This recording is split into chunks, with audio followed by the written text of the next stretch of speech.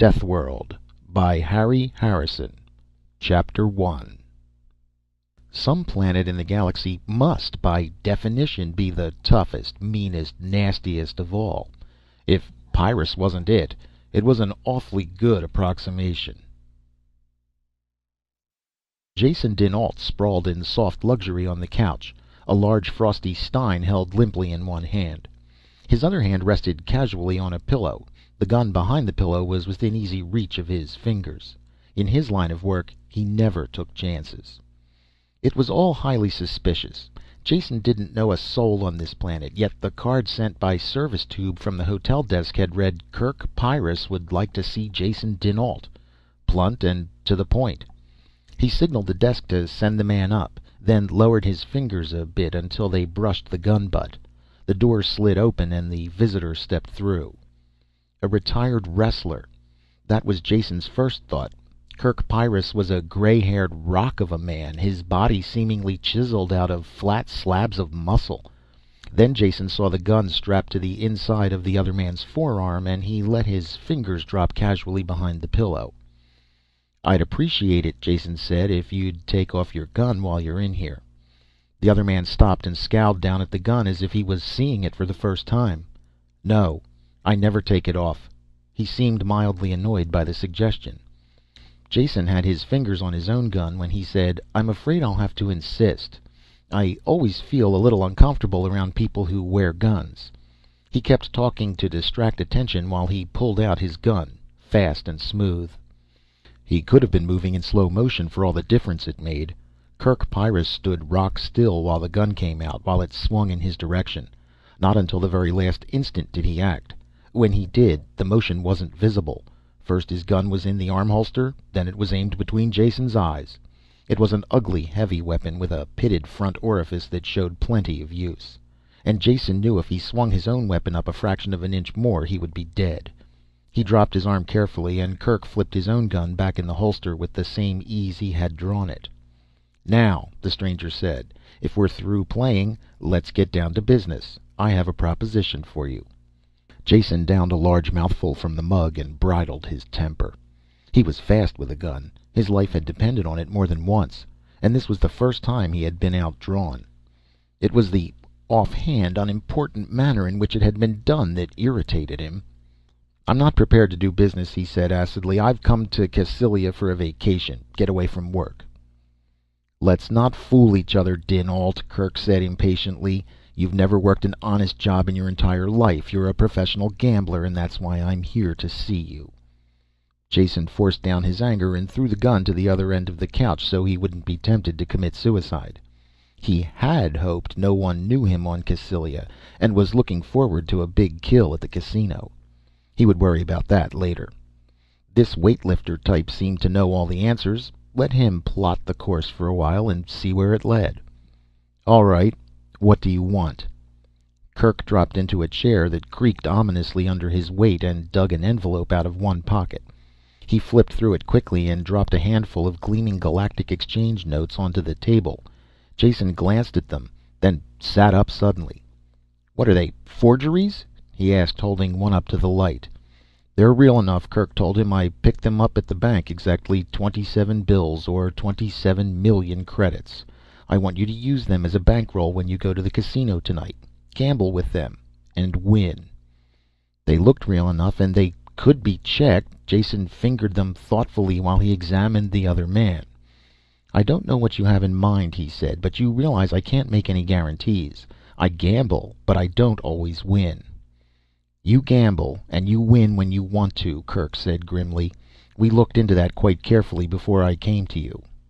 "If you mean to say that I cheat—" Carefully, Jason grabbed his temper again and held it down. There was no future in getting annoyed. Kirk continued in the same level voice, ignoring Jason's growing anger. "Maybe you don't call it cheating. Frankly, I don't care. As far as I'm concerned, you could have your suit lined with aces and electromagnets in your boots, as long as you won. I'm not here to discuss moral points with you. I said I had a proposition. We have worked hard for that money, but it still isn't enough. To be precise, we need 3 billion credits. The only way to get that sum is by gambling, with these 27 million as bankroll." And what do I get out of it?" Jason asked the question coolly, as if any bit of the fantastic proposition made sense. "Everything above the 3 billion you can keep. That should be fair enough. You're not risking your own money, but you stand to make enough to keep you for life if you win." "And if I lose?" Kirk thought for a moment, not liking the taste of the idea. "Yes, there is the chance you might lose. I hadn't thought about that." He reached a decision. "If you lose, well, I suppose that is just a risk we'll have to take, though I think I would kill you then. The ones who died to get the 27 million deserve at least that."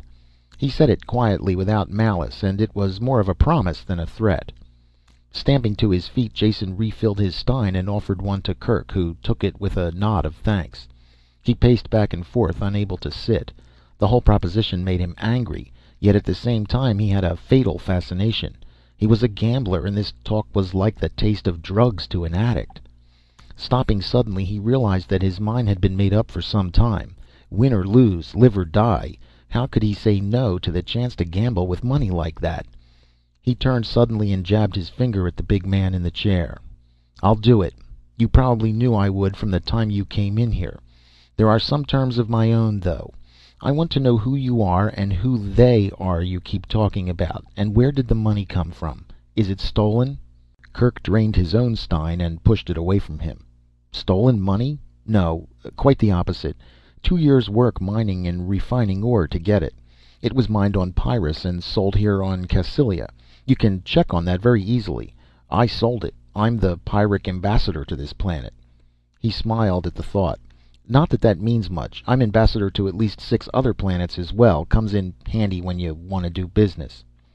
Jason looked at the muscular man with his gray hair and worn military-cut clothes and decided not to laugh.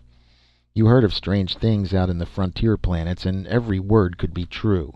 He had never heard of Pyrrus either, though that didn't mean anything. There were over 30,000 known planets in the inhabited universe. "I'll check on what you've told me," Jason said. "If it's true, we can do business. Call me tomorrow." "No," Kirk said. "The money has to be won tonight. I've already issued a check for this 27 million. It will bounce as high as the Pleiades unless we deposit the money in the morning. So that's our time limit."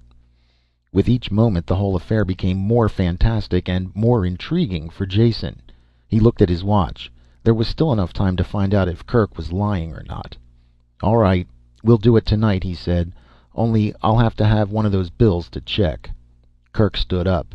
"Take them all. I won't be seeing you again until after you've won. I'll be at the casino, of course, but don't recognize me. It would be much better if they didn't know where your money was coming from or how much you had."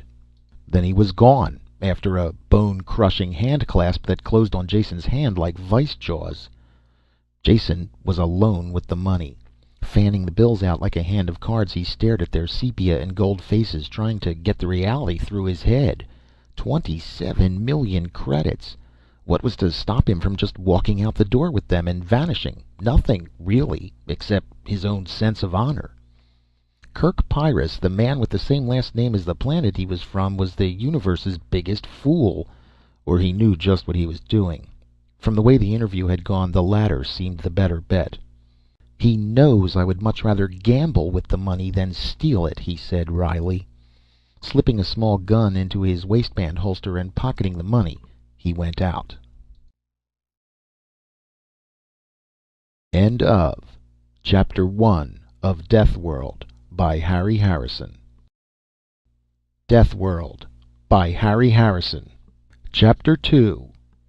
The robot teller at the bank just pinged with electronic shock when he presented one of the bills and flashed a panel that directed him to see Vice President Wayne. Wayne was a smooth customer who bugged his eyes and lost some of his tan when he saw the sheaf of bills. "You wish to deposit these with us?" he asked while his fingers unconsciously stroked them. "Not today," Jason said. "They were paid to me as a debt. Would you please check that they are authentic and change them? I'd like 500,000 credit notes." Both of his inner chest pockets were packed tight when he left the bank. The bills were good and he felt like a walking mint. This was the first time in his entire life that carrying a large sum of money made him uncomfortable. Waving to a passing helicab, he went directly to the casino, where he knew he would be safe for a while. Cassylia Casino was the play spot of the nearby cluster of star systems. It was the first time Jason had seen it, though he knew its type well. He had spent most of his adult life in casinos like this on other worlds. The decor differed, but they were always the same. Gambling and socialites in public, and behind the scenes, all the private vice you could afford. Theoretically, no-limit games, but that was true only up to a certain point. When the house was really hurt, the honest games stopped being square, and the big winner had to watch his step very carefully. These were the odds Jason dinAlt had played against countless times before. He was wary, but not very concerned. The dining room was almost empty, and the major domo quickly rushed to the side of the relaxed stranger in the richly cut clothes. Jason was lean and dark, looking more like the bored scion of some rich family than a professional gambler. This appearance was important, and he cultivated it. The cuisine looked good, and the cellar turned out to be wonderful. He had a professional talk with the sommelier while waiting for the soup, then settled down to enjoy his meal. He ate leisurely, and the large dining room was filled before he was through. Watching the entertainment over a long cigar killed some more time. When he finally went to the gaming rooms, they were filled and active. Moving slowly around the room, he dropped a few thousand credits. He scarcely noticed how he played, giving more attention to the feel of the games. The play all seemed honest, and none of the equipment was rigged. That could be changed very quickly, he realized. Usually it wasn't necessary. House percentage was enough to assure a profit. Once he saw Kirk out of the corner of his eye, but he paid him no attention. The ambassador was losing small sums steadily at 7 and silver, and seemed to be impatient, probably waiting for Jason to begin playing seriously. He smiled and strolled on slowly. Jason settled on the dice table as he usually did. It was the surest way to make small winnings. And if I feel it tonight, I can clean this casino out. That was his secret, the power that won for him steadily, and every once in a while enabled him to make a killing and move on quickly before the hired thugs came to get the money back. The dice reached him, and he threw an 8 the hard way. Betting was light, and he didn't push himself, just kept away from the 7s. He made the point and passed a natural. Then he crapped out, and the dice moved on. Sitting there, making small automatic bets while the dice went around the table, he thought about the power. Funny, after all the years of work, we still don't know much about Psi. They can train people a bit and improve skills a bit, but that's all. He was feeling strong tonight. He knew that the money in his pocket gave him the extra lift that sometimes helped him break through. With his eyes half closed, he picked up the dice and let his mind gently caress the pattern of sunken dots. Then they shot out of his hand, and he stared at a 7. It was there, stronger than he had felt it in years. The stiff weight of those million-credit notes had done it. The world all around was sharp-cut, clear, and the dice were completely in his control. He knew to the 10th credit how much the other players had in their wallets, and was aware of the cards in the hands of the players behind him. Slowly, carefully, he built up the stakes. There was no effort to the dice. They rolled and sat up like trained dogs. Jason took his time and concentrated on the psychology of the players and the stick man. It took almost 2 hours to build his money on the table to 700,000 credits. Then he caught the stick man signaling they had a heavy winner. He waited until the hard-eyed man strolled over to watch the game. Then he smiled happily, bet all his table stakes, and blew it on one roll of the dice. The house man smiled happily. The stick man relaxed, and out of the corner of his eye, Jason saw Kirk turning a dark purple. Sweating pale, his hand trembling ever so slightly, Jason opened the front of his jacket and pulled out one of the envelopes of new bills. Breaking the seal with his finger, he dropped 2 of them on the table.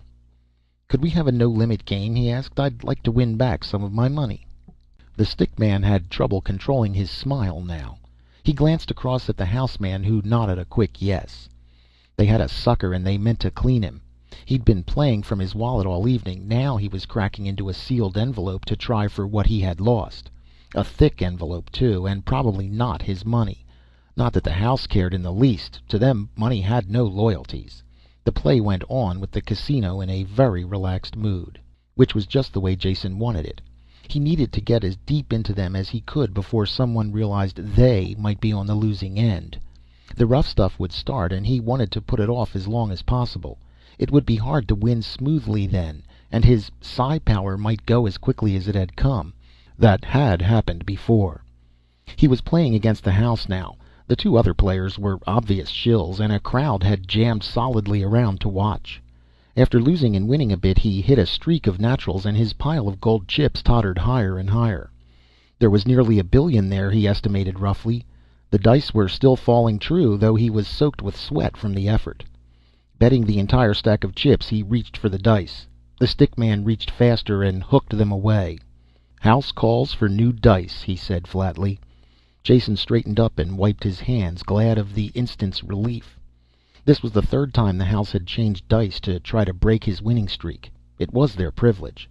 The hard-eyed casino man opened his wallet, as he had done before, and drew out a pair at random. Stripping off their plastic cover, he threw them the length of the table to Jason. They came up a natural 7, and Jason smiled. When he scooped them up, the smile slowly faded. The dice were transparent, finely made, evenly weighted on all sides, and crooked.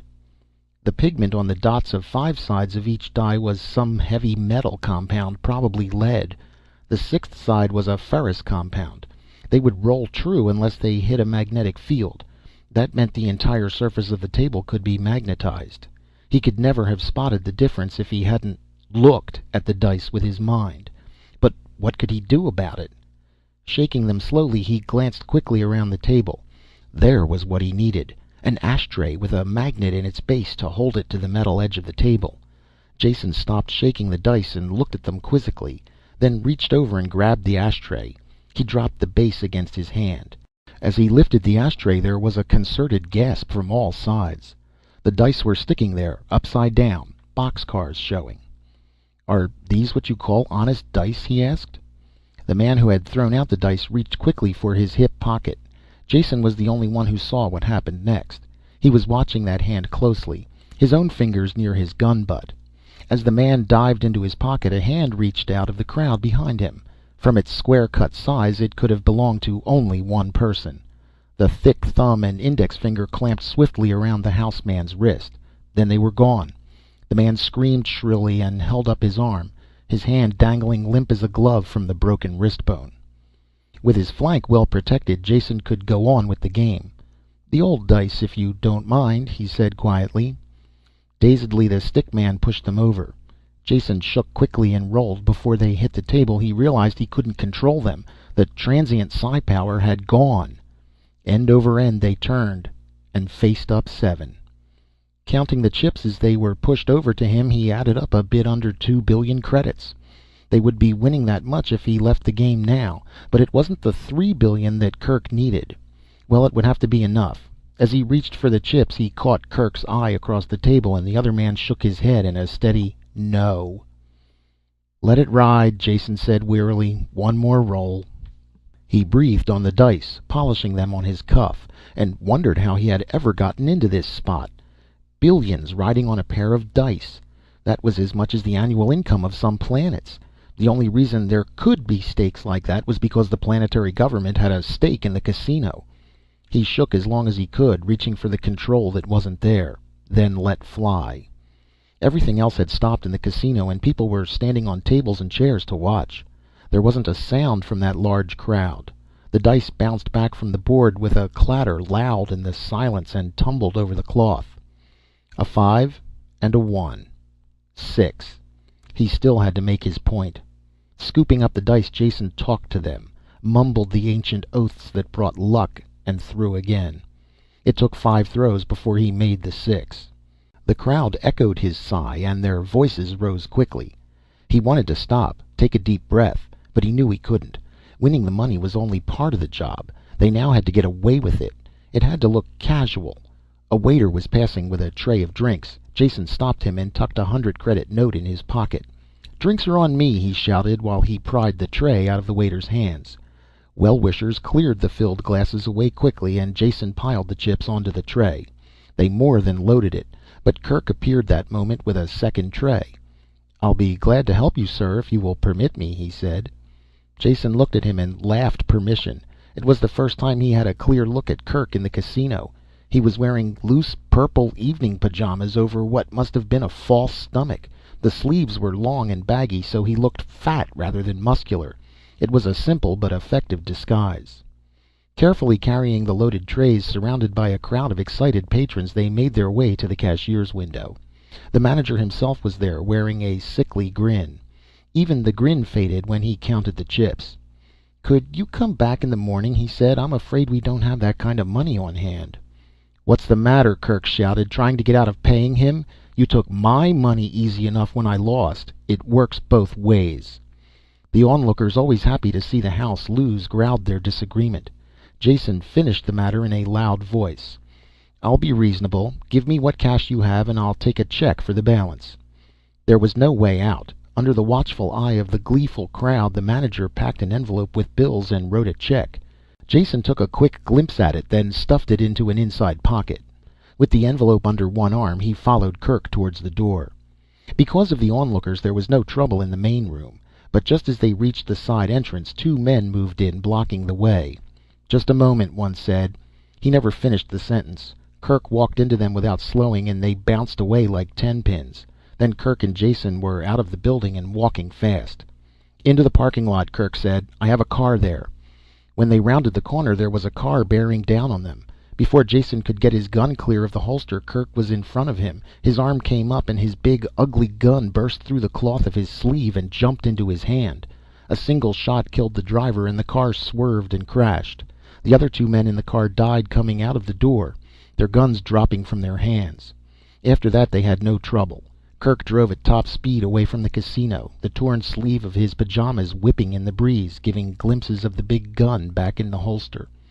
"When you get a chance," Jason said, "you'll have to show me how that trick holster works." "When we get the chance," Kirk answered as he dived the car into the city access tube.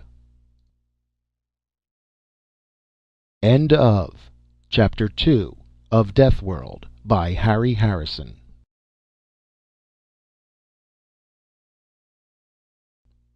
Deathworld by Harry Harrison. Chapter 3. The building they stopped at was one of the finer residences in Cassylia.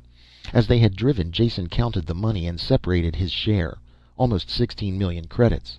It still didn't seem quite real. When they got out in front of the building, he gave Kirk the rest. "Here's your 3 billion. Don't think it was easy," he said. "It could have been worse," was his only answer. The recorded voice scratched in the speaker over the door. "Sir Ellis has retired for the night. Would you please call again in the morning? All appointments are made in advance." The voice broke off as Kirk pushed the door open. He did it almost effortlessly with the flat of his hand. As they went in, Jason looked at the remains of the torn and twisted metal that hung in the lock, and wondered again about his companion. Strength. More than physical strength. He's like an elemental force. I have the feeling that nothing can stop him. It made him angry and at the same time fascinated him. He didn't want out of the deal until he found out more about Kirk and his planet and they, who had died for the money he gambled. Sire Ellis was old, balding, and angry, not at all used to having his rest disturbed. His complaints stopped suddenly when Kirk threw the money down on the table. "Is the ship being loaded yet, Ellis? Here's the balance due." Ellis only fumbled the bills for a moment before he could answer Kirk's question. "The ship? But of course. We began loading it when you gave us the deposit. You'll have to excuse my confusion. This is a little irregular. We never handle transactions of this size in cash." "That's the way I like to do business," Kirk answered him. "I've canceled the deposit. This is the total sum. Now, how about a receipt?" Ellis made out the receipt before his senses returned. He held it tightly while he looked uncomfortably at the 3 billion spread out before him. "Wait, I can't take it now. You'll have to return in the morning. To the bank, in normal business fashion," Ellis decided firmly. Kirk reached over and gently drew the paper out of Ellis's hand. "Thanks for the receipt," he said. "I won't be here in the morning, so this will be satisfactory. And if you're worried about the money, I suggest you get in touch with some of your planet guards or private police. You'll feel a lot safer." When they left through the shattered door, Ellis was frantically dialing numbers on his screen. Kirk answered Jason's next question before he could ask it.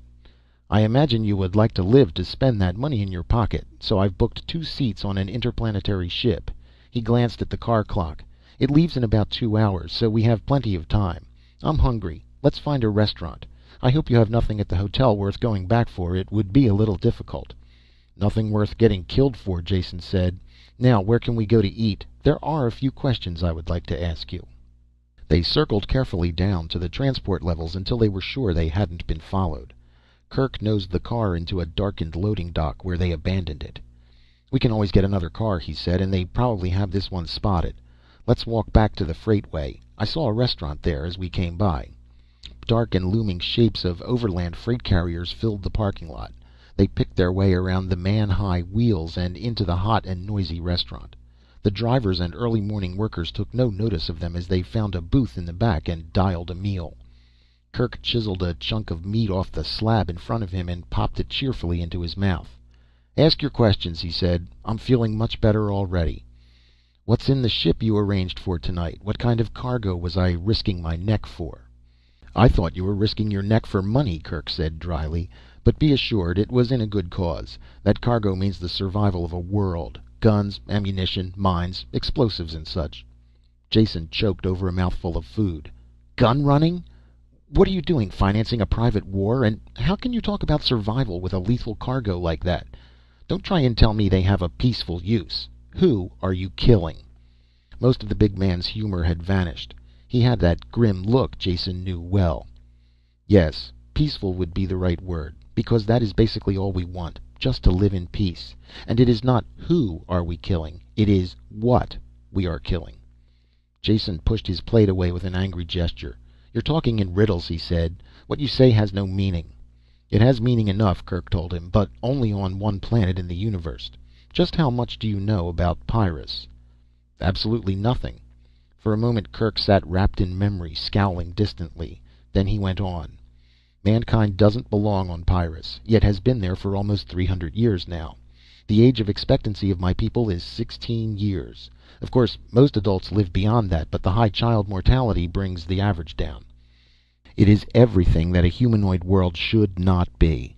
The gravity is nearly twice Earth normal. The temperature can vary daily from Arctic to tropic. The climate, well, you have to experience it to believe it, like nothing you've ever seen anywhere else in the galaxy." "I'm frightened," Jason said dryly. "What do you have, methane or chlorine reactions? I've been down on planets like that." Kirk slammed his hand down hard on the table. The dishes bounced and the table legs creaked. "Laboratory reactions," he growled. "They look great on a bench, but what happens when you have a world filled with those compounds? In an eye wink of galactic time, all the violence is locked up in nice, stable compounds. The atmosphere may be poisonous for an oxygen breather, but taken by itself, it's as harmless as weak beer. There is only one setup that is pure poison as a planetary atmosphere: plenty of H2O, the most universal solvent you can find, plus free oxygen to work on." "Water and oxygen?" Jason broke in. "You mean Earth or a planet like Cassylia here? That's preposterous." "Not at all. Because you were born in this kind of environment, you accept it as right and natural. You take it for granted that metals corrode, coastlines change, and storms interfere with communication. These are normal occurrences on oxygen water worlds. On Pyrrus, these conditions are carried to the nth degree. The planet has an axial tilt of almost 42 degrees, so there is a tremendous change in temperature from season to season. This is one of the prime causes of a constantly changing ice cap. The weather generated by this is spectacular, to say the least." "If that's all," Jason said, "I don't see why—" "That's not all. It's barely the beginning. The open seas perform the dual destructive function of supplying water vapor to keep the weather going and building up gigantic tides. Pyrrus's two satellites, Samus and Bessos, combine at times to pull the oceans up into 30-meter tides, and until you've seen one of these tides lap over into an active volcano, you've seen nothing. Heavy elements are what brought us to Pyrrus, and these same elements keep the planet at a volcanic boil. There have been at least 13 supernovas in the immediate stellar neighborhood. Heavy elements can be found on most of their planets, of course, as well as completely unbreathable atmospheres.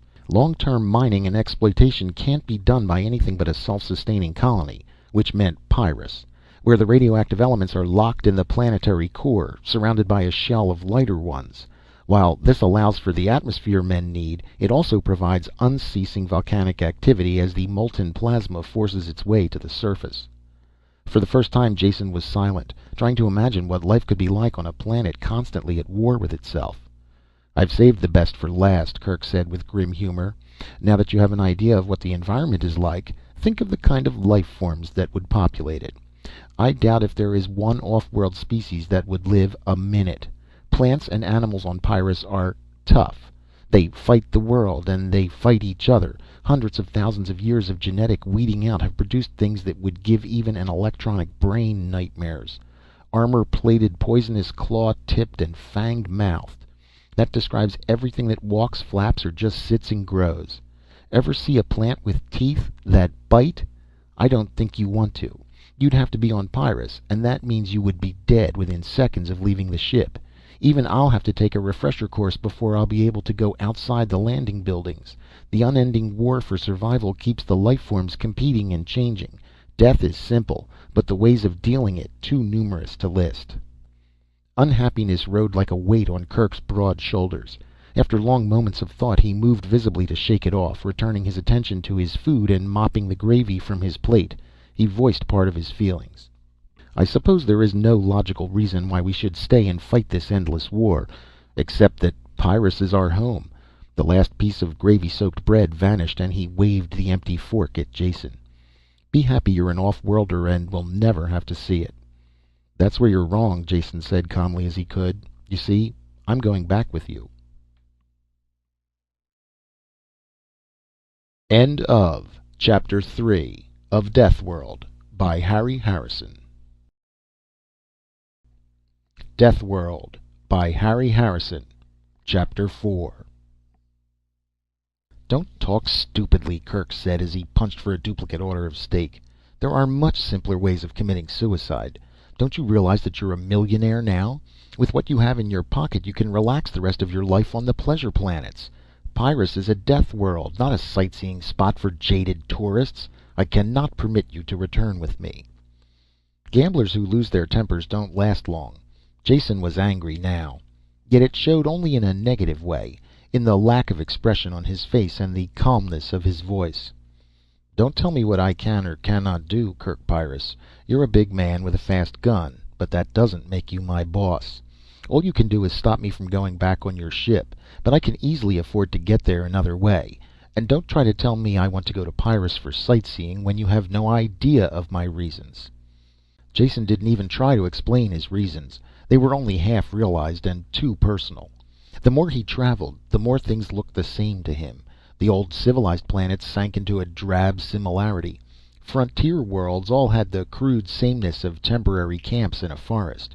Not that the galactic worlds bored him, it was just that he had found their limitations, yet had never found his own.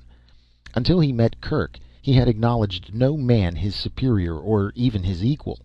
This was more than egotism, it was facing facts. Now he was forced to face the fact that there was a whole world full of people who might be superior to him. Jason could never rest until he had been there and seen for himself, even if he died in the attempt. None of this could be told to Kirk. There were other reasons he would understand better. You're not thinking ahead when you prevent me from going to Pyrrus, Jason said. I'll not mention any moral debt you owe me for winning that money you needed. But what about the next time? If you needed that much lethal goods once, you probably need it again someday. Wouldn't it be better to have me on hand, old tried and true, than dreaming up some new and possibly unreliable scheme? Kirk chewed pensively on the second serving of steak. That makes sense, and I must admit I hadn't thought of it before. One failing we Pyrans have is a lack of interest in the future. Staying alive day by day is enough trouble. So we tend to face emergencies as they arrive and let the dim future take care of itself. You can come. I hope you will still be alive when we need you. As Pyrran ambassador to a lot of places, I officially invite you to our planet, all expenses paid, on the condition you obey completely all of our instructions regarding your personal safety. Conditions accepted, Jason said, and wondered why he was so cheerful about signing his own death warrant. Kirk was shoveling his way through his third dessert when his alarm watch gave a tiny hum. He dropped his fork instantly and stood up. Time to go, he said. We're on a schedule. While Jason scrambled to his feet, he jammed coins into the meter until the paid light came on. Then they were out the door and walking fast. Jason wasn't at all surprised when they came on a public escalator just behind the restaurant. He was beginning to realize that since leaving the casino their every move had been carefully planned and timed. Without a doubt the alarm was out and the entire planet being searched for them. Yet so far they hadn't noticed the slightest sign of pursuit. This wasn't the first time Jason had to move just one jump ahead of the authorities. but it was the first time he had to let someone else lead him by the hand while he did it. He had to smile at his own automatic agreement. He had been a loner for so many years that he found a certain inverse pleasure in following someone else. "Hurry up," Kirk growled after a quick glance at his watch. He set a steady, killing pace up the escalator steps. They went up 5 levels that way without seeing another person before Kirk relented and let the escalator do the work. Jason prided himself on keeping in condition, but the sudden climb after the sleepless night left him panting heavily and soaked with sweat. Kirk, cool of forehead and breathing normally, didn't show the slightest sign that he had been running.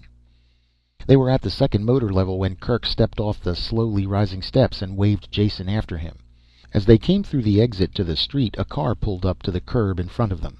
Jason had enough sense not to reach for his gun. At the exact moment they reached the car, the driver opened the door and stepped out. Kirk passed him a slip of paper without saying a word and slipped in behind the wheel. There was just time for Jason to jump in before the car pulled away. The entire transfer had taken less than 3 seconds. There had been only a glimpse of the driver in the dim light, but Jason had recognized him. Of course he had never seen the man before, but after knowing Kirk he couldn't mistake the compact strength of a native Pyrran. "That was the receipt from Ellis you gave him," Jason said. "Of course. That takes care of the ship and the cargo. They'll be off planet and safely away before the casino check is traced to Ellis. So now let's look after ourselves. I'll explain the plan in detail so there will be no slip-ups on your part. I'll go through the whole thing once, and if there are any questions you'll ask them when I'm finished." The tones of command were so automatic that Jason found himself listening in quiet obedience, though one part of his mind wanted him to smile at the quick assumption of his incompetence. Kirk swung the car into the steady line of traffic heading out of the city to the spaceport. He drove easily while he talked. "There's a search on in the city, but we're well ahead of that. I'm sure the Cassylians don't want to advertise their bad sportsmanship, so there won't be anything as crude as a roadblock, but the port will be crawling with every agent they have. They know once the money gets off planet, it's gone forever. When we make a break for it, they will be sure we still have the goods, so there will be no trouble with the munition ship getting clear." Jason sounded a little shocked. "You mean you're setting us up as clay pigeons to cover the takeoff of the ship?" "You could put it that way, but since we have to get off the planet anyway, there is no harm in using our escape as a smokescreen. Now shut up until I've finished like I told you, or one more interruption and I dump you by the road." Jason was sure he would. He listened intently and quietly as Kirk repeated word for word what he had said before, then continued. "The official car gate will probably be wide open with the traffic through it, and a lot of the agents will be in plain clothes. We might even get onto the field without being recognized, though I doubt it. It is of no importance. We will drive through the gate and to the takeoff pad. The Pride of Darkon, for which we hold tickets, will be sounding its 2-minute siren and unhooking the gangway. By the time we get to our seats, the ship will take off." "That's all very fine," Jason said, "but what will the guards be doing all this time?" "Shooting at us and each other. We will take advantage of the confusion to get aboard." This answer did nothing to settle Jason's mind, but he let it slide for the moment. "All right, say we do get aboard. Why don't they just prevent takeoff until we've been dragged out and stood against a wall?" Kirk spared him a contemptuous glance before he returned his eyes to the road. "I said the ship was the Pride of Darkon. If you had studied this system at all, you would know what that means. Cassylia and Darkon are sister planets and rivals in every way. It has been less than 2 centuries since they fought an intra-system war that almost destroyed both of them. Now they exist in an armed-to-the-teeth neutrality that neither dare violate. The moment we set foot aboard the ship, we are on Darkon territory. There is no extradition agreement between the planets. Cassylia may want us, but not badly enough to start another war." That was all the explanation there was time for. Kirk swung the car out of the rush of traffic and onto a bridge marked "Official Cars Only." Jason had a feeling of nakedness as they rolled under the harsh port lights towards the guarded gate ahead. It was closed. Another car approached the gate from the inside, and Kirk slowed their car to a crawl. One of the guards talked to the driver of the car inside the port and waved to the gate attendant. The barrier gate began to swing inwards, and Kirk jammed down on the accelerator. Everything happened at once. The turbine howled, the spinning tires screeched on the road, and the car crashed open the gate. Jason had vanishing glimpses of the open-mouthed guards, then they were skidding around the corner of a building. A few shots were popped after them, but none came close. Driving with one hand, Kirk reached under the dash and pulled out a gun that was the twin of the monster strapped to his arm. "Use this instead of your own," he said. "Rocket-propelled explosive slugs make a great bang. Don't bother shooting at anyone. I'll take care of that. Just stir up a little action and make them keep their distance. Like this." He fired a single snap shot out the side window and passed the gun to Jason almost before the slug hit. An empty truck blew up with a roar, raining pieces on the cars around and sending their drivers fleeing in panic. After that it was a nightmare ride through a madhouse. Kirk drove with an apparent contempt for violent death. Other cars followed them and were lost in wheel-raising turns. They careened almost the full length of the field, leaving a trail of smoking chaos. Then the pursuit was all behind them, and the only thing ahead was the slim spire of the Pride of Darkhan. The Pride was surrounded by a strong wire fence as suited the begrudged status of her planetary origin. The gate was closed and guarded by soldiers with leveled guns, waiting for a shot at the approaching car. Kirk made no attempt to come near them. Instead, he fed the last reserves of power to the car and headed for the fence. "Cover your face," he shouted. Jason put his arms up in front of his head just as they hit. Torn metal screamed. The fence buckled, wrapped itself around the car, but did not break. Jason flew off the seat and into the padded dash. By the time Kirk had the warped door open, he realized that the ride was over. Kirk must have seen the spin of his eyeballs, because he didn't talk, just pulled Jason out and threw him onto the hood of the ruined car. "Climb over the buckled wire and make a run for the ship," he shouted. If there was any doubt what he meant, he set Jason an example of fine road work. It was inconceivable that someone of his bulk could run so fast, yet he did. He moved more like a charging tank than a man. Jason shook the fog from his head and worked up some speed himself. Nevertheless, he was barely halfway to the ship when Kirk hit the gangway. It was already unhooked from the ship, but the shocked attendants stopped rolling it away as the big man bounded up the steps. At the top he turned and fired at the soldiers who were charging through the open gate. They dropped, crawled, and returned his fire. Very few shot at Jason's running form. The scene in front of Jason cranked over in slow motion. Kirk standing at the top of the ramp, coolly returning the fire that splashed all about. He could have found safety in an instant through the open port behind him. The only reason he stayed there was to cover Jason. "Thanks," Jason managed to gasp as he made the last few steps up the gangway, jumped the gap, and collapsed inside the ship. "You're perfectly welcome," Kirk said as he joined him, waving his gun to cool it off. A grim-jawed ship's officer stood back out of range of fire from the ground and looked them both up and down. "And just what is going on here?" he growled. Kirk tested the barrel with a wet thumb, then let the gun slide back into its holster. "We are law-abiding citizens of a different system who have committed no criminal acts. The savages of Cassylia are too barbarous for civilized company. Therefore, we are going to Darkhan. Here are our tickets, in whose sovereign territory I believe we are at this moment." The last was added for the benefit of the Cassylian officer who had just stumbled to the top of the gangway and was raising his gun. The soldier couldn't be blamed. He saw these badly wanted criminals getting away, aboard a Darkhan ship as well. Anger got the best of him and he brought his gun up. "Come out of there, you scum. You're not escaping that easily. Come out slow, with your hands up, or I'll blast you." It was a frozen moment of time that stretched and stretched without breaking. The pistol covered Kirk and Jason. Neither of them attempted to reach for their own guns. The gun twitched a bit as the ship's officer moved, then steadied back on the two men. The Darkhan spaceman hadn't gone far, just a pace across the lock. This was enough to bring him next to a red box set flush with the wall. With a single swift gesture he flipped up the cover and poised his thumb over the button inside. When he smiled, his lips peeled back to show all of his teeth. He had made up his mind, and it was the arrogance of the Cassylian officer that had been the deciding factor. "Fire a single shot into Darkhan territory and I press this button," he shouted. "And you know what this button does. Every one of your ships has them as well. Commit a hostile act against this ship and someone will press a button. Every control rod will be blown out of the ship's pile at that instant, and half of your filthy city will go up in the explosion." His smile was chiseled on his face, and there was no doubt he would do what he said. "Go ahead, fire. I think I would enjoy pressing this." The takeoff siren was hooting now, the close lock light blinking an angry message from the bridge.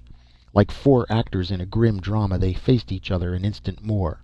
Then the Cassylian officer, growling with unvoicable, frustrated anger, turned and leapt back to the steps. "All passengers board ship. 45 seconds to take off. Clear the port." The ship's officer slammed shut the cover of the box and locked it as he talked. There was barely time to make the acceleration couches before the Pride of Darkhan cleared ground. End of Chapter 4 of Deathworld by Harry Harrison.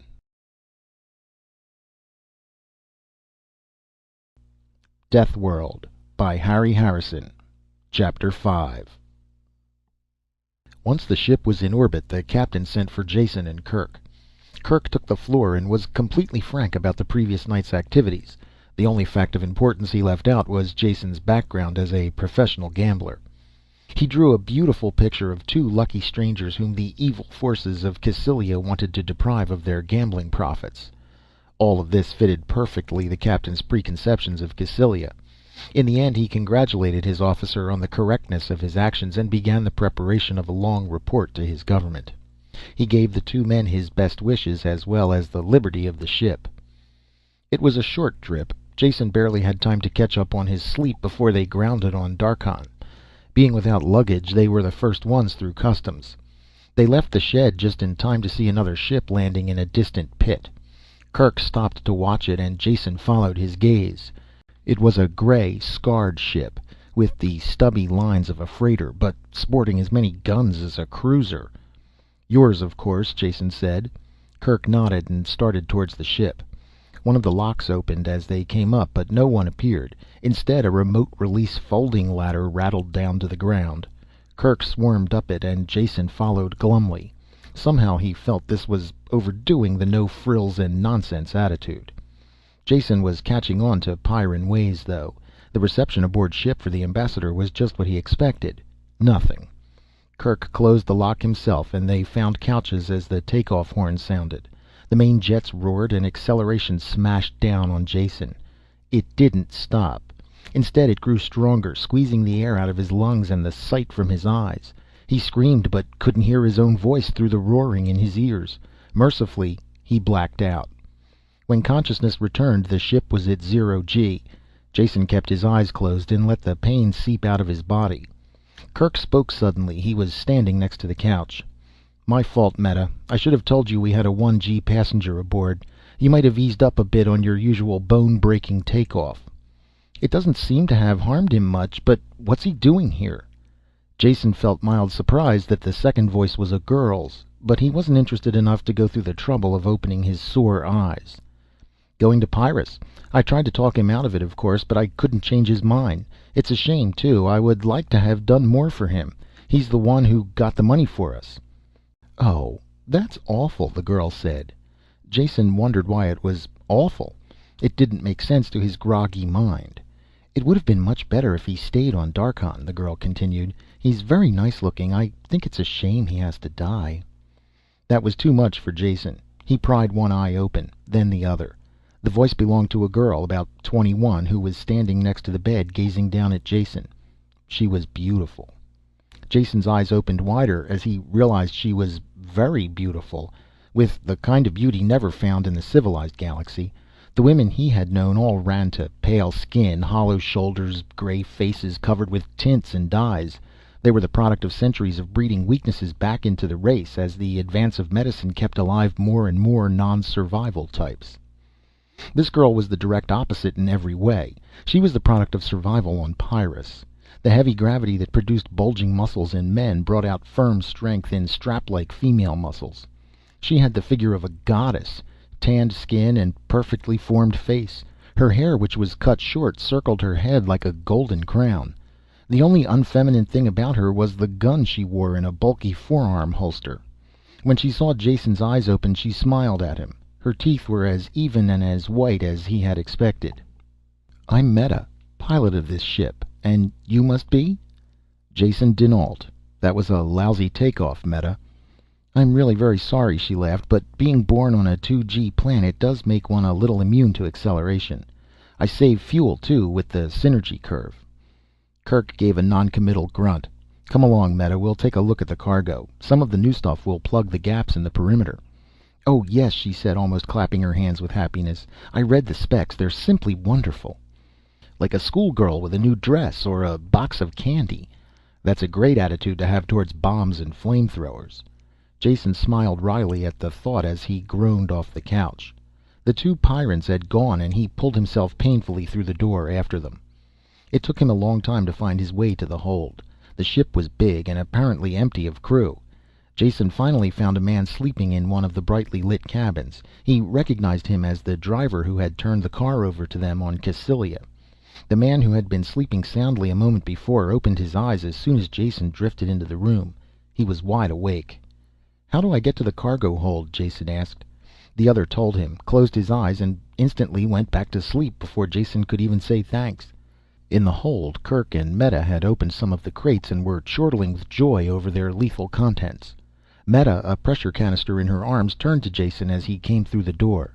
"Just look at this," she said. "This powder in here, why, you can eat it like dirt with less harm. Yet it is instantly deadly to all forms of vegetable life." She stopped suddenly as she realized Jason didn't share her extreme pleasure. "I'm sorry, I forgot for a moment there that you weren't a Pyrran. So you don't really understand, do you?" Before he could answer, the PA speaker called her name. "Jump time," she said. "Come with me to the bridge while I do the equations. We can talk there. I know so little about any place except Pyrrus that I have a million questions to ask." Jason followed her to the bridge, where she relieved the duty officer and began taking readings for the jump setting. She looked out of place among the machines, a sturdy but supple figure in a simple one-piece ship suit. Yet there was no denying the efficiency with which she went about her job. "Meta, aren't you a little young to be the pilot of an interstellar ship?" "Am I?" She thought for a second. "I really don't know how old pilots are supposed to be. I have been piloting for about 3 years now, and I'm almost 20. Is that younger than usual?" Jason opened his mouth, then laughed. "I suppose that all depends on what planet you're from. Some places you would have trouble getting licensed, but I'll bet things are different on Pyrrus. By their standards, you must rank as an old lady." "Now you're making a joke," Meta said serenely as she fed a figure into the calculator. "I've seen old ladies on some planets. They are wrinkled and have gray hair. I don't know how old they are. I asked one once, but she wouldn't tell me her age. But I'm sure they must be older than anyone on Pyrrus. No one looks like that there." "I don't mean old that way." Jason groped for the right word. "Not old, but grown up, mature, an adult." "Everyone is grown up," she answered. "At least soon after they leave the wards, and they do that when they're 6. My first child is grown up, and the second one would be too, only he's dead. So I surely must be." That seemed to settle the question for her, though Jason's thoughts jumped with the alien concepts and background inherent behind her words. Meta punched in the last setting, and the course tape began to chunk out of the case. She turned her attention back to Jason. "I'm glad you're aboard this trip, though I am sorry you're going to Pyrrus. But we'll have lots of time to talk.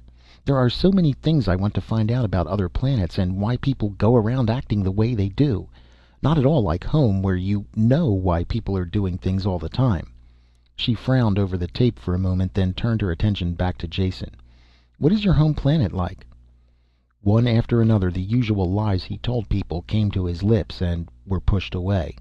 Why bother lying to a girl who really didn't care if you were serf or noble? To her, there were only 2 kinds of people in the galaxy: Pyrrans and the rest. For the first time since he had fled from Porgor Storsand, he found himself telling someone the truth of his origin. "My home planet? Just about the stuffiest, dullest dead end in the universe. You can't believe the destructive decay of a planet that is mainly agrarian, caste conscious, and completely satisfied with its own boring existence. Not only is there no change, but no one wants change. My father was a farmer, so I should have been a farmer too, if I had listened to the advice of my betters. It was unthinkable as well as forbidden for me to do anything else, and everything I wanted to do was against the law. I was 15 before I learned to read, out of a book stolen from a noble school. After that there was no turning back. By the time I stowed aboard an off-world freighter at 19, I must have broken every law on the planet, happily. Leaving home for me was just like getting out of prison."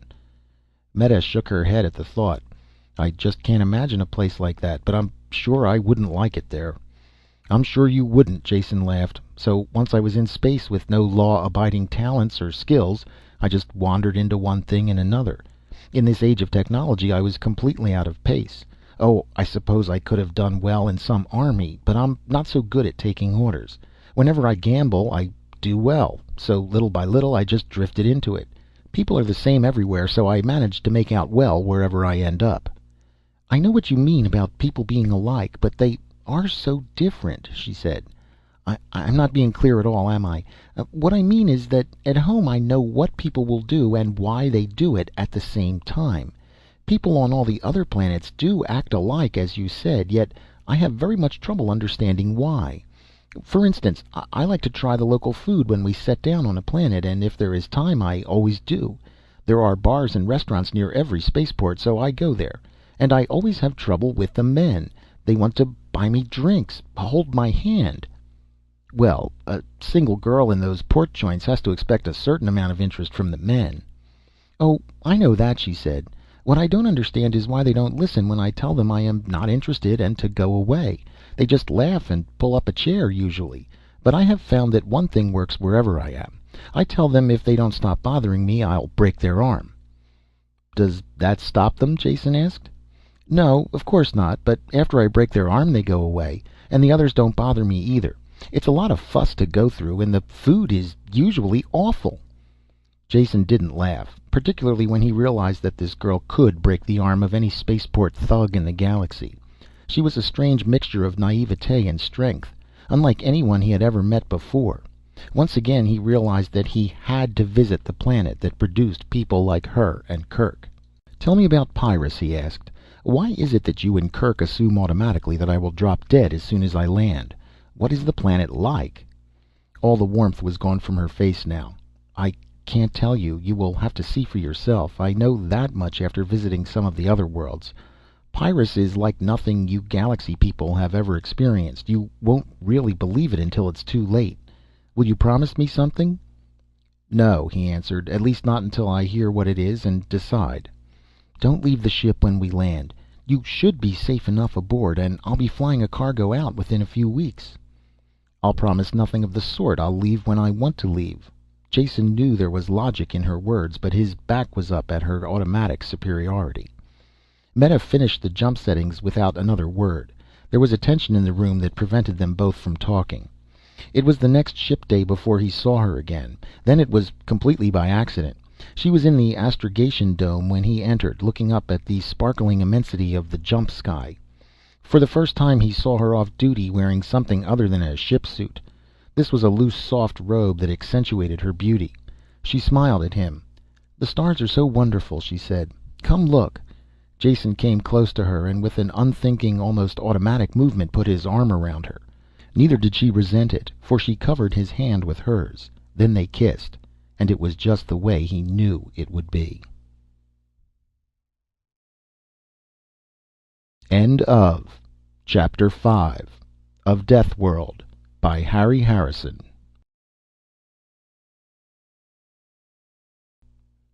Deathworld by Harry Harrison. Chapter 6. After that they were together constantly.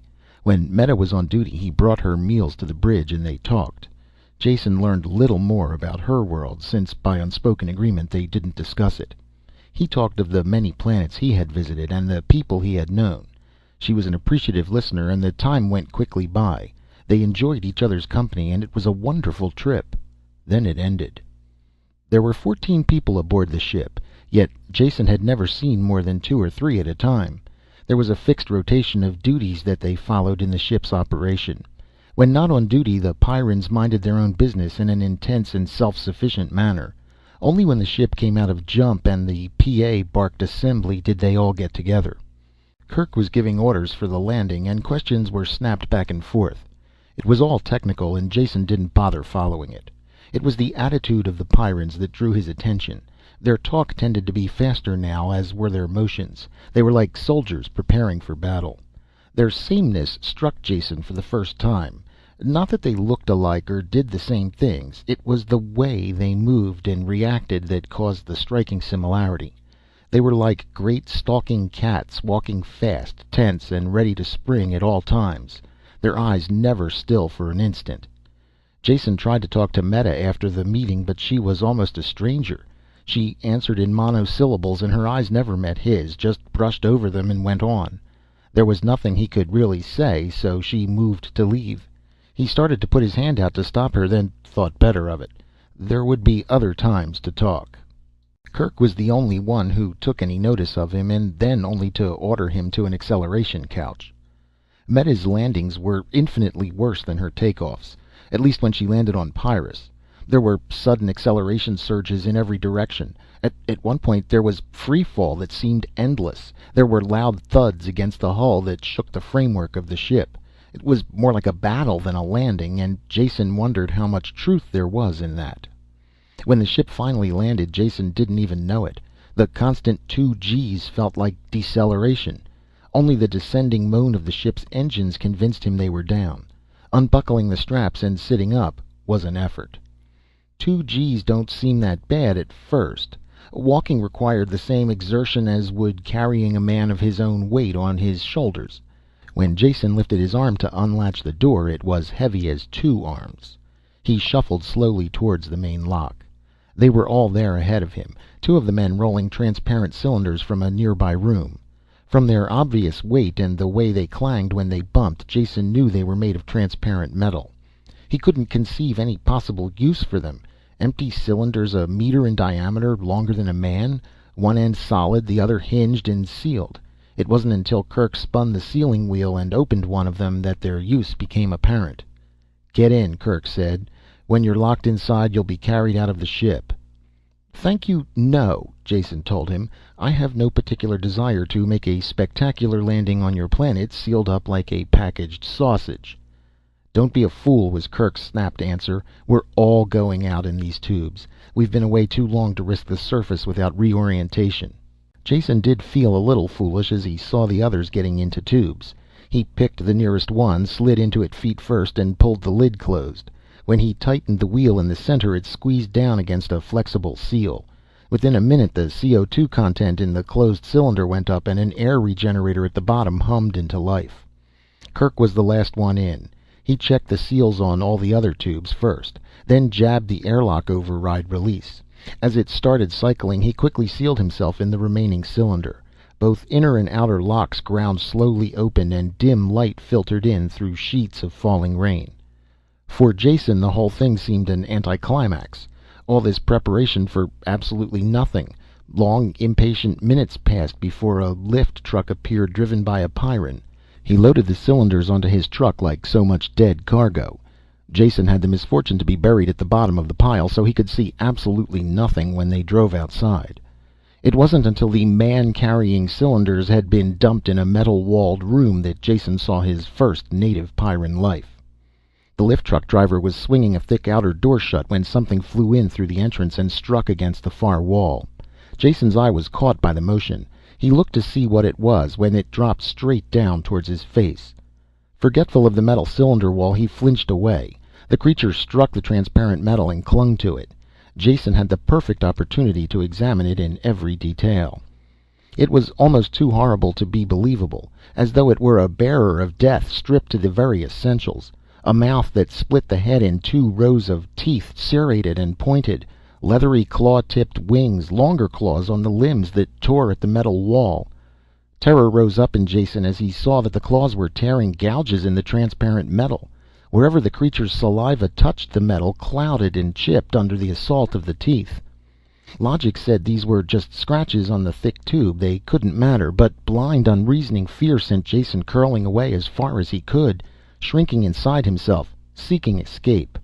Only when the flying creatures began dissolving did he realize the nature of the room outside. Sprays of steaming liquid came from all sides, raining down until the cylinders were covered. After one last clash of its jaws, the Pyrran animal was washed off and carried away. The liquid drained away through the floor, and a second and third shower followed. While the solutions were being pumped away, Jason fought to bring his emotions into line. He was surprised at himself. No matter how frightful the creature had been, he couldn't understand the fear it could generate through the wall of the sealed tube. His reaction was all out of proportion to the cause. Even with the creature destroyed and washed out of sight, it took all of his willpower to steady his nerves and bring his breathing back to normal. Meta walked by outside, and he realized the sterilization process was finished. He opened his own tube and climbed wearily out. Meta and the others had gone by this time, and only a hawk-faced stranger remained waiting for him. "I'm Bruco, in charge of the adaptation clinic," Kirk told me who you were. I'm sorry you're here. Now come along. I want some blood samples." "Now I feel right at home," Jason said. "The old Pyrran hospitality." Brucco only grunted and stamped out. Jason followed him down a bare corridor into a sterile lab. The double gravity was tiring, a constant drag on sore muscles. While Brucco ran tests on the blood sample, Jason rested. He had almost dozed off into a painful sleep when Brucco returned with a tray of bottles and hypodermic needles. "Amazing," he announced. "Not an antibody in your system that would be of any use on this planet. I have a batch of antigens here that will make you sick as a beast for at least a day. Take off your shirt." "Have you done this often?" Jason asked. "I mean, juice up another outlander so he can enjoy the pleasures of your world?" Brucco jammed in a needle that felt like it grated on the bone. "Not often at all. Last time was years ago. A half dozen researchers from some institute willing to pay well for the chance to study the local life forms. We didn't say no. Always need more galaxy currency." Jason was already beginning to feel lightheaded from the shots. "How many of them lived?" he mumbled vaguely. "One. We got him off in time. Made them pay in advance, of course." At first Jason thought the Pyrran was joking. Then he remembered they had very little interest in humor of any kind. If one half of what Meta and Kirk had told him was true, 6-to-1 odds weren't bad at all. There was a bed in the next room and Brucco helped him to it. Jason felt drugged, and probably was. He fell into a deep sleep and into the dream. Fear and hatred mixed in equal parts and washed over him red hot. If this was a dream, he never wanted to sleep again. If it wasn't a dream, he wanted to die. He tried to fight up against it, but only sank in more deeply. There was no beginning and no end to the fear, and no way to escape. When consciousness returned, Jason could remember no detail of the nightmare. Just the fear remained. He was soaked with sweat and ached in every muscle. It must have been the massive dose of shots, he finally decided. That and the brutal gravity. That didn't take the taste of fear out of his mouth, though. Brucco stuck his head in the door and then looked Jason up and down. "Thought you were dead," he said. "Slept the clock around. Don't move. I'll get something to pick you up." The pickup was in the form of another needle and a glassful of evil-looking fluid. It settled his thirst, but made him painfully aware of the gnawing hunger. "Want to eat?" Brucco asked. "I'll bet you do. I've speeded up your metabolism so you'll build muscle faster. Only way you'll ever beat the gravity. Give you quite an appetite for a while, though." Brucco ate at the same time, and Jason had a chance to ask some questions. "When do I get a chance to look around your fascinating planet? So far this trip has been about as interesting as a jail term." "Relax and enjoy your food. Probably be months before you're able to go outside, if at all." Jason felt his jaw hanging and closed it with a snap. "Could you possibly tell me why?" "Of course. You will have to go through the same training course that our children take. It takes them 6 years. Of course, it's their first 6 years of life, so you might think that you, as an adult, could learn faster. Then again, they have the advantage of heredity. All I can say is you'll go outside these sealed buildings when you're ready." Brucco had finished eating while he talked, and sat staring at Jason's bare arms with growing disgust. "The first thing we want to get you is a gun," he said. "It gives me a sick feeling to see someone without one." Of course, Brucco wore his own gun continually, even within these sealed buildings. "Every gun is fitted to its owner and would be useless on anyone else," Brucco said. "I'll show you why." He led Jason to an armory jammed with deadly weapons. "Put your arm in this while I make the adjustments." It was a box-like machine with a pistol grip on the side.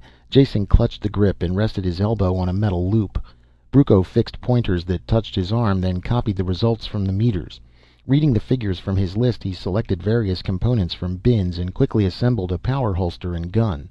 With the holster strapped to his forearm and the gun in his hand, Jason noticed for the first time they were connected by a flexible cable. The gun fitted his hand perfectly. "This is the secret of the power holster," Brucco said, tapping the flexible cable. "It is perfectly loose while you are using the weapon, but when you want it returned to the holster—" Brucco made an adjustment, and the cable became a stiff rod that whipped the gun from Jason's hand and suspended it in midair. Then the return. The rod cable whirred and snapped the gun back into the holster. The drawing action is the opposite of this, of course. "A great gadget," Jason said, "but how do I draw? Do I whistle or something for the gun to pop out?" "No, it's not sonic control," Brucco answered with a sober face. "It is much more precise than that. Here, take your left hand and grasp an imaginary gun butt. Tense your trigger finger. Do you notice the pattern of the tendons in the wrist? Sensitive actuators touch the tendons in your right wrist. They ignore all patterns except the one that says, hand ready to receive gun. After a time, the mechanism becomes completely automatic. When you want the gun, it's in your hand. When you don't, it's in the holster.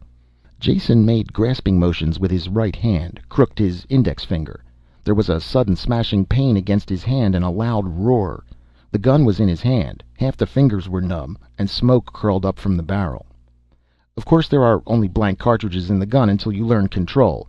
Guns are always loaded. There is no safety. Notice the lack of a trigger guard. That enables you to bend your trigger finger a slight bit more when drawing, so the gun will fire the instant it touches your hand. It was without a doubt the most murderous weapon Jason had ever handled, as well as being the hardest to manage. Working against the muscle-burning ache of high gravity, he fought to control the devilish device. It had an infuriating way of vanishing into the holster just as he was about to pull the trigger. Even worse was the tendency to leap out before he was quite ready. The gun went to the position where his hand should be. If the fingers weren't correctly placed, they were crashed aside. Jason only stopped the practice when his entire hand was one livid bruise. Complete mastery would come with time, but he could already understand why the Pyrrans never removed their guns. It would be like removing a part of your body. The movement of gun from holster to hand was too fast for him to detect. It was certainly faster than the neural current that shaped the hand into the gun-holding position. For all apparent purposes, it was like having a lightning bolt in your fingertip. Point the finger and blam! There's the explosion. Brucco had left Jason to practice alone. When his aching hand could take no more, he stopped and headed back towards his own quarters. Turning a corner, he had a quick glimpse of a familiar figure going away from him.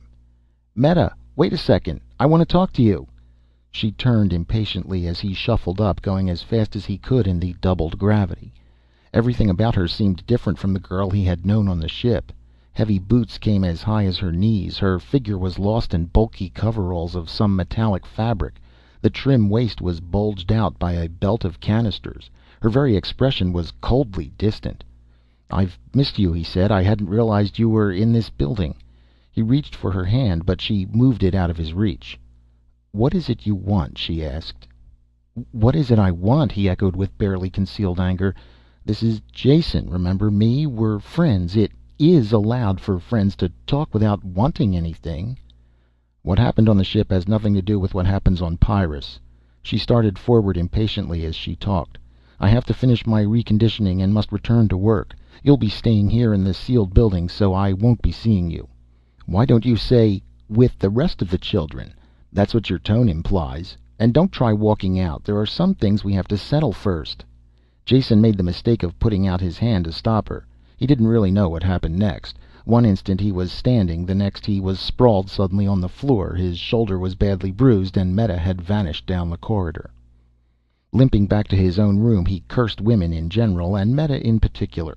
Dropping onto his rock-hard bed, he tried to remember the reasons that had brought him here in the first place, and weighted them against the perpetual torture of the gravity, the fear-filled dreams it inspired, and the automatic contempt of these people for any outsider.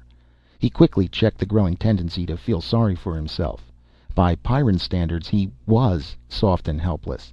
If he wanted them to think any better of him, he would have to change a good deal. He sank into a fatigue-drugged sleep then, that was broken only by the screaming fear of his dreams. End of Chapter 6 of Deathworld by Harry Harrison.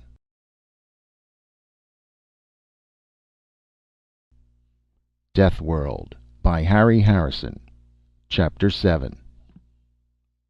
In the morning, Jason awoke with a bad headache and the feeling he had never been to sleep.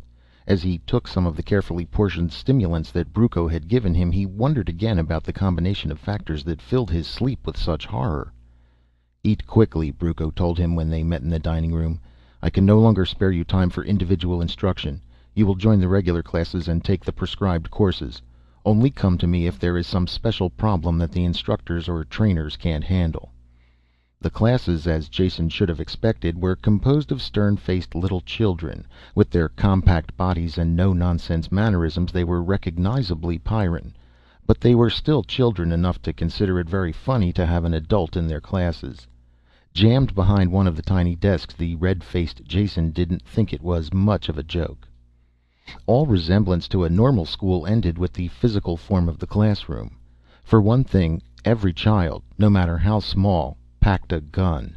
And the courses were all involved with survival. The only possible grade in a curriculum like this was 100%, and students stayed with a lesson until they mastered it perfectly. No courses were offered in the normal scholastic subjects. Presumably these were studied after the child graduated survival school and could face the world alone. Which was a logical and cold-hearted way of looking at things. In fact, logical and cold-hearted could describe any Pyrran activity. Most of the morning was spent on the operation of one of the med kits that strapped around the waist. This was a poison analyzer that was pressed over a puncture wound. If any toxins were present, the antidote was automatically injected on the site. Simple in operation, but incredibly complex in construction. Since all Pyrrans serviced their own equipment, you could then only blame yourself if it failed. They had to learn the construction and repair of all the devices.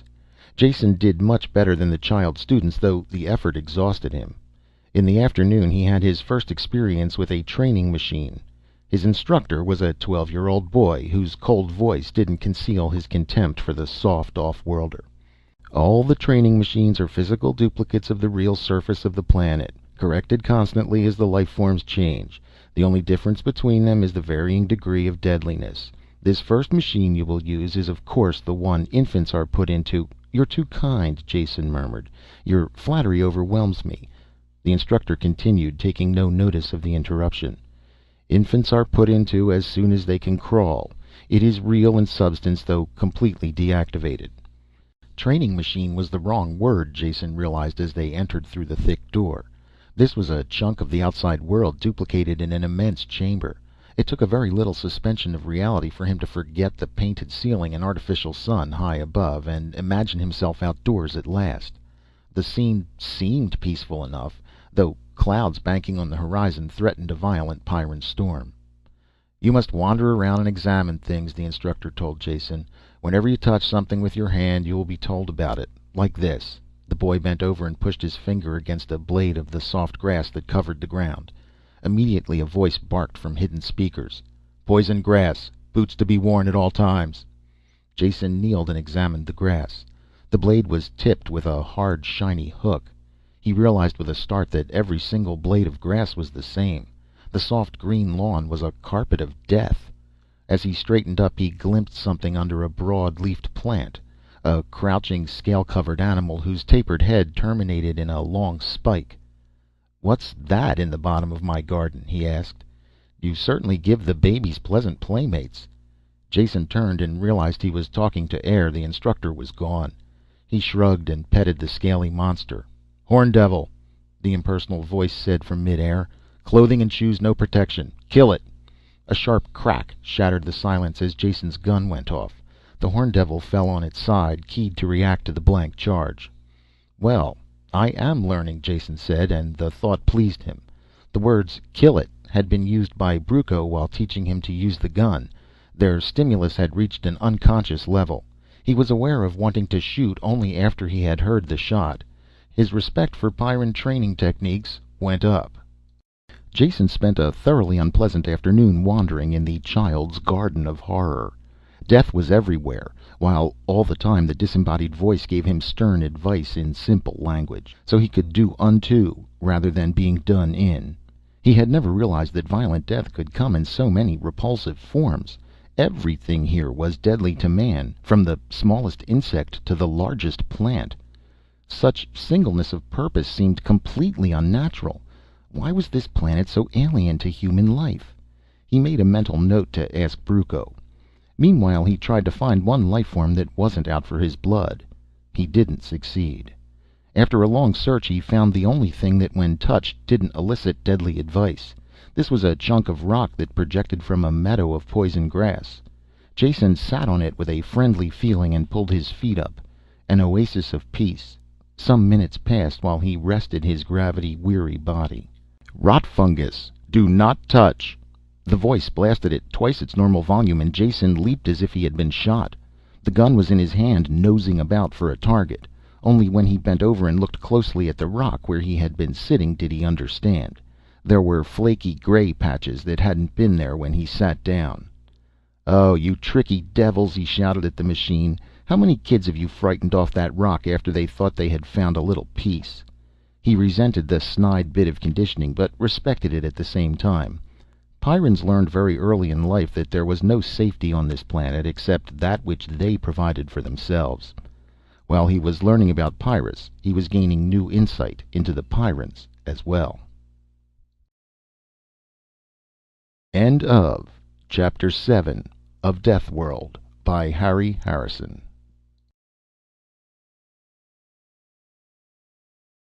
Deathworld by Harry Harrison. Chapter 8. Days turned into weeks in the school cut off from the world outside. Jason almost became proud of his ability to deal death. He recognized all the animals and plants in the nursery room and had been promoted to a trainer where the beasts made sluggish charges at him. His gun picked off the attackers with dull regularity. The constant daily classes were beginning to bore him as well. Though the gravity still dragged at him, his muscles were making great efforts to adjust. After the daily classes, he no longer collapsed immediately into bed. Only the nightmares got worse. He had finally mentioned them to Brucco, who mixed up a sleeping potion that took away most of their effect. The dreams were still there, but Jason was only vaguely aware of them upon awakening. By the time Jason had mastered all the gadgetry that kept the Pyrrans alive, he had graduated to a most realistic trainer that was only a hairbreadth away from the real thing. The difference was just in quality. The insect poisons caused swelling and pain instead of instant death. Animals could cause bruises and tear flesh, but stopped short of ripping off limbs. You couldn't get killed in this trainer, but you could certainly come very close to it. Jason wandered through this large and rambling jungle with the rest of the 5-year-olds. There was something a bit humorous yet sad about their unchildlike grimness.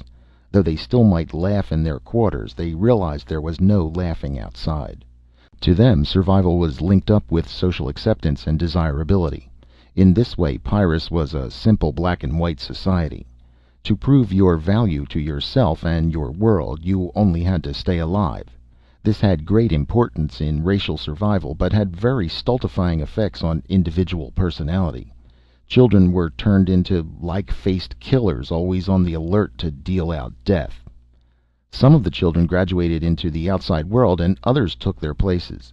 Jason watched this process for a while before he realized that all of those from the original group he had entered with were gone. That same day he looked up the chief of the adaptation center. "Brucco," Jason asked, "how long do you plan to keep me in this kindergarten shooting gallery?" "You're not being kept here," Brucco told him in his usual irritated tone. "You will be here until you qualify for the outside." "Which I have a funny feeling will be never. I can now field strip and reassemble every one of your blasted gadgets in the dark. I am a dead shot with this cannon. At this present moment, if I had to, I could write a book on the complete flora and fauna of Pyrrus and how to kill it. Perhaps I don't do as well as my 6-year-old companions, but I have a hunch I do about as good a job now as I ever will. Is that true?" Brucco squirmed with the effort to be evasive, yet didn't succeed. "I think that is, you know, you weren't born here and—" "Come on," Jason said with glee. "A straight-faced old Pyrran like you shouldn't try to lie to one of the weaker races that specializes in that sort of thing. It goes without saying that I'll always be sluggish with this gravity, as well as having other inborn handicaps." "I admit that. We're not talking about that now. The question is, will I improve with more training, or have I reached a peak of my own development now?" Brucco sweated. "With the passage of time there will be improvement, of course." "Sly devil," Jason waggled a finger at him. "Yes or no now? Will I improve now, by more training now?" "No," Brucco said, and still looked troubled. Jason sized him up like a poker hand. "Now let's think about that. I won't improve, yet I'm stuck here. That's no accident, so you must have been ordered to keep me here. And from what I've seen of this planet, admittedly very little, I would say that Kirk ordered you to keep me here. Is that right?" "He was only doing it for your own sake," Brucco explained, "trying to keep you alive." "The truth is out," Jason said, "so let us now forget about it. I didn't come here to shoot robots with your offspring, so please show me the street door. Or is there a graduating ceremony first? Speeches, handing out school pins, sabers overhead?" "Nothing like that," Brucco snapped. "I don't see how a grown man like you can talk such nonsense all the time. There is none of that, of course. Only some final work in the partial survival chamber. That is a compound that connects with the outside. Really is a part of the outside, except the most violent life forms are excluded. And even some of those manage to find their way in once in a while." "When do I go?" Jason shot the question. "Tomorrow morning. Get a good night's sleep first. You'll need it." There was one bit of ceremony attendant with the graduation. When Jason came into his office in the morning, Brucco slid a heavy gun clip across the table. "These are live bullets," he said. "I'm sure you'll be needing them. After this, your gun will always be loaded." They came up to a heavy airlock, the only locked door Jason had seen in the center. While Brucco unlocked it and threw the bolts, a sober-faced 8-year-old with a bandaged leg limped up. "This is Griff," Brucco said. "He will stay with you wherever you go from now on." "My personal bodyguard?" Jason asked, looking down at the stocky child who barely reached his waist. "You might call him that." Brucco swung the door open. "Griff tangled with a sawbird, so he won't be able to do any real work for a while. You yourself admitted that you will never be able to equal a Pyrran, so you should be glad of a little protection." "Always a kind word, that's you, Brucco," Jason said. He bent over and shook hands with the boy. Even the 8-year-olds had a bone-crushing grip. The two of them entered the lock and Brucco swung the inner door shut behind them.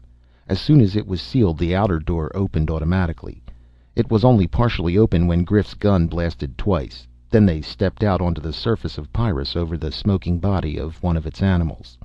Very symbolic, Jason thought.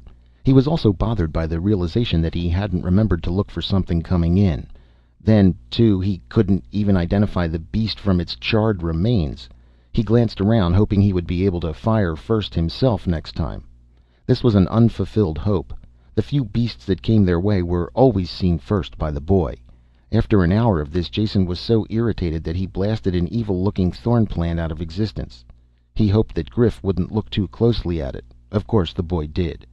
"That plant wasn't close. It is stupid to waste good ammunition on a plant," Griff said.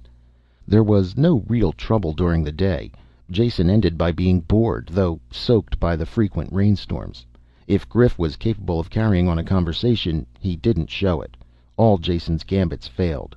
The following day went the same way. On the third day, Brucco appeared and looked Jason carefully up and down. "I don't like to say it, but I suppose you are as ready to leave now as you will ever be. Change the virus filter nose plugs every day. Always check boots for tears and metal cloth suiting for rips. Med kit supplies renewed once a week." "And wipe my nose and wear my galoshes. Anything else?" Jason asked. Brucco started to say something, then changed his mind. "Nothing that you shouldn't know well by now. Keep alert, and good luck." He followed up the words with a crushing handshake that was totally unexpected. As soon as the numbness left Jason's hand, he and Griff went out through the large entrance lock. End of Chapter 8 of Deathworld by Harry Harrison.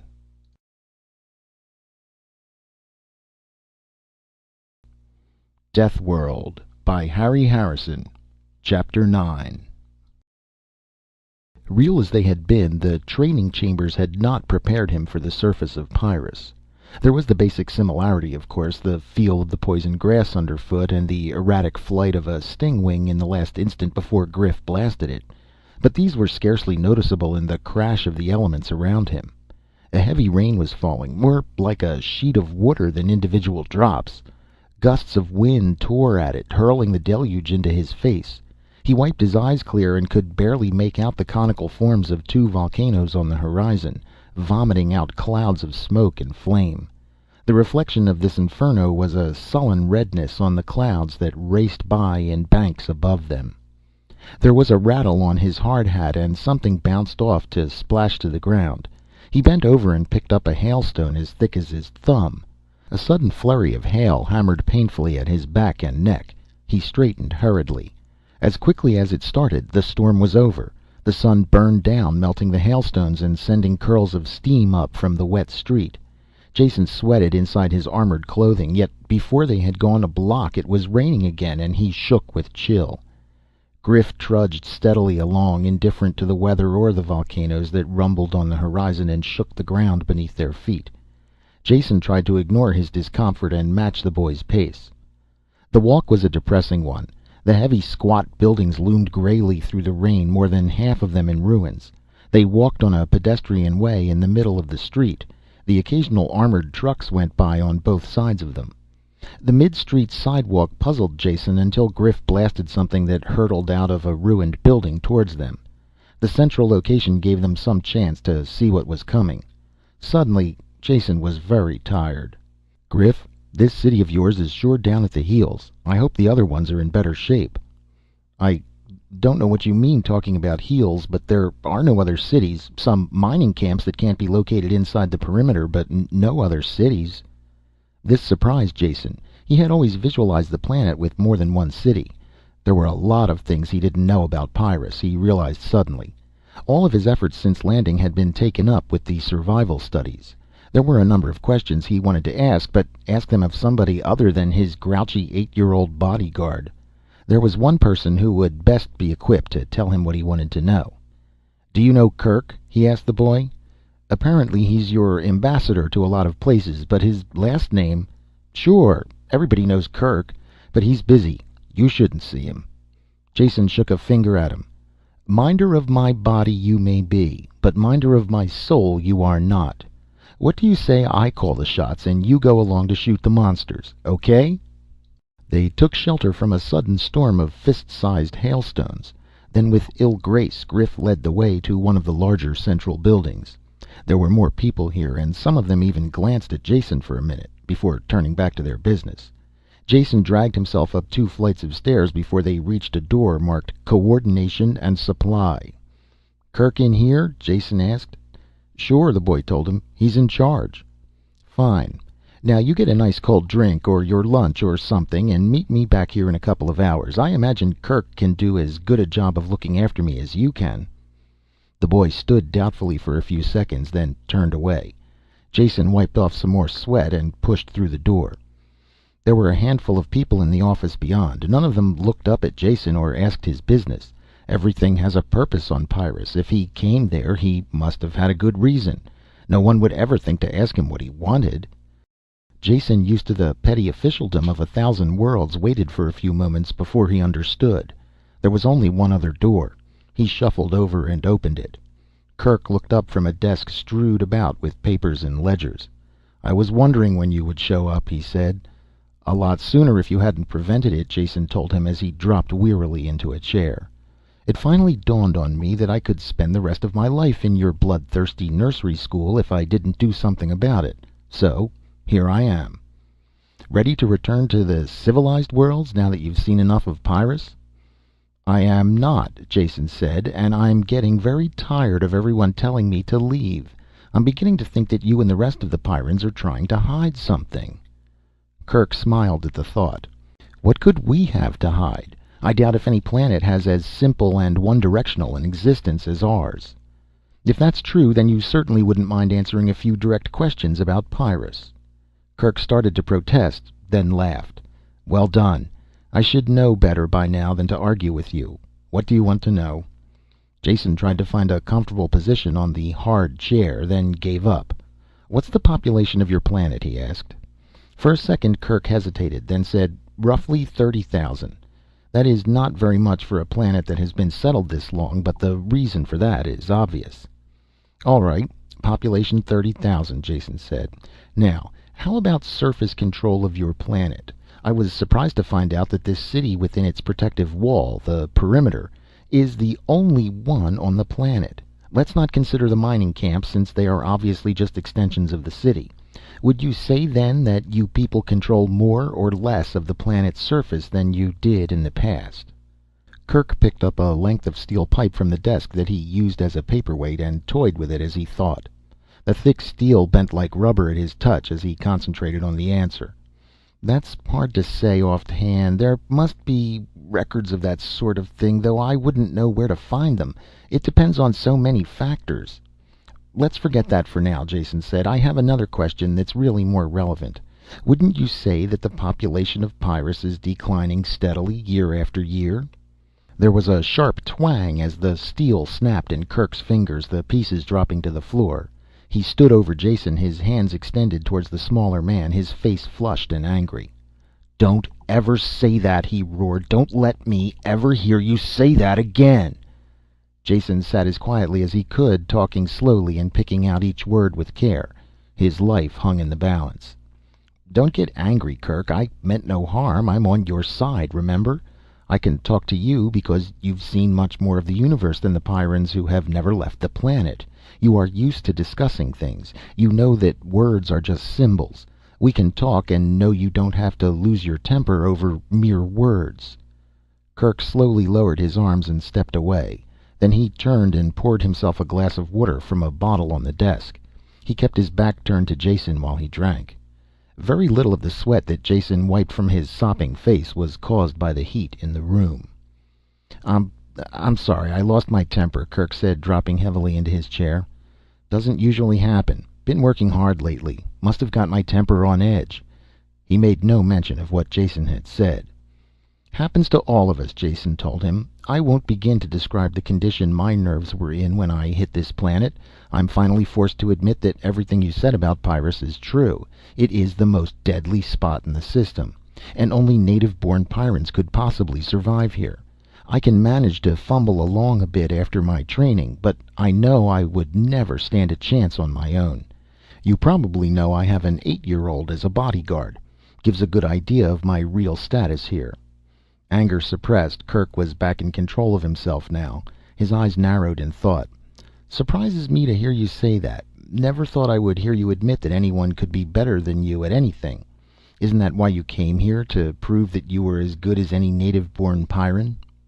"Score one for your side," Jason admitted. "I didn't think it showed that much, and I'm glad to see your mind isn't as muscle-bound as your body. Yes, I'll admit that was probably my main reason for coming. That and curiosity." Kirk was following his own train of thoughts and puzzled where they were leading him. "You came here to prove that you were as good as any native-born Pyrran, yet you now admit that any 8-year-old can outdraw you. That just doesn't stack up with what I know about you. If you give with one hand, you must be taking back with the other. In what way do you still feel your natural superiority?" Jason thought a long time before answering. "I'll tell you," he finally said, "but don't snap my neck for it. I'm gambling that your civilized mind can control your reflexes, because I have to talk about things that are strictly taboo on Pyrrus. In your people's eyes, I'm a weakling because I come from off-world. Realize, though, that this is also my strength. I can see things that are hidden from you by long association. You know, the old business of not being able to see the forest for the trees in the way?" Kirk nodded agreement, and Jason went on. "To continue the analogy further, I landed from an airship, and at first all I could see was the forest. To me, certain facts are obvious. I think that you people know them too, only you keep your thoughts carefully repressed. They are hidden thoughts that are completely taboo. I'm going to say one of them out loud now, and hope you can control yourself well enough not to kill me." Kirk's great hands tightened on the arms of his chair, the only sign that he had heard. Jason talked quietly and smoothly and easily as a lancet probing into a brain. "Human beings are losing the war on Pyrrus. There is no chance they can win.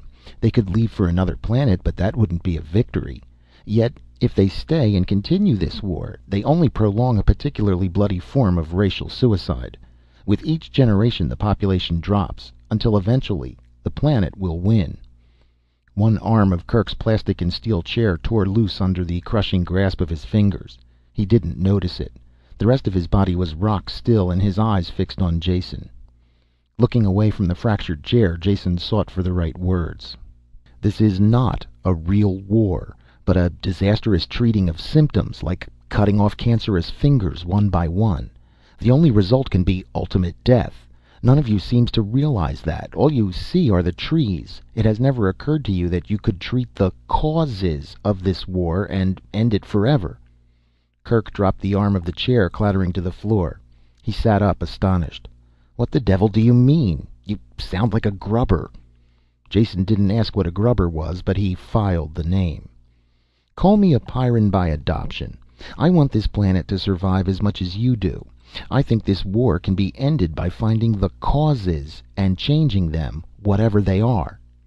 "You're talking nonsense," Kirk said. "This is just an alien world that must be battled. The causes are self-obvious facts of existence." "No, they're not," Jason insisted.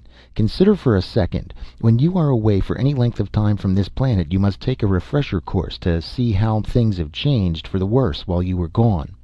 Well, that's a linear progression. If things get worse when you extend into the future, then they have to get better if you extend into the past. It is also good theory, though I don't know if the facts will bear me out, to say that if you extend it far enough into the past, you will reach a time when mankind and Pyrrus were not at war with each other." Kirk was beyond speech now, only capable of sitting and listening while Jason drove home the blows of inescapable logic. "There is evidence to support this theory. Even you will admit that I, if I am no match for Pyrran life, am surely well versed in it. And all Pyrran flora and fauna I've seen have one thing in common. They're not functional. None of their immense armory of weapons is used against each other. Their toxins don't seem to operate against Pyrran life. They are good only for dispensing death to Homo sapiens, and that is a physical impossibility.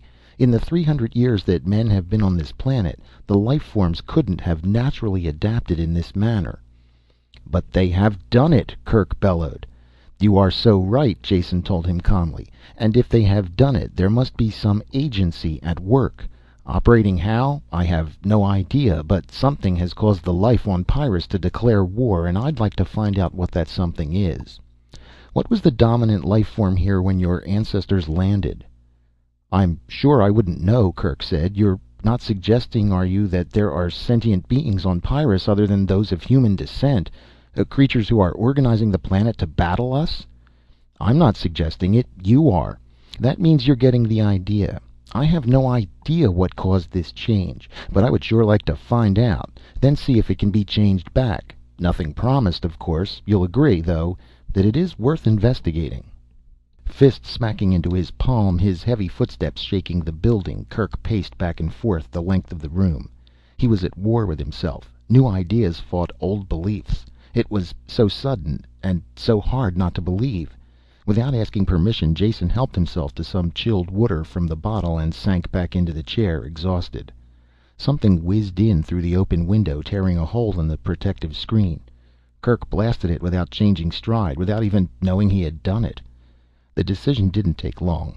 Geared to swift activity, the big Pyrran found it impossible not to decide quickly. The pacing stopped, and a finger stabbed at Jason. "I don't say you have convinced me, but I find it impossible to find a ready answer to your arguments. So until I do, we will have to operate as if they are true. Now, what do you plan to do? What can you do?" Jason ticked the points off on his fingers. 1. I'll need a place to live and work that is well protected, so instead of spending my energies on just remaining alive, I can devote some study to this project. 2. I want someone to help me and act as a bodyguard at the same time. And someone, please, with a little more scope of interest than my present watchdog. I would suggest Meta for the job." "Meta?" Kirk was surprised. "She is a space pilot and defense screen operator. What good could she possibly be on a project like this?" "The most good possible. She has had experience on other worlds and can shift her point of view, at least a bit. And she must know as much about this planet as any other educated adult and can answer any questions I ask." Jason smiled.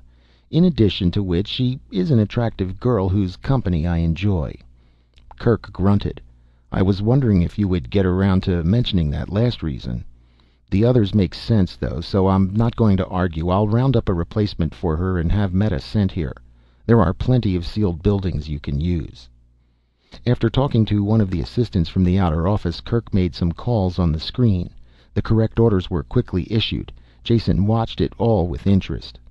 "Pardon me for asking," he finally said, "but are you the director of this planet?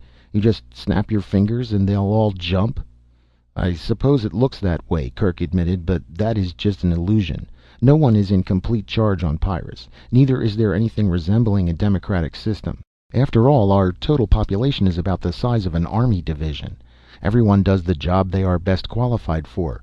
Various activities are separated into departments with the most qualified person in charge. I run coordination and supply, which is about the loosest category. We fill in the gaps between departments and handle procuring from off-planet." Meta came in then and talked to Kirk. She completely ignored Jason's presence.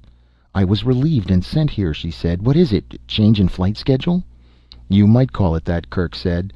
"As of now, you are dismissed from all your old assignments and assigned to a new department.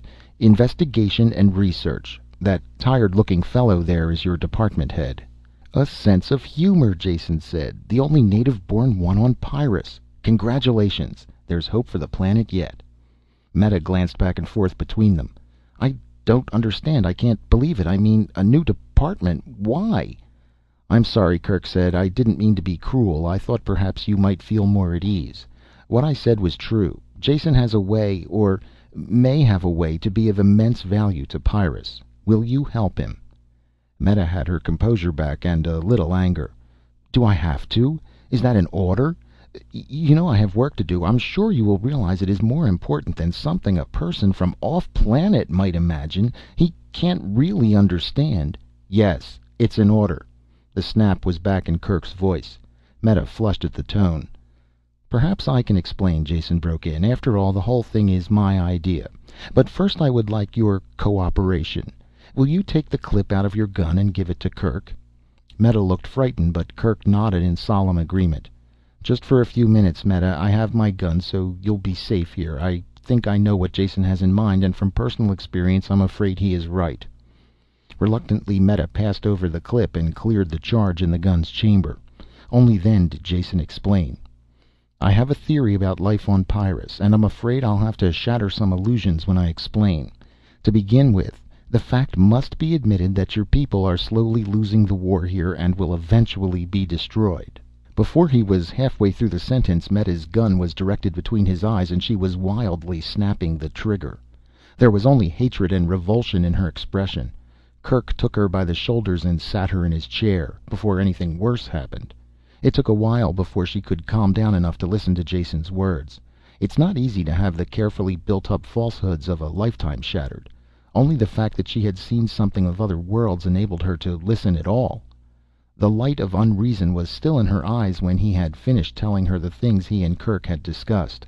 She sat tensely, pushing forward against Kirk's hands as if they were the only things that stopped her from leaping at Jason. "Maybe that's too much to assimilate in one sitting," Jason said, "so let's put it in simpler terms. I believe we can find a reason for this unrelenting hatred of humans. Perhaps we don't smell right. Maybe I'll find an essence of crushed Pyrran bugs that will render us immune when we rub it in. I don't know yet. But whatever the results, we must make the investigation. Kirk agrees with me on that." Meta looked at Kirk and he nodded agreement. Her shoulders slumped in sudden defeat. She whispered the words. I can't say I agree or even understand all that you said, but I'll help you, if Kirk thinks that is the right thing to do." "I do," he said. "Now, do you want the clip back for your gun? Not planning to take any more shots at Jason?" "That was foolish of me," she said coldly while she reloaded the gun. "I don't need a gun. If I had to kill him, I could do it with my bare hands." "I love you too," Jason smiled at her. "Are you ready to go now?" "Of course." She brushed a fluffy curl of hair into place. "First we'll find a place where you can stay. I'll take care of that. After that, the work of the new department is up to you." End of Chapter 9 of Deathworld by Harry Harrison. Deathworld by Harry Harrison. Chapter 10. There were empty rooms in one of the computer buildings. These were completely sealed to keep stray animal life out of the delicate machinery. While Meta checked a bedroll out of stores, Jason painfully dragged a desk, table, and chairs in from a nearby empty office. When she returned with a pneumatic bed, he instantly dropped on it with a grateful sigh. Her lip curled a bit at his obvious weakness. "Get used to the sight," he said. "I intend to do as much of my work as I can while maintaining a horizontal position. You will be my strong right arm. And right now, right arm, I wish you could scare me up something to eat. I also intend to do most of my eating in the previously mentioned prone condition." Snorting with disgust, Meta stamped out. While she was gone, Jason chewed the end of a stylus thoughtfully, then made some careful notes. After they had finished the almost tasteless meal, he began the search. Meta, where can I find historical records of Pyrrus? I've never heard of any. I really don't know. But there has to be something, somewhere, he insisted. Even if your present-day culture devotes all of its time and energies to survival, you can be sure it wasn't always that way. All the time it was developing, people were keeping records, making notes. Now, where do we look? Do you have a library here? Of course, she said. We have an excellent technical library, but I'm sure there wouldn't be any of that sort of thing there. Trying not to groan, Jason stood up. Let me be the judge of that. Just lead the way. Operation of the library was completely automatic. A projected index gave the call number for any text that had to be consulted. The tape was delivered to the charge desk 30 seconds after the number had been punched. Returned tapes were dropped through a hopper and refiled automatically. The mechanism worked smoothly. Wonderful, Jason said, pushing away from the index. A tribute to technological ingenuity. Only it contains nothing of any value to us. Just reams of textbooks. What else should be in a library? Meta sounded sincerely puzzled. Jason started to explain, then changed his mind. Later we will go into that, he said. Much later. Now we have to find a lead. Is it possible that there are any tapes or even printed books that aren't filed through this machine? It seems unlikely, but we could ask Polly. He lives here somewhere and is in charge of the library, filing new books and tending the machinery. The single door into the rear of the building was locked, and no amount of pounding could rouse the caretaker. If he's alive, this should do it, Jason said. He pressed the out of order button on the control panel. It had the desired effect. Within 5 minutes the door opened and Polly dragged himself through it. Death usually came swiftly on Pyrrus. If wounds slowed a man down, the ever-ready forces of destruction quickly finished the job. Polly was the exception to this rule. Whatever had attacked him originally had done an efficient job. Most of the lower part of his face was gone. His left arm was curled and useless. The damage to his body and legs had left him with the bare capability to stumble from one spot to the next. Yet he still had one good arm as well as his eyesight. He could work in the library and relieve a fully fit man. How long he had been dragging the useless husk of a body around the building, no one knew. In spite of the pain that filled his red-rimmed, moist eyes, he had stayed alive, growing old. Older than any other Pyrran as far as Jason had seen. He tottered forward and turned off the alarm that had called him. When Jason started to explain, the old man took no notice. Only after the librarian had rummaged a hearing aid out of his clothes did Jason realize that he was deaf as well. Jason explained again what he searched for. Polly nodded and printed his answer on a tablet. There are many old books in the storerooms below. Most of the building was taken up by the robot filing and sorting apparatus. They moved slowly through the banks of machinery, following the crippled librarian to a barred door in the rear. He pointed to it while Jason and Meta fought to open the age-encrusted bars. He wrote another note on his tablet. Not opened for many years. Rats. Jason's and Meta's guns appeared reflexively in their hands as they read the message. Jason finished opening the door by himself. The two native Pyrrans stood facing the opening gap. It was well they did. Jason could have never handled what came through that door. He didn't even open it for himself. Their sounds at the door must have attracted all the vermin in the lower part of the building. Jason had thrown the last bolt and started to pull on the handle when the door was pushed open from the other side. Open the gateway to hell and see what comes out. Meta and Polly stood shoulder to shoulder, firing into the mass of loathsomeness that boiled through the door. Jason jumped to one side and picked off the occasional animal that came his way. The destruction seemed to go on forever. Long minutes passed before the last clawed beast made its death rush. Meta and Polly waited expectantly for more. They were happily excited by this chance to deal destruction. Jason felt a little sick after the silent, ferocious attack, a ferocity that the Pyrrans reflected. He saw a scratch on Meta's face where one of the beasts had caught her. She seemed oblivious to it. Pulling out his med kit, Jason circled the piled bodies. Something stirred in their midst, and a crashing shot plowed into it. Then he reached the girl and pushed the analyzer probes against the scratch. The machine clicked and Meta jumped as the antitoxin needle stabbed down. She realized for the first time what Jason was doing. "Thank you," she said. Poley had a powerful battery lamp, and by unspoken agreement Jason carried it. Crippled though he was, the old man was still a Pyrran when it came to handling a gun. They slowly made their way down the refuse-laden stairs. "What a stench!" Jason grimaced. At the foot of the stairs they looked around. There had been books and records there at one time. They had been systematically chewed, eaten, and destroyed for decades. "I like the care you take with your old books," Jason said disgustedly. "They could have been of no importance," Meta said coolly, "or they would be filed correctly in the library upstairs." Jason wandered gloomily through the rooms. Nothing remained of any value. Fragments and scraps of writing and printing, never enough in one spot to bother collecting. With the toe of one armored boot he kicked angrily at a pile of debris, ready to give up the search. There was a glint of rusty metal under the dirt. "Hold this." He gave the light to Meta and began scratching aside the rubble. A flat metal box with a dial lock built into it was revealed. "Why, that's a log box," Meta said, surprised. "That's what I thought," Jason said. End of Chapter 10 of Deathworld by Harry Harrison. Deathworld by Harry Harrison. Chapter 11. Resealing the cellar, they carried the box back to Jason's new office. Only after spraying with decontaminant did they examine it closely. Meta picked out engraved letters on the lid. St. Pollux Victory. That must be the name of the spacer this log came from, but I don't recognize the class, or whatever it is the initials ST stand for. "Stellar Transport," Jason told her as he tried the lock mechanism. "I've heard of them, but I've never seen one. They were built during the last wave of galactic expansion. Really nothing more than gigantic metal containers put together in space. After they were loaded with people, machinery, and supplies, they would be towed to whatever planetary system had been chosen. These same tugs and one-shot rockets would break the STs in for a landing, then leave them there. The hull was a ready source of metal, and the colonists could start right in building their new world. And they were big. All of them held at least 50,000 people."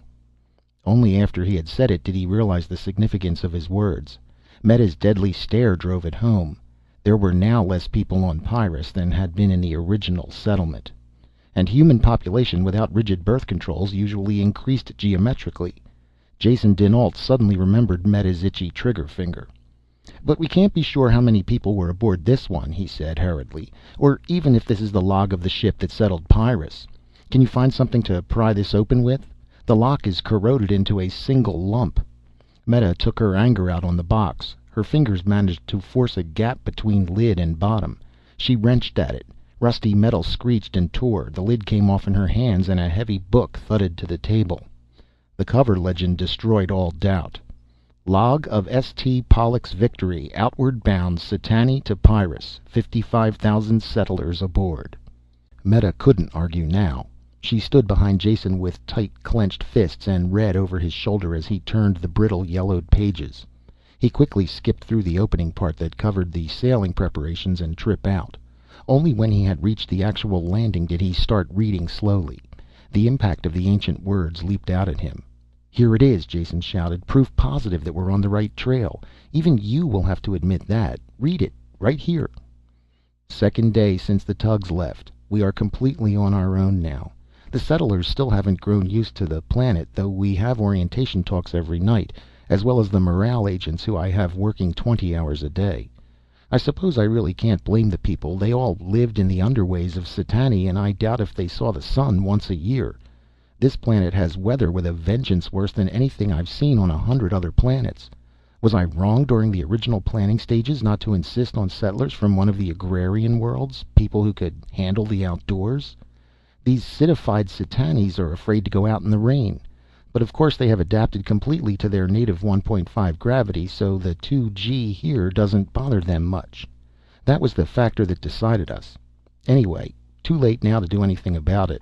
Or about the unending cycle of rain, snow, hail, hurricanes, and such. Answer will be to start the mines going, sell the metals, and build completely enclosed cities. The only thing on this forsaken planet that isn't actually against us are the animals. A few large predators at first, but the guards made short work of them. The rest of the wildlife leaves us alone. Glad of that. They have been fighting for existence so long that I have never seen a more deadly looking collection. Even the little rodents, no bigger than a man's hand, are armored like tanks." "I don't believe a word of it," Meta broke in. "That can't be Pyrrus he's writing about." Her words died away as Jason wordlessly pointed to the title on the cover. He continued scanning the pages, flipping them quickly. A sentence caught his eye and he stopped. Jamming his finger against the place, he read aloud. "And the troubles keep piling up. First Har Palo with his theory that the volcanism is so close to the surface that the ground keeps warm and the crops grow so well. Even if he is right, what can we do? We must be self-dependent if we intend to survive. And now this other thing. It seems that the forest fire drove a lot of new species our way. Animals, insects, and even birds have attacked the people. Note for Har. Check if possible seasonal migration might explain attacks. There have been 14 deaths from wounds and poisoning. We'll have to enforce the rules for insect lotion at all times, and I suppose build some kind of perimeter defense to keep the larger beasts out of the camp." "This is the beginning," Jason said. "At least now we are aware of the real nature of the battle we're engaged in. It doesn't make Pyrrus any easier to handle, or make the life forms less dangerous, to know that they were once better disposed towards mankind. All this does is point the way. Something took the peaceful life forms, shook them up, and turned this planet into one big death trap for mankind. That something is what I want to uncover." End of Chapter 11 of Deathworld by Harry Harrison.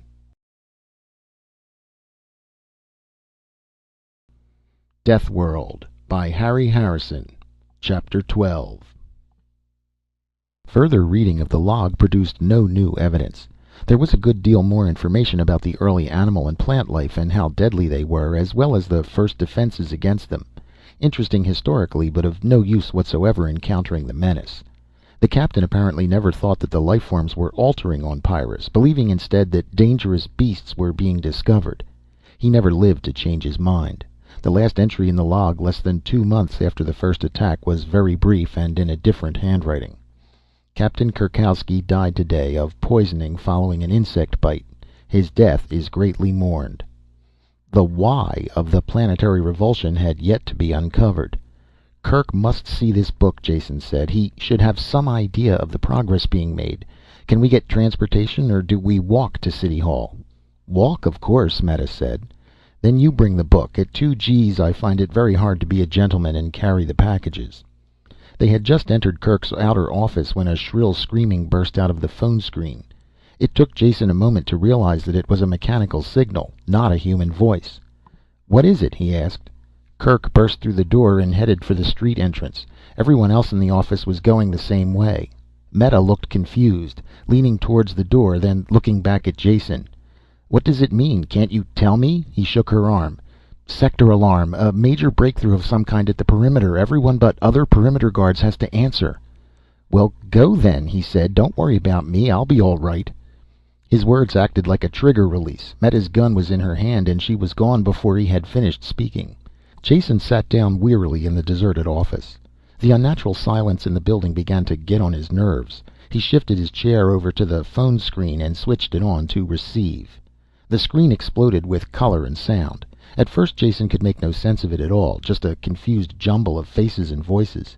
It was a multi-channel set designed for military use. A number of images were carried on the screen at one time, rows of heads or hazy backgrounds where the user had left the field of view.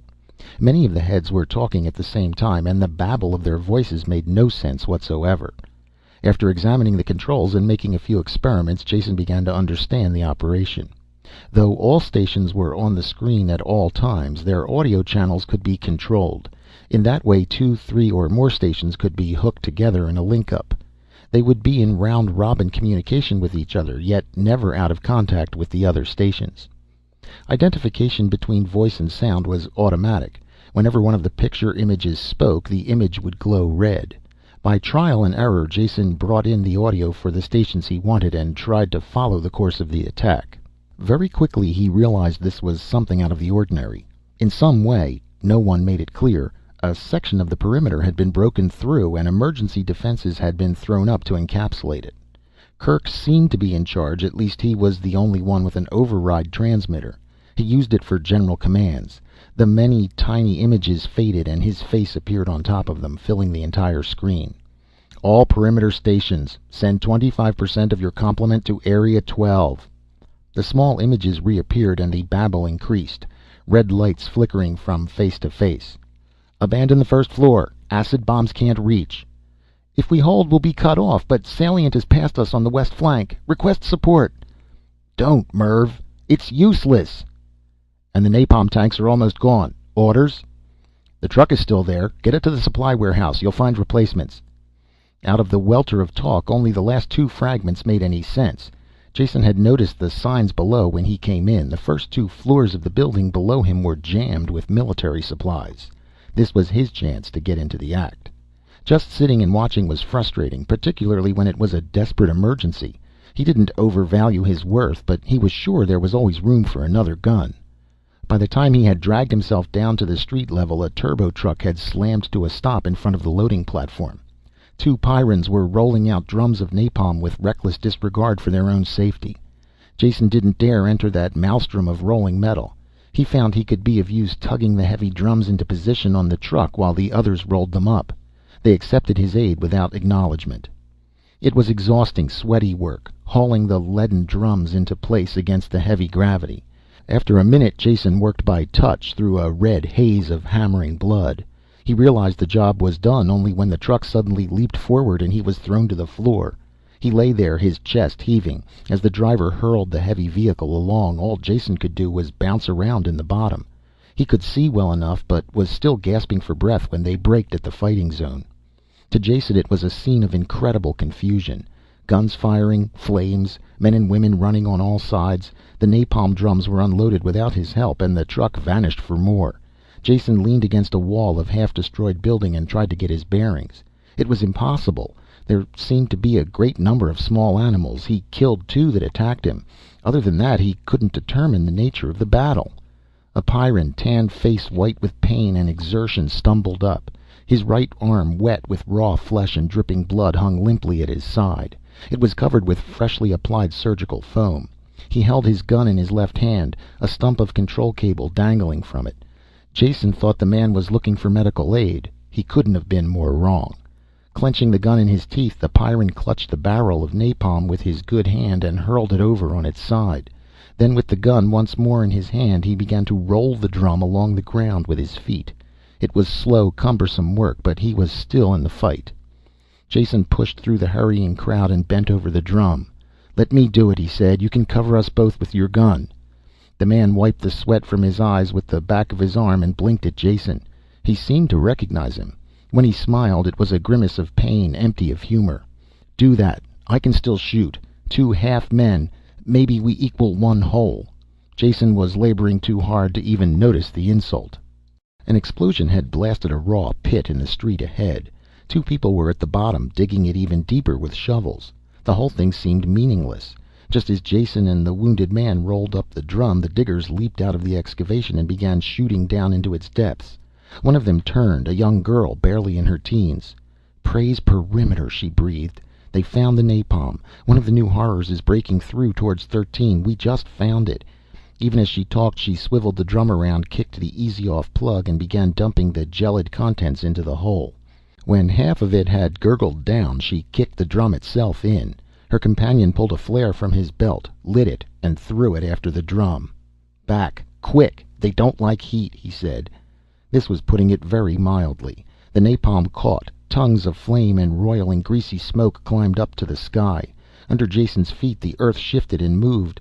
Something black and long stirred in the heart of the flame, then arched up into the sky over their heads.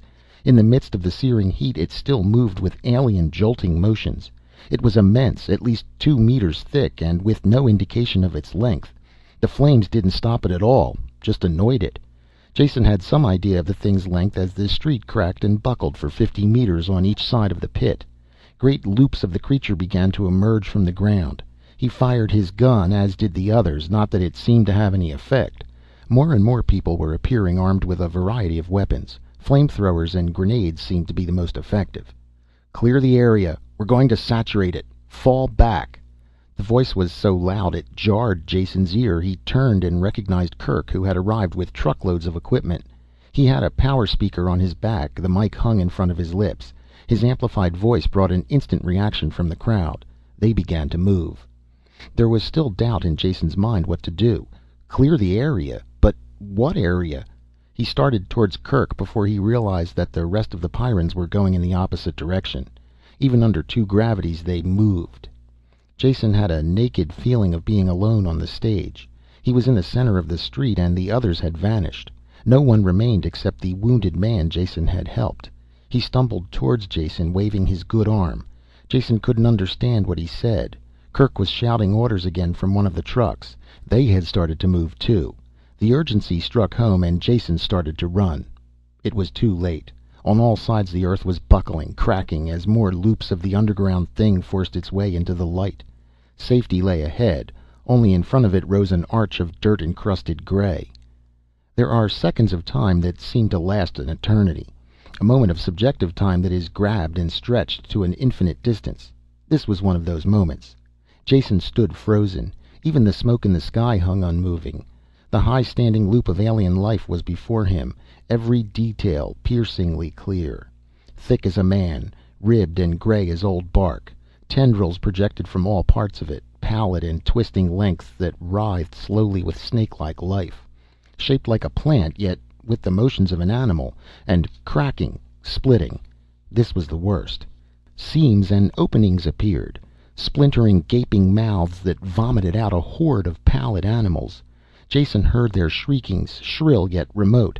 He saw the needle-like teeth that lined their jaws. The paralysis of the unknown held him there. He should have died. Kirk was thundering at him through the power speaker. Others were firing into the attacking creature. Jason knew nothing. Then he was shot forward, pushed by a rock-hard shoulder. The wounded man was still there, trying to get Jason clear, gun clenched in his jaws. He dragged Jason along with his good arm, towards the creature. The others stopped firing. They saw his plan, and it was a good one. A loop of the thing arched into the air, leaving an opening between its body and the ground. The wounded Pyrran planted his feet and tightened his muscles. One-handed, with a single thrust, he picked Jason off the ground and sent him hurtling under the living arch. Moving tendrils brushed fire along his face. Then he was through, rolling over and over on the ground. The wounded Pyrran leapt after him. It was too late. There had been a chance for one person to get out. The Pyrran could have done it easily. Instead, he had pushed Jason first. The thing was aware of movement when Jason brushed its tendrils. It dropped and caught the wounded man under its weight. He vanished from sight as the tendrils wrapped around him and the animals swarmed over. His trigger must have pulled back to full automatic, because the gun kept firing a long time after he should have been dead. Jason crawled. Some of the fanged animals ran towards him but were shot. He knew nothing about this. Then rude hands grabbed him up and pulled him forward. He slammed into the side of a truck and Kirk's face was in front of his, flushed and angry. One of the giant fists closed on the front of Jason's clothes and he was lifted off his feet, shaken like a limp bag of rags. He offered no protest and could not have, even if Kirk had killed him. When he was thrown to the ground, someone picked him up and slid him into the back of the truck. He did not lose consciousness as the truck bounced away, yet he could not move. In a moment the fatigue would go away and he would sit up. That was all he was, just a little tired. Even as he thought this, he passed out. End of Chapter 12 of Deathworld by Harry Harrison.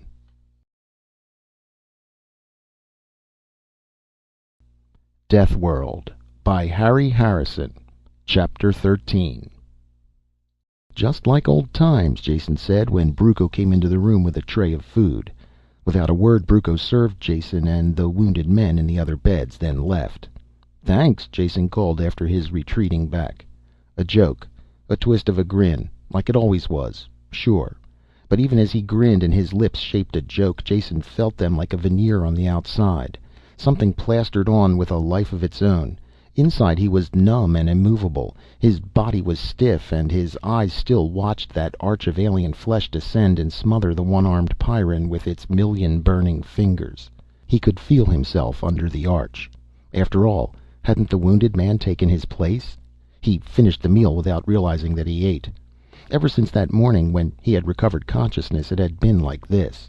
He knew that he should have died out there in that battle-torn street. His life should have been snuffed out for making the mistake of thinking that he could actually help the battling Pyrrans instead of being underfoot and in the way.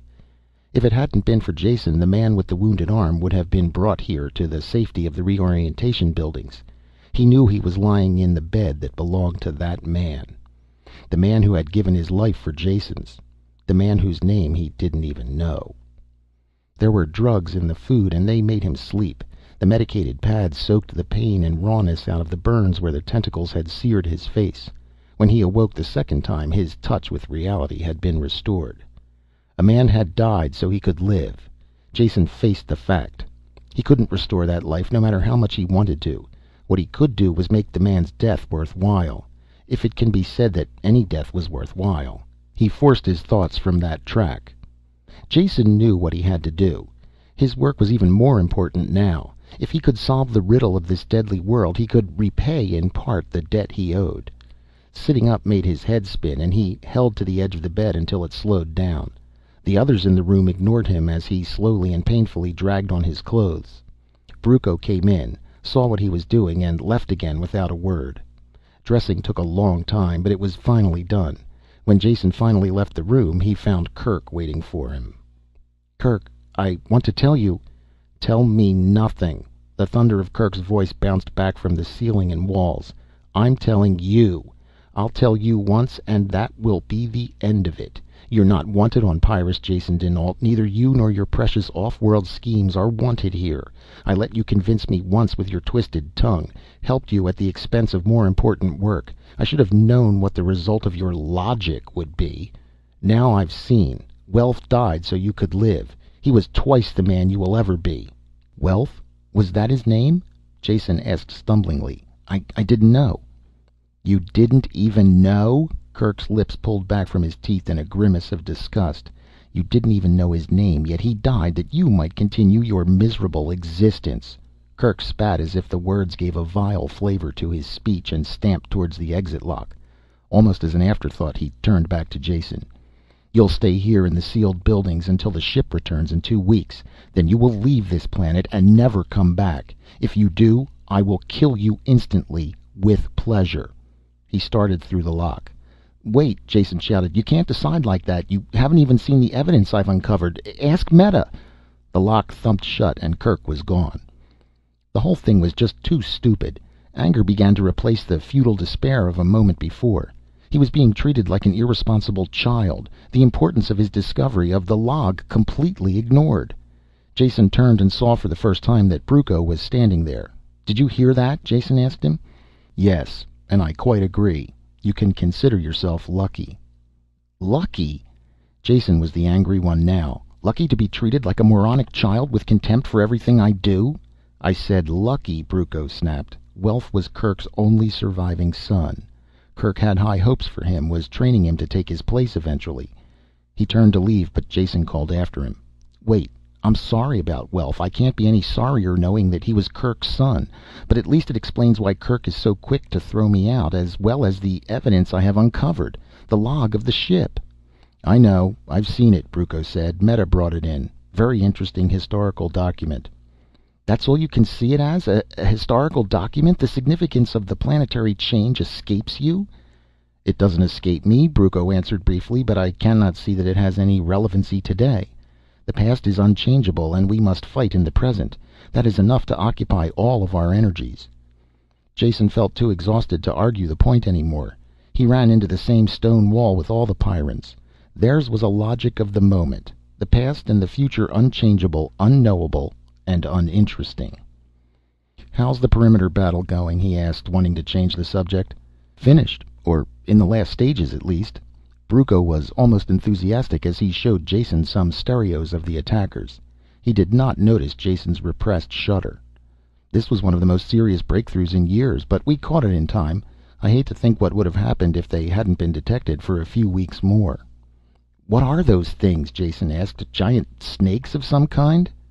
"Don't be absurd," Brucco snorted. He tapped the stereo with his thumbnail. "Roots. That's all. Greatly modified, but still roots. They came in under the perimeter barrier, much deeper than anything we'd had before. Not a real threat in themselves, as they have very little mobility, die soon after being cut. The danger came from their being used as access tunnels. They're bored through and through with animal runs, and 2 or 3 species of beasts live in a sort of symbiosis inside. Now we know what they are and can watch for them. The danger was they could have completely undermined the perimeter and come in from all sides at once. Not much we could have done then. The edge of destruction. Living on the lip of a volcano, the Pyrrans took satisfaction from any day that passed without total annihilation. There seemed no way to change their attitude. Jason let the conversation die there. He picked up the log of the Pollux victory from Brucco's quarters and carried it back to his room. The wounded Pyrrans there ignored him as he dropped onto the bed and opened the book to the first page. For 2 days he did not leave his quarters. The wounded men were soon gone, and he had the room to himself. Page by page he went through the log until he knew every detail of the settlement of Pyrrus. His notes and cross-references piled up. He made an accurate map of the original settlement superimposed over a modern one. They didn't match at all. It was a dead end. With one map held over the other, what he had suspected was painfully clear. The descriptions of terrain and physical features in the log were accurate enough. The city had obviously been moved since the first landing. Whatever records had been kept would be in the library, and he had exhausted that source. Anything else would have been left behind and long since destroyed. Rain lashed against the thick window above his head, lit suddenly by a flare of lightning. The unseen volcanoes were active again, vibrating the floor with their rumblings deep in the earth. The shadow of defeat pressed heavily down on Jason, rounding his shoulders and darkening even more the overcast day. End of Chapter 13 of Deathworld by Harry Harrison.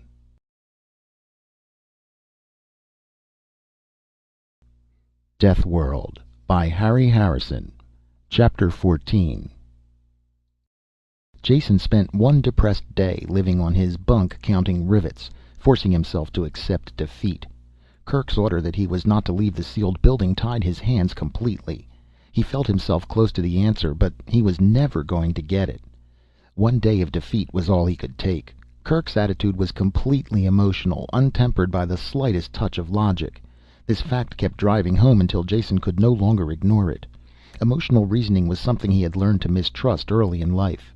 He couldn't agree with Kirk in the slightest, which meant he had to utilize the 10 remaining days to solve the problem. If it meant disobeying Kirk, it would still have to be done. He grabbed up his notepad with a new enthusiasm. His first sources of information had been used up, but there must be others. Chewing the scriber and needling his brain, he slowly built up a list of other possibilities. Any idea, no matter how wild, was put down. When the plate was filled, he wiped the long shots and impossibles, such as consulting off-world historical records. This was a Pyrran problem and had to be settled on this planet or not at all. The list worked down to 2 probables.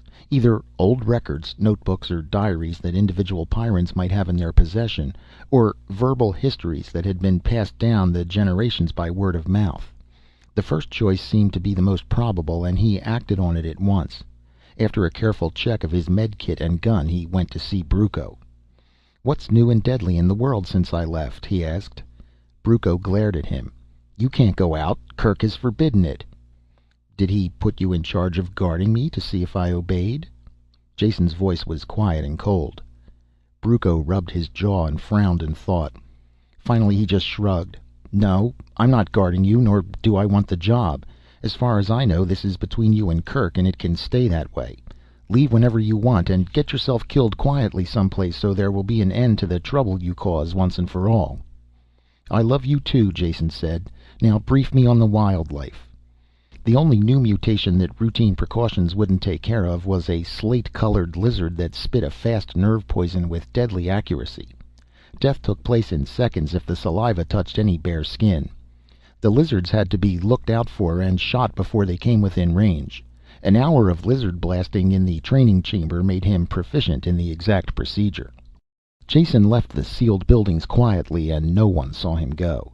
He followed the map to the nearest barracks, shuffling tiredly through the dusty streets. It was a hot, quiet afternoon, broken only by the rumblings from the distance and the occasional crack of his gun. It was cool inside the thick-walled barracks buildings, and he collapsed into a bench until the sweat dried and his heart stopped pounding. Then he went to the nearest recreation room to start his search. Before it began, it was finished. None of the Pyrrans kept old artifacts of any kind and thought the whole idea was very funny. After the 20th negative answer, Jason was ready to admit defeat in this line of investigation. There was as much chance of meeting a Pyrran with old documents as finding a bundle of grandfather's letters in a soldier's kit bag. This left a single possibility: verbal histories. Again Jason questioned with the same lack of results. The fun had worn off the game for the Pyrrans, and they were beginning to growl. Jason stopped while he was still in one piece. The commissary served him a meal that tasted like plastic paste and wood pulp. He ate it quickly, then sat brooding over the empty tray, hating to admit another dead end. Who could supply him with answers? All the people he had talked to were so young, they had no interest or patience for storytelling. That was an old folks' hobby, and there were no oldsters on Pyrrus. With one exception that he knew of, the librarian Poley. It was a possibility. A man who worked with records and books might have an interest in some of the older ones. He might even remember reading volumes now destroyed. A very slim lead indeed, but one that had to be pursued. Walking to the library almost killed Jason. The torrential rains made the footing bad, and in the dim light it was hard to see what was coming. A snapper came in close enough to take out a chunk of flesh before he could blast it. The antitoxin made him dizzy, and he lost some blood before he could get the wound dressed. He reached the library exhausted and angry. Poley was working on the guts of one of the catalog machines. He didn't stop until Jason had tapped him on the shoulder. Switching on his hearing aid, the Pyrran stood quietly, crippled and bent, waiting for Jason to talk. "Have you any old papers or letters that you have kept for your personal use?" A shake of the head. "No." "What about stories, you know, about great things that have happened in the past, that someone might have told you when you were young?" "Negative." Results: negative. Every question was answered by a shake of Poley's head, and very soon the old man grew irritated and pointed to the work he hadn't finished. "Yes, I know you have work to do," Jason said, "but this is important." Poley shook his head an angry no, and reached to turn off his hearing aid. Jason groped for a question that might get a more positive answer. There was something tugging at his mind, a word he had heard and made a note of to be investigated later. Something that Kirk had said. That's it. It was right there on the tip of his tongue. "Just a second, Poley. Just one more question. What is a grubber? Have you ever seen one, or know what they do, or where they can be found?" The words were cut off as Poley whirled and lashed the back of his good arm into Jason's face. Though the man was aged and crippled, the blow almost fractured Jason's jaw, sending him sliding across the floor. Through a daze he saw Poley hobbling towards him, making thick bubbling noises in his ruined throat. What remained of his face twisted and worked with anger. This was no time for diplomacy. Moving as fast as he could with the high G foot-slapping shuffle, Jason headed for the sealed door. He was no match for any Pyrran in hand-to-hand combat, young and small or old and crippled. The door thunked open as he went through and barely closed in Poley's face. Outside the rain had turned to snow, and Jason trudged wearily through the slush, rubbing his sore jaw and turning over the only fact he had. Grubber was a key, but to what? And who did he dare ask for more information? Kirk was the man he had talked to best, but not any more. That left only Meta as a possible source. He wanted to see her at once, but sudden exhaustion swept through him. It took all of his strength to stumble back to the school buildings. In the morning he ate and left early. There was only a week left. It was impossible to hurry, and he cursed as he dragged his double-weight body to the assignment center. Meta was on night perimeter duty and should be back to her quarters soon. He shuffled over there and was lying on her bunk when she came in. "Get out," she said in a flat voice, "or do I throw you out?" "Patience, please," he said as he sat up. "Just resting here until you came back. I have a single question, and if you will answer it for me, I'll go and stop bothering you." "What is it?" she asked, tapping her foot with impatience, but there was also a touch of curiosity in her voice. Jason thought carefully before he spoke. "Now, please, don't shoot me. You know I'm an off-worlder with a big mouth, and you have heard me say some awful things without taking a shot at me. Now I have another one. Will you please show your superiority to the other people of the galaxy by holding your temper and not reducing me to component atoms?" His only answer was a tap of the foot, so he took a deep breath and plunged in. "What is a grubber?" For a long moment she was quiet, unmoving. Then she curled her lips back in disgust. "You find the most repulsive topics." "That may be so," he said, "but it still doesn't answer my question." "It's, well, the sort of thing people just don't talk about." "I do," he assured her. "Well, I don't. It's the most disgusting thing in the world, and that's all I'm going to say. Talk to Krannon, but not to me." She had him by the arm while she talked, and he was half dragged into the hall. The door slammed behind him, and he muttered, "Lady wrestler," under his breath. His anger ebbed away as he realized that she had given him a clue in spite of herself. Next step, find out who or what Krannon was. Assignment Center listed a man named Krannon and gave his shift number and work location. It was close by and Jason walked there. A large cubicle and windowless building with a single word, "Food," next to each of the sealed entrances.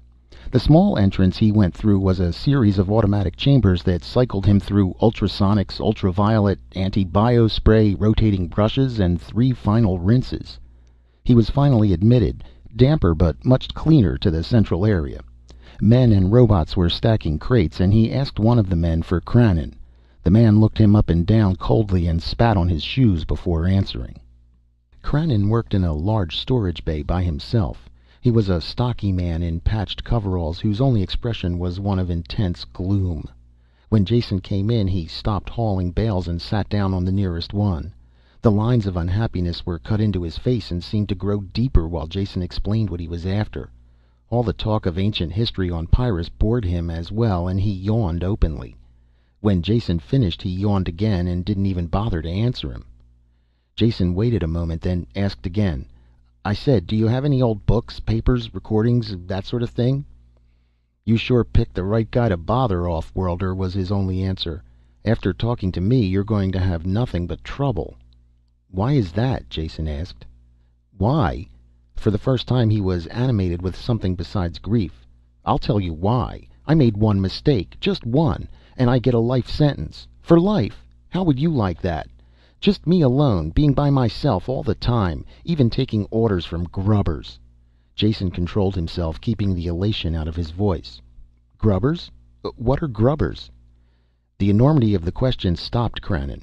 It seemed impossible that there could be a man alive who had never heard of grubbers.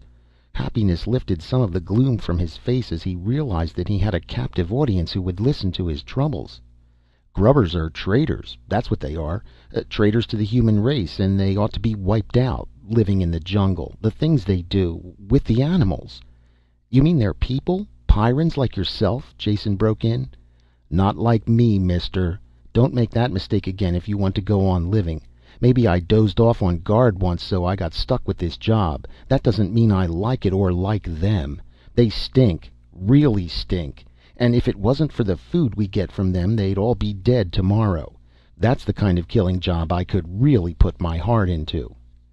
"If they supply you with food, you must give them something in return." "Trade goods, beads, knives, the usual things. Supply sends them over in cartons, and I take care of the delivery." "How?" Jason asked. "By armored truck to the delivery site. Then I go back later to pick up the food they've left in exchange." "Can I go with you on the next delivery?" Krannon frowned over the idea for a minute. "Yeah, I suppose it's all right if you're stupid enough to come. You can help me load. They're between harvests now, so the next trip won't be for 8 days."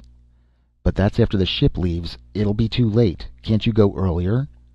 "Don't tell me your troubles, mister," Krannon grumbled, climbing to his feet. "That's when I go, and the date's not changing for you." Jason realized that he had got as much out of the man as was possible for one session. He started for the door, then turned. "One thing," he asked. "Just what do these savages, the grubbers, look like?" "How do I know?" Krannon snapped. "I trade with them. I don't make love to them. If I ever saw one, I'd shoot him down on the spot." He flexed his fingers and his gun jumped in and out of his hand as he said it.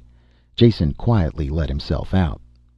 Lying on his bunk, resting his gravity-weary body, he searched for a way to get Krannon to change the delivery date. His millions of credits were worthless on this world without currency. If the man couldn't be convinced, he had to be bribed. With what? Jason's eyes touched the locker where his off-world clothing still hung, and he had an idea. It was morning before he could return to the food warehouse, and one day closer to his deadline. Krannon didn't bother to look up from his work when Jason came in. "Do you want this?" Jason asked, handing the outcast a flat gold case inset with a single large diamond. Krannon grunted and turned it over in his hands. "A toy," he said. "What's it good for?" "Well, when you press this button you get a light." A flame appeared through a hole in the top. Krannon started to hand it back. "What do I need a little fire for? Here, keep it." "Wait a second," Jason said. "That's not all it does. When you press the jewel in the center, one of these comes out." A black pellet the size of his fingernail dropped into his palm. "A grenade, made of solid ultranite. Just squeeze it hard and throw. 3 seconds later it explodes with enough force to blast open this building." This time Krannon almost smiled as he reached for the case. Destructive and death-dealing weapons are like candy to a Pyrran. While he looked at it, Jason made his offer. "The case and bombs are yours if you move the date of your next delivery up to tomorrow and let me go with you." "Be here at 0500, Krannon said. "We leave early." End of Chapter 14 of Deathworld by Harry Harrison.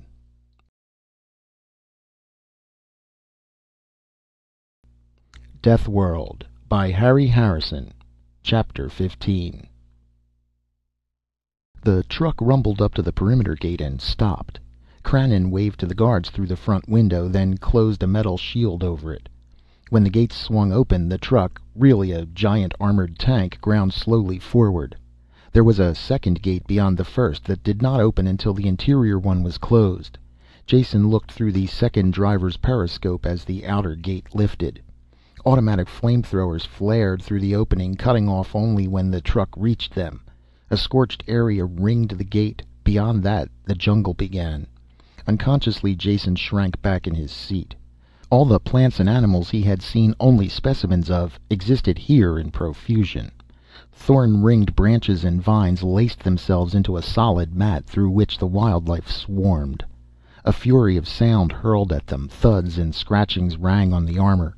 Krannon laughed and closed the switch that electrified the outer grid.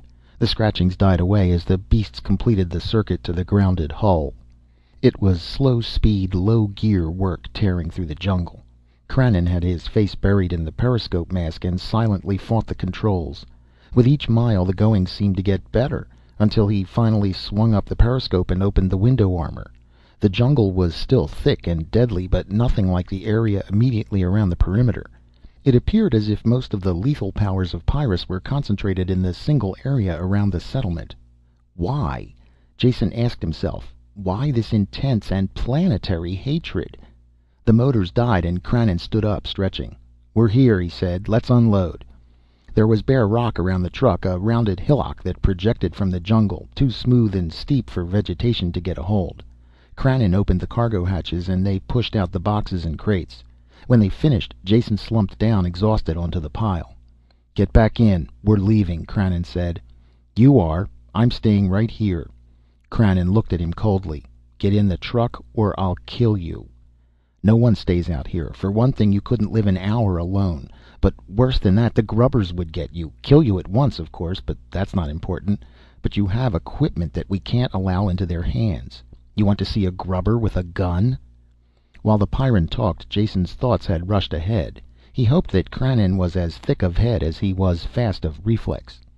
Jason looked at the trees, let his gaze move up through the thick branches. Though Krannon was still talking, he was automatically aware of Jason's attention. When Jason's eyes widened and his gun jumped into his hand, Krannon's own gun appeared and he turned in the same direction. "There, in the top!" Jason shouted, and fired into the tangle of branches. Krannon fired too. As soon as he did, Jason hurled himself backwards, curled into a ball, rolling down the inclined rock. The shots had covered the sounds of his movements, and before Krannon could turn back, the gravity had dragged him down the rock into the thick foliage. Crashing branches slapped at him, but slowed his fall. When he stopped moving, he was lost in the tangle. Krannon's shots came too late to hit him. Lying there, tired and bruised, Jason heard the Pyrran cursing him out. He stamped around the rock, fired a few shots, but knew better than to enter the trees. Finally he gave up and went back to the truck. The motor gunned into life and the treads clanked and scraped down the rock and back into the jungle. There were muted rumblings and crashes that slowly died away. Then Jason was alone. Up until that instant he hadn't realized quite how alone he would be. Surrounded by nothing but death, the truck already vanished from sight, he had to force down an overwhelming desire to run after it. What was done was done. This was a long chance to take, but it was the only way to contact the grubbers. They were savages, but still they had come from human stock, and they hadn't sunk so low as to stop barter with the civilized Pyrrans. He had to contact them, befriend them, find out how they had managed to live safely on this madhouse world. If there had been another way to lick the problem, he would have taken it. He didn't relish the role of martyred hero, but Kerk and his deadline had forced his hand. The contact had to be made fast, and this was the only way. There was no telling where the savages were or how soon they would arrive. If the woods weren't too lethal, he could hide there, pick his time to approach them. If they found him among the supplies, they might skewer him on the spot with a typical Pyrran reflex. Walking warily, he approached the line of trees. Something moved on a branch, but vanished as he came near.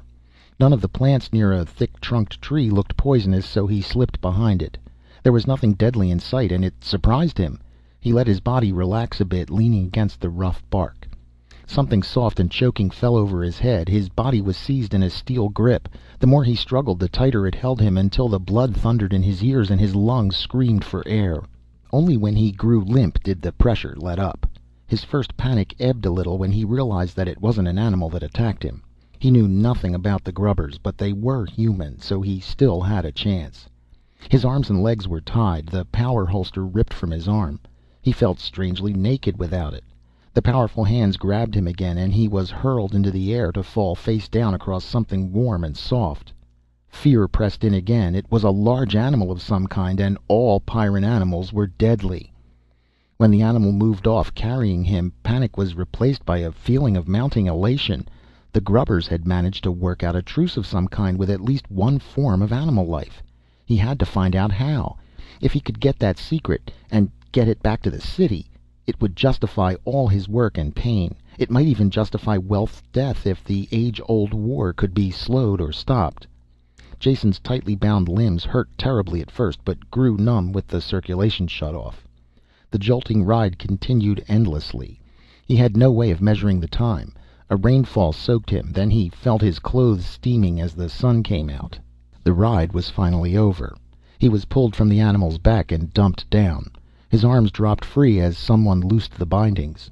The returning circulation soaked him in pain as he lay there, struggling to move. When his hands finally obeyed him, he lifted them to his face and stripped away the covering, a sack of thick fur. Light blinded him as he sucked in breath after breath of clean air.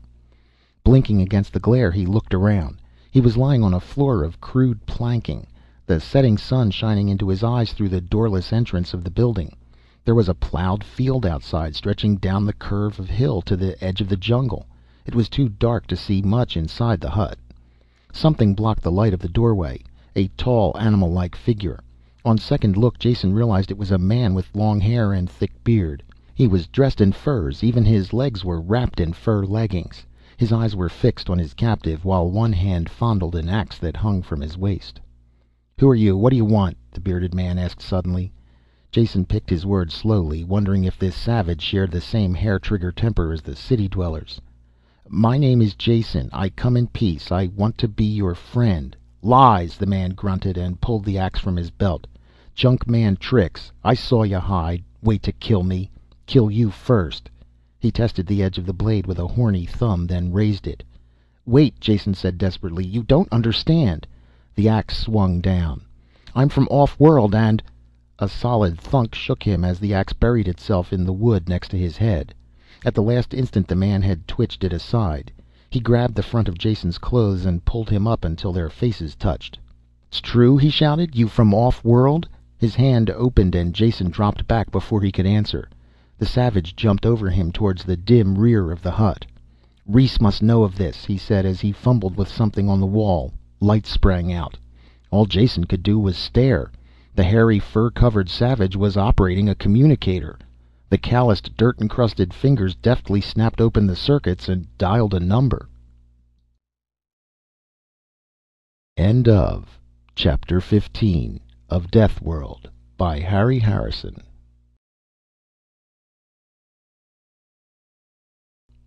Deathworld by Harry Harrison, Chapter 16.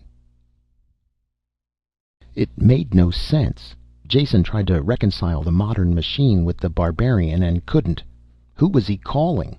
The existence of one communicator meant there was at least another. Was Rhys a person or a thing? With a mental effort he grabbed hold of his thoughts and braked them to a stop. There was something new here, factors he hadn't counted on.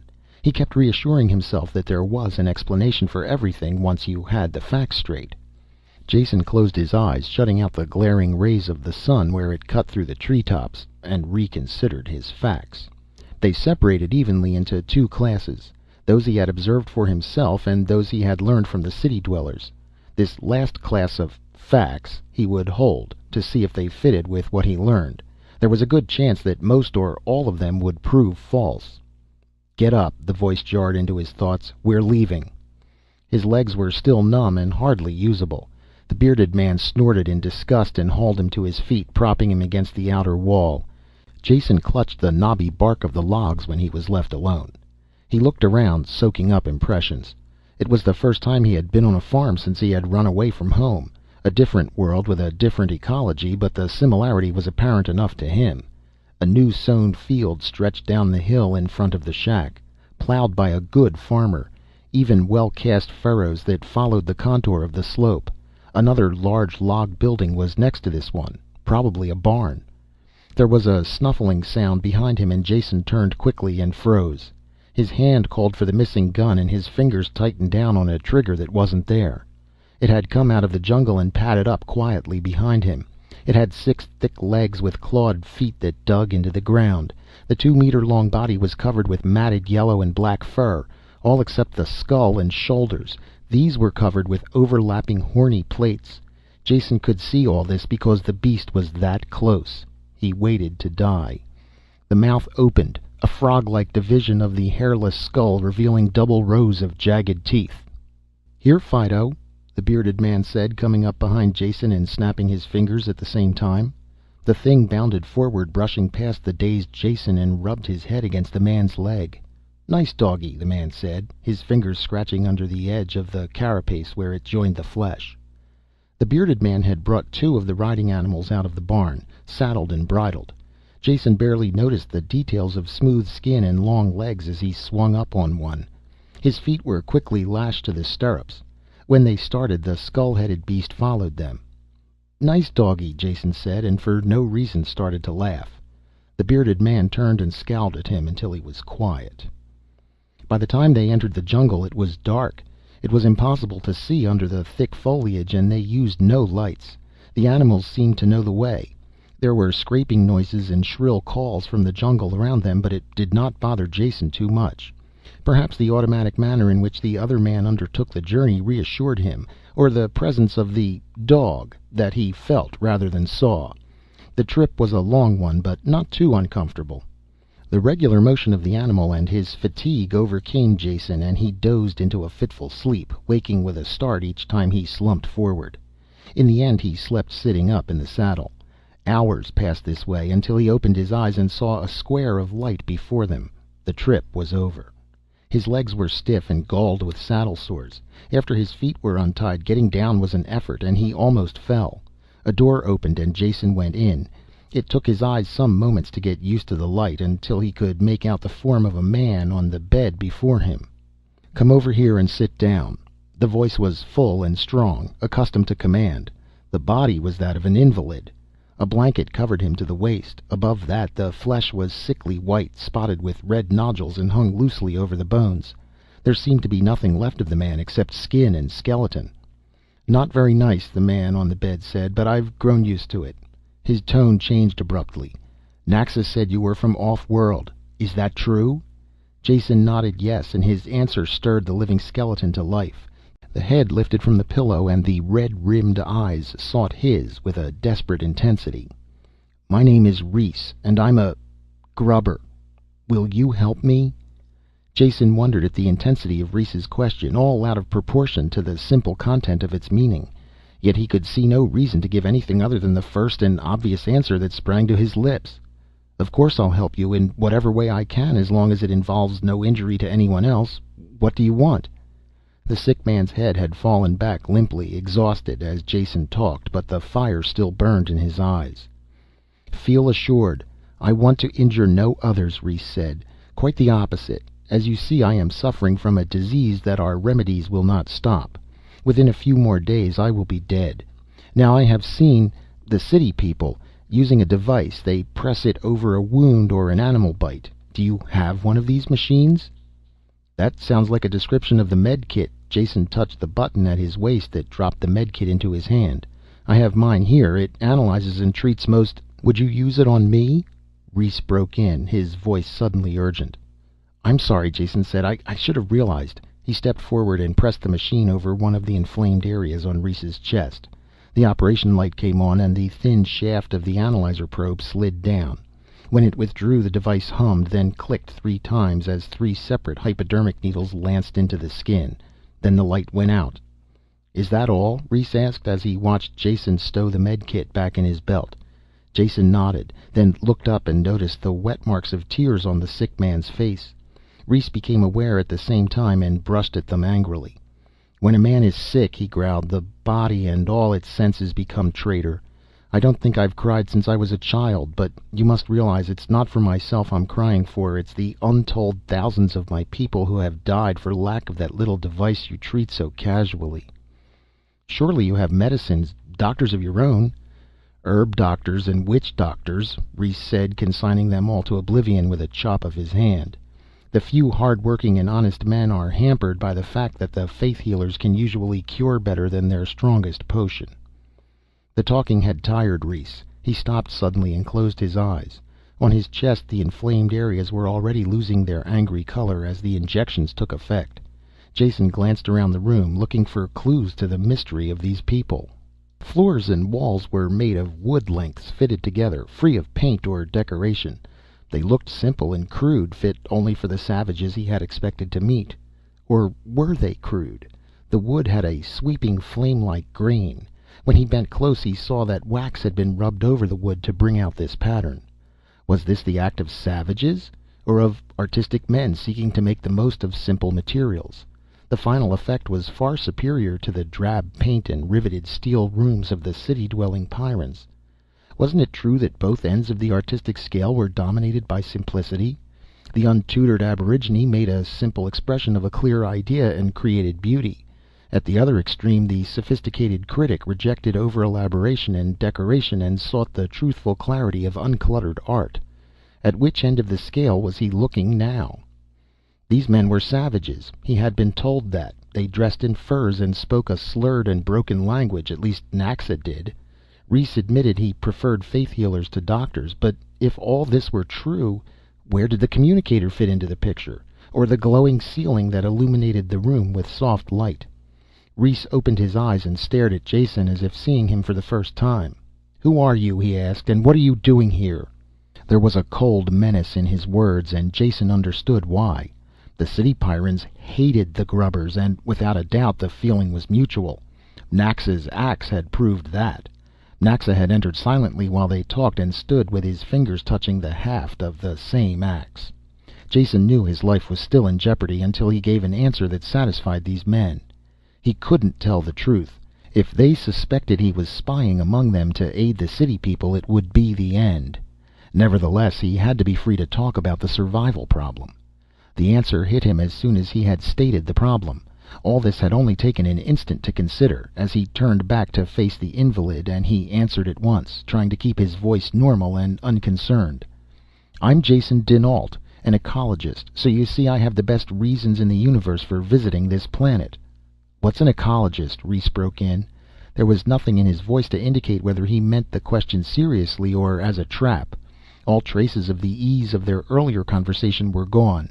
His voice had the deadliness of a stingwing's poison. Jason chose his words carefully. Simply stated, it is that branch of biology that considers the relations between organisms and their environment, how climatic and other factors affect the life forms, and how the life forms in turn affect each other and the environment. That much Jason knew was true, but he really knew very little more about the subject, so he moved on quickly. I heard reports of this planet and finally came here to study it firsthand. I did what work I could in the shelter of the city, but it wasn't enough. The people there think I'm crazy, but they finally agreed to let me make a trip out here. What arrangements have been made for your return? Naxa snapped. None, Jason told him. They seemed quite sure that I would be killed instantly and had no hope of me coming back. In fact, they refused to let me go and I had to break away. This answer seemed to satisfy Reese, and his face cracked into a mirthless smile. They would think that, those junk men. Can't move a meter outside their own walls without an armor-plated machine as big as a barn. What did they tell you about us? Again, Jason knew a lot depended on his answer. This time he thought carefully before speaking. Well, perhaps I'll get that axe in the back of my neck for saying this, but I have to be honest. You must know what they think. They told me you were filthy and ignorant savages who smelled, and you, well, had curious customs you practiced with the animals. In exchange for food, they traded you beads and knives. Both Pyrrans broke into a convulsion of laughter at this. Reese stopped soon from weakness, but Naxa laughed himself into a coughing fit and had to splash water over his head from a gourd jug. That I believe well enough, Reese said. It sounds like the stupidity they would talk. Those people know nothing of the world they live in. I hope the rest of what you said is true, but even if it is not, you are welcome here. You are from off-world, that I know. No junk man would have lifted a finger to save my life. You are the first off-worlder my people have ever known, and for that you are doubly welcome. We will help you in any way we can. My arm is your arm. These last words had a ritual sound to them, and when Jason repeated them, Naxa nodded at the correctness of this. At the same time, Jason felt that they were more than empty ritual. Interdependence meant survival on Pyrrus, and he knew that these people stood together to the death against the mortal dangers around them. He hoped the ritual would include him in that protective sphere. That's enough for tonight, Reese said. The spotted sickness has weakened me, and your medicine has turned me to jelly. You will stay here, Jason. There is a blanket, but no bed, at least for now. Enthusiasm had carried Jason this far, making him forget the 2G exertions of the long day. Now fatigue hit him a physical blow. He had dim memories of refusing food and rolling in the blanket on the floor. After that, oblivion. End of Chapter 16 of Deathworld by Harry Harrison.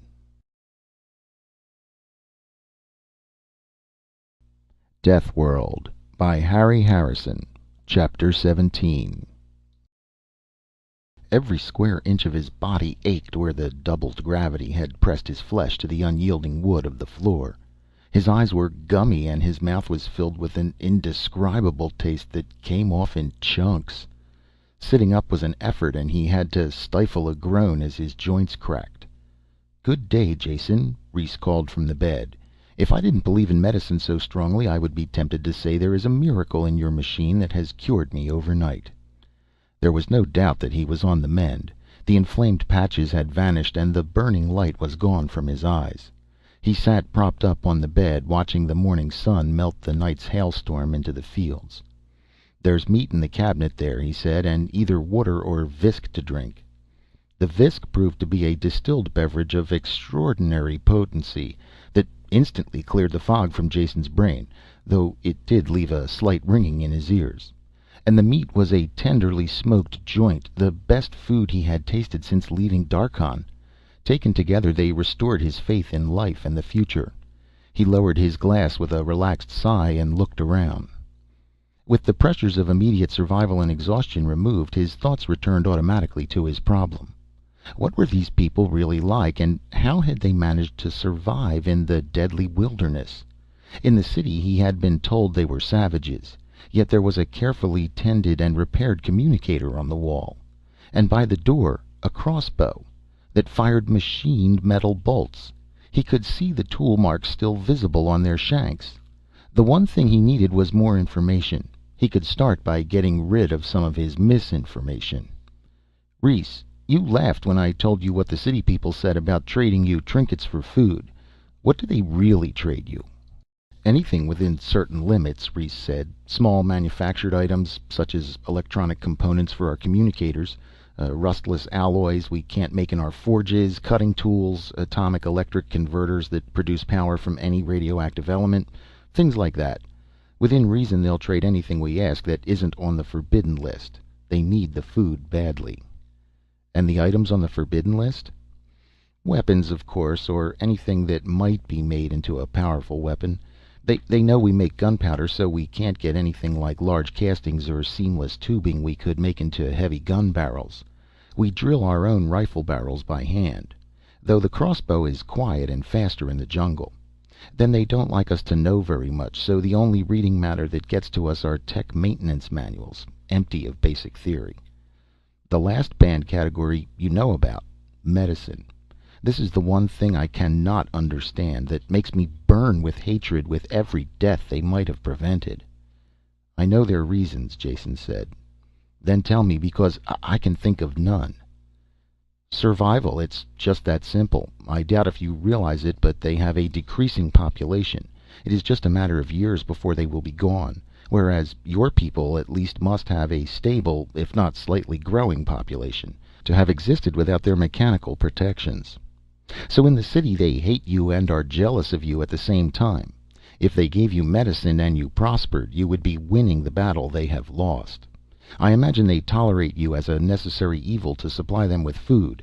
Otherwise, they wish you were all dead." "It makes sense," Reese growled, slamming his fist against the bed. "The kind of twisted logic you expect from junk men. They use us to feed them, give us the absolute minimum in return, and at the same time cut us off from the knowledge that will get us out of this hand-to-mouth existence. Worse, far worse, they cut us off from the stars and the rest of mankind." The hatred on his face was so strong that Jason unconsciously drew back. "Do you think we are savages here, Jason? We act and look like animals because we have to fight for existence on an animal level. Yet we know about the stars. In that chest over there, sealed in metal, are over 30 books. All we have. Fiction, most of them, with some history and general science thrown in. Enough to keep alive the stories of the settlement here and the rest of the universe outside. We see the ships land in the city, and we know that up there are worlds we can only dream about and never see. Do you wonder that we hate these beasts that call themselves men, and would destroy them in an instant if we could? They are right to keep weapons from us, for sure as the sun rises in the morning we would kill them to a man if we were able, and take over the things they have withheld from us." It was a harsh condemnation, but essentially a truthful one, at least from the point of view of the outsiders. Jason didn't try to explain to the angry man that the city Pyrrans looked on their attitude as being the only possible and logical one. "How did this battle between your two groups ever come about?" he asked. "I don't know," Reese said. "I've thought about it many times, but there are no records of that period. We do know that we are all descended from colonists who arrived at the same time. Somewhere, at some time, the two groups separated. Perhaps it was a war. I've read about them in the books. I have a partial theory, though I can't prove it, that it was the location of the city." "Location? I don't understand." "Well, you know the Junkmen, and you've seen where their city is. They managed to put it right in the middle of the most savage spot on this planet.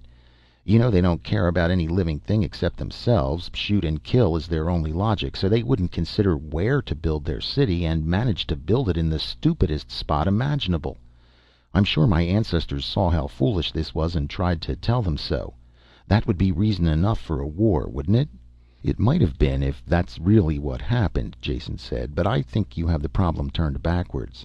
It's the war between native Pyrran life and humans, each fighting to destroy the other. The life forms change continually, seeking that final destruction of the invader." "Your theory is even wilder than mine," Reese said. "That's not true at all. I admit that life isn't too easy on this planet, if what I have read in the books about other planets is true. But it doesn't change. You have to be fast on your feet and keep your eyes open for anything bigger than you, but you can always survive. Anyway, it doesn't really matter why. The Junkmen always look for trouble, and I'm happy to see that they have enough." Jason didn't try to press the point. The effort of forcing Reese to change his basic attitudes wasn't worth it, even if possible. He hadn't succeeded in convincing anyone in the city of the lethal mutations, even when they could observe all the facts. Reese could still supply information, though. "I suppose it's not important who started the battle," Jason said, for the other man's benefit, not meaning a word of it. "But you'll have to agree that the city people are permanently at war with all the local life. Your people, though, have managed to befriend at least 2 species that I have seen. Do you have any idea how this was done?" "Naxa will be here in a minute," Reese said, pointing to the door. "As soon as he's taken care of the animals, ask him. He's the best talker we have." "Talker?" Jason asked. "I had the opposite idea about him. He didn't talk much, and what he did say was, well, a little hard to understand at times." "Not that kind of talking," Reese broke in impatiently. "The talkers look after the animals. They train the dogs and Durham, and the better ones like Naxa are always trying to work with other beasts. They dress crudely, but they have to. I've heard them say that the animals don't like chemicals, metal, or tanned leather, so they wear untanned furs for the most part. But don't let the dirt fool you. It has nothing to do with his intelligence." "Durhams? Are those your carrying beasts, the kind we rode coming here?" Reese nodded. "Durhams are more than pack animals. They're really a little bit of everything. The large males pull the plows and other machines, while the younger animals are used for meat. If you want to know more, ask Naxa. You'll find him in the barn." "I'd like to do that," Jason said, standing up. "Only I feel undressed without my gun." "Take it, by all means. It's in that chest by the door. Only watch out what you shoot around here." Naxa was in the rear of the barn, filing down one of the spade-like toenails of a Durham. It was a strange scene, the fur-dressed man with the great beast, and the contrast of a beryllium copper file and electroluminescent plates lighting the work. The Durham opened its nostrils and pulled away when Jason entered. Naxa patted its neck and talked softly until it quieted and stood still, shivering slightly. Something stirred in Jason's mind, with the feeling of a long unused muscle being stressed. A hauntingly familiar sensation. "Good morning," Jason said. Naxa grunted something and went back to his filing. Watching him for a few minutes, Jason tried to analyze this new feeling. It itched and slipped aside when he reached for it, escaping him. Whatever it was, it had started when Naxa had talked to the Durham. "Could you call one of the dogs in here, Naxa? I'd like to see one closer up."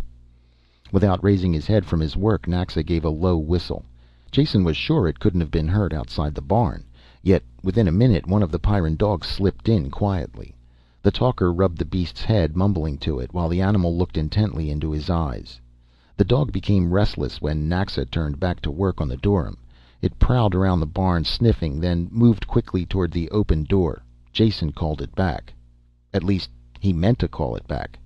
At the last moment he said nothing aloud. On sudden impulse he kept his mouth closed. Only he called the dog with his mind, thinking the words, "Come here," directing the impulse at the animal with all the force and direction he had ever used to manipulate dice. As he did it, he realized it had been a long time since he had even considered using his psi powers. The dog stopped and turned back towards him. It hesitated, looking at Naxa, then walked over to Jason. Seen this closely, the beast was a nightmare hound.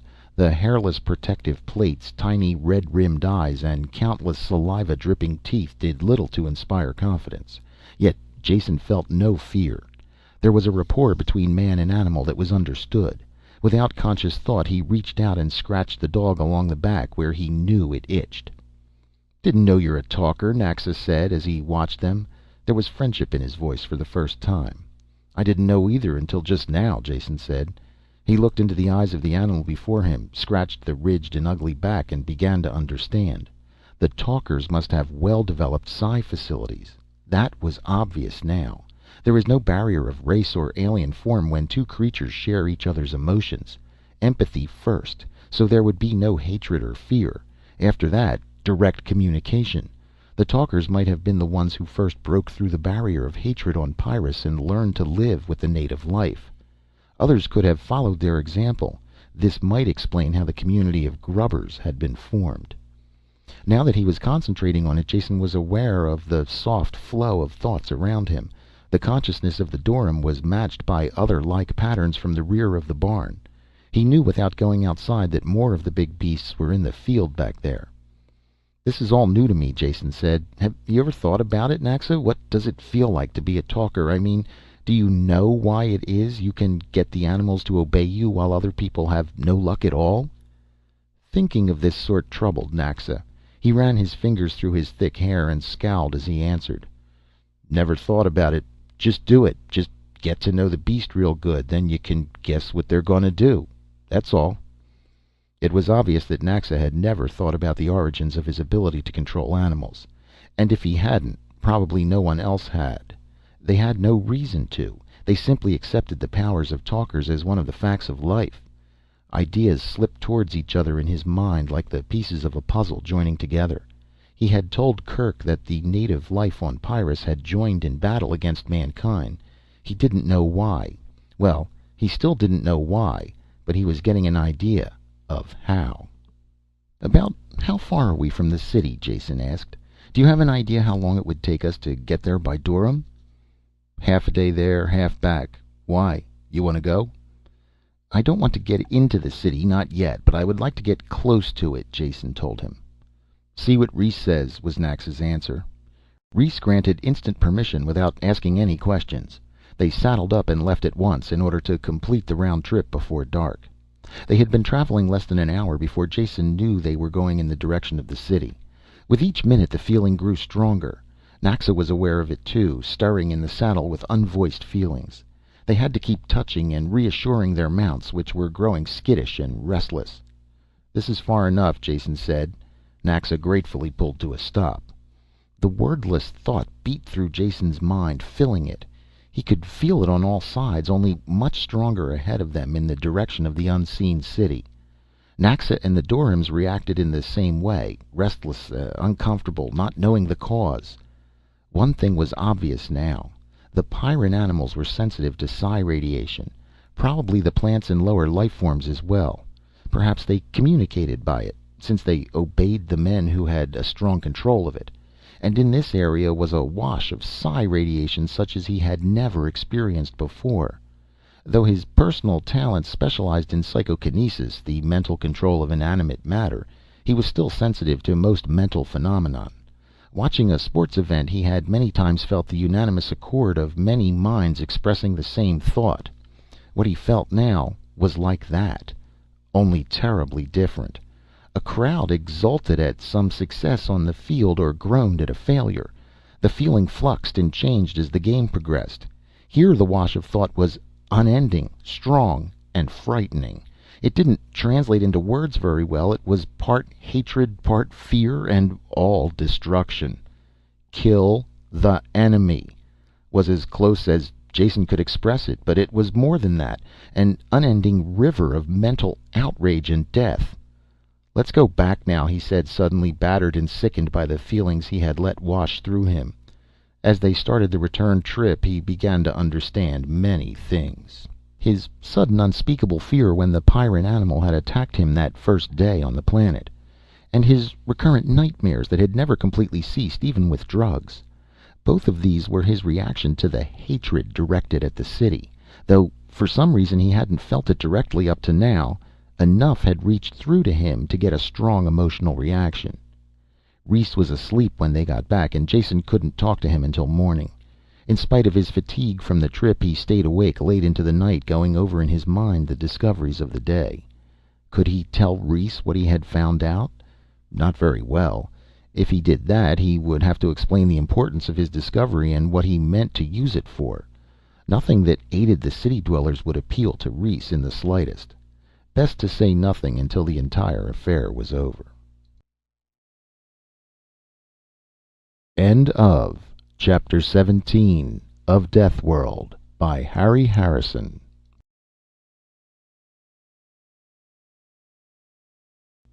Deathworld by Harry Harrison. Chapter 18. After breakfast he told Rhys that he wanted to return to the city. "Then you've seen enough of our barbarian world and wish to go back to your friends to help them wipe us out, perhaps?" Rhys said it lightly, but there was a touch of cold malice behind his words. "I hope you don't really think that," Jason told him. "You must realize that the opposite is true. I would like to see this civil war ended and your people getting all the benefits of science and medicine that have been withheld. I'll do everything I can to bring that about."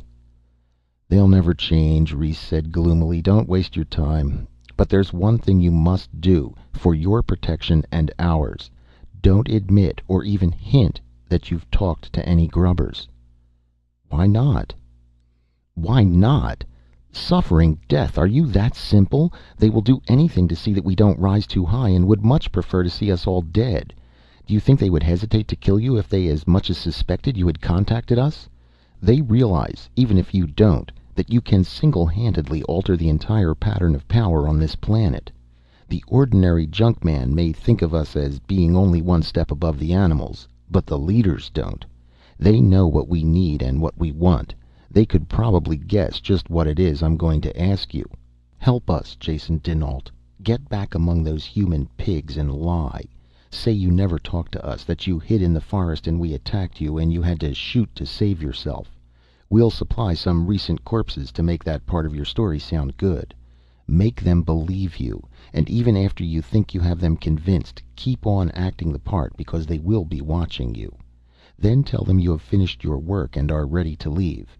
Get safely off Pyrrus to another planet, and I promise you, anything in the universe, whatever you want, you shall have. Power, money, anything.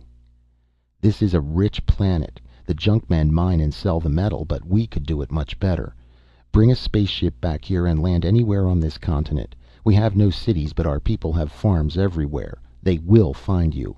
We will then have commerce, trade, on our own. This is what we all want, and we will work hard for it. And you will have done it. Whatever you want, we will give. That is a promise, and we do not break our promises." The intensity and magnitude of what he described rocked Jason. He knew that Reese spoke the truth, and the entire resources of the planet would be his if he did as asked. For 1 second he was tempted, savoring the thought of what it would be like. Then came realization that it would be a half answer, and a poor one at that. If these people had the strength they wanted, their first act would be the attempted destruction of the city men. The result would be bloody civil war that would probably destroy them both. Reese's answer was a good one, but only half an answer. Jason had to find a better solution, one that would stop all the fighting on this planet and allow the two groups of humans to live in peace. "I will do nothing to injure your people, Reese, and everything in my power to aid them," Jason said. This half answer satisfied Reese, who could see only one interpretation of it. He spent the rest of the morning on the communicator arranging for the food supplies that were being brought to the trading site. "The supplies are ready and we have sent the signal," he said. "The truck will be there tomorrow and you will be waiting for it. Everything is arranged as I told you. You'll leave now with Naxa. You must reach the meeting spot before the trucks." End of Chapter 18 of Deathworld by Harry Harrison.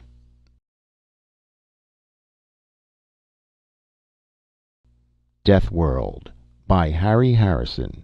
Chapter 19. "Truck's almost here. You know what to do?" Naxa asked. Jason nodded and looked again at the dead man. Some beast had torn his arm off and he had bled to death. The severed arm had been tied into the shirt sleeve, so from a distance it looked normal. Seen close up, this limp arm plus the white skin and shocked expression on the face gave Jason an unhappy sensation. He liked to see his corpses safely buried. However, he could understand its importance today. "Here they are. Wait until his back's turned," Naxa whispered. The armored truck had 3 powered trailers in tow this time. The train ground up the rock slope and whined to a stop. Cranon climbed out of the cab and looked carefully around before opening up the trailers. He had a lift robot along to help him with the loading. "Now!" Naxa hissed. Jason burst into the clearing, running, shouting Cranon's name. There was a crackling behind him as 2 of the hidden men hurled the corpse through the foliage after him. He turned and fired without stopping, setting the thing afire in midair.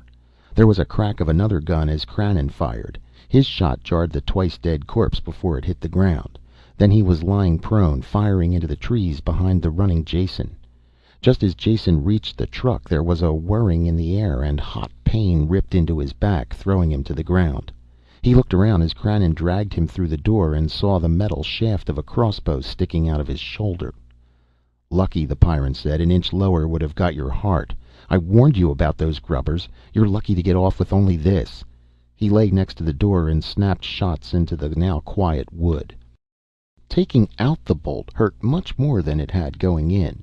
Jason cursed the pain as Krannon put on a dressing, and admired the singleness of purpose of the people who had shot him. They had risked his life to make his escape look real, and also risked the chance that he might turn against them after being shot.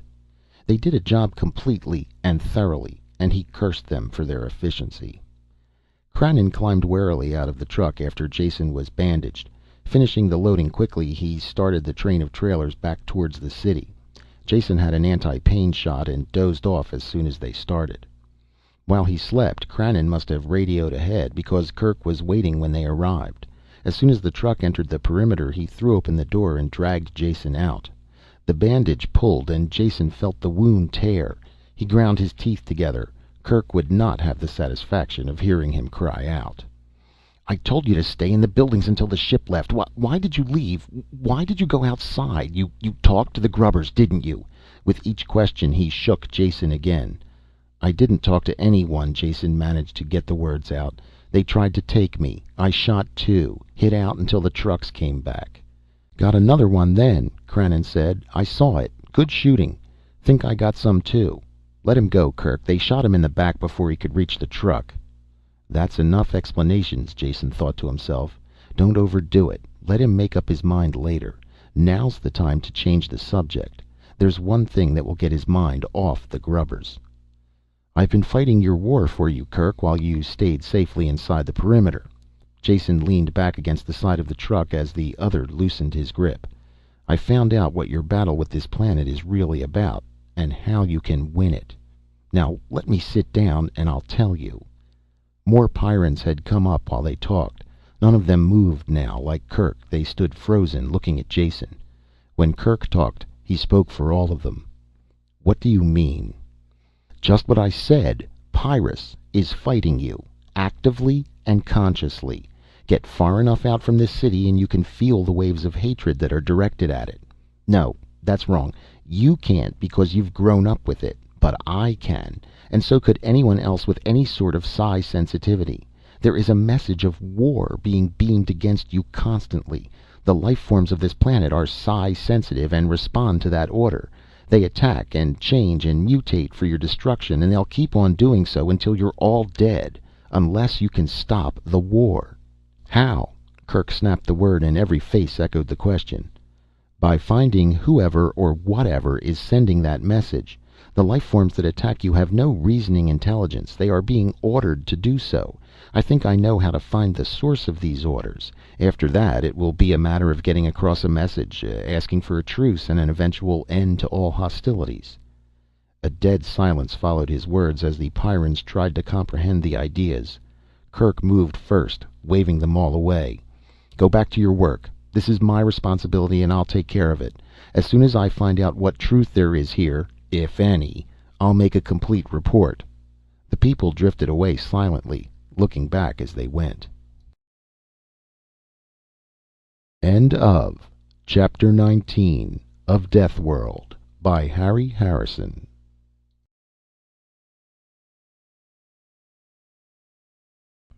Deathworld by Harry Harrison. Chapter 20. "From the beginning now," Kerk said, "and leave out nothing. There is very little more I can add to the physical facts. I saw the animals, understood the message, I even experimented with some of them, and they reacted to my mental commands.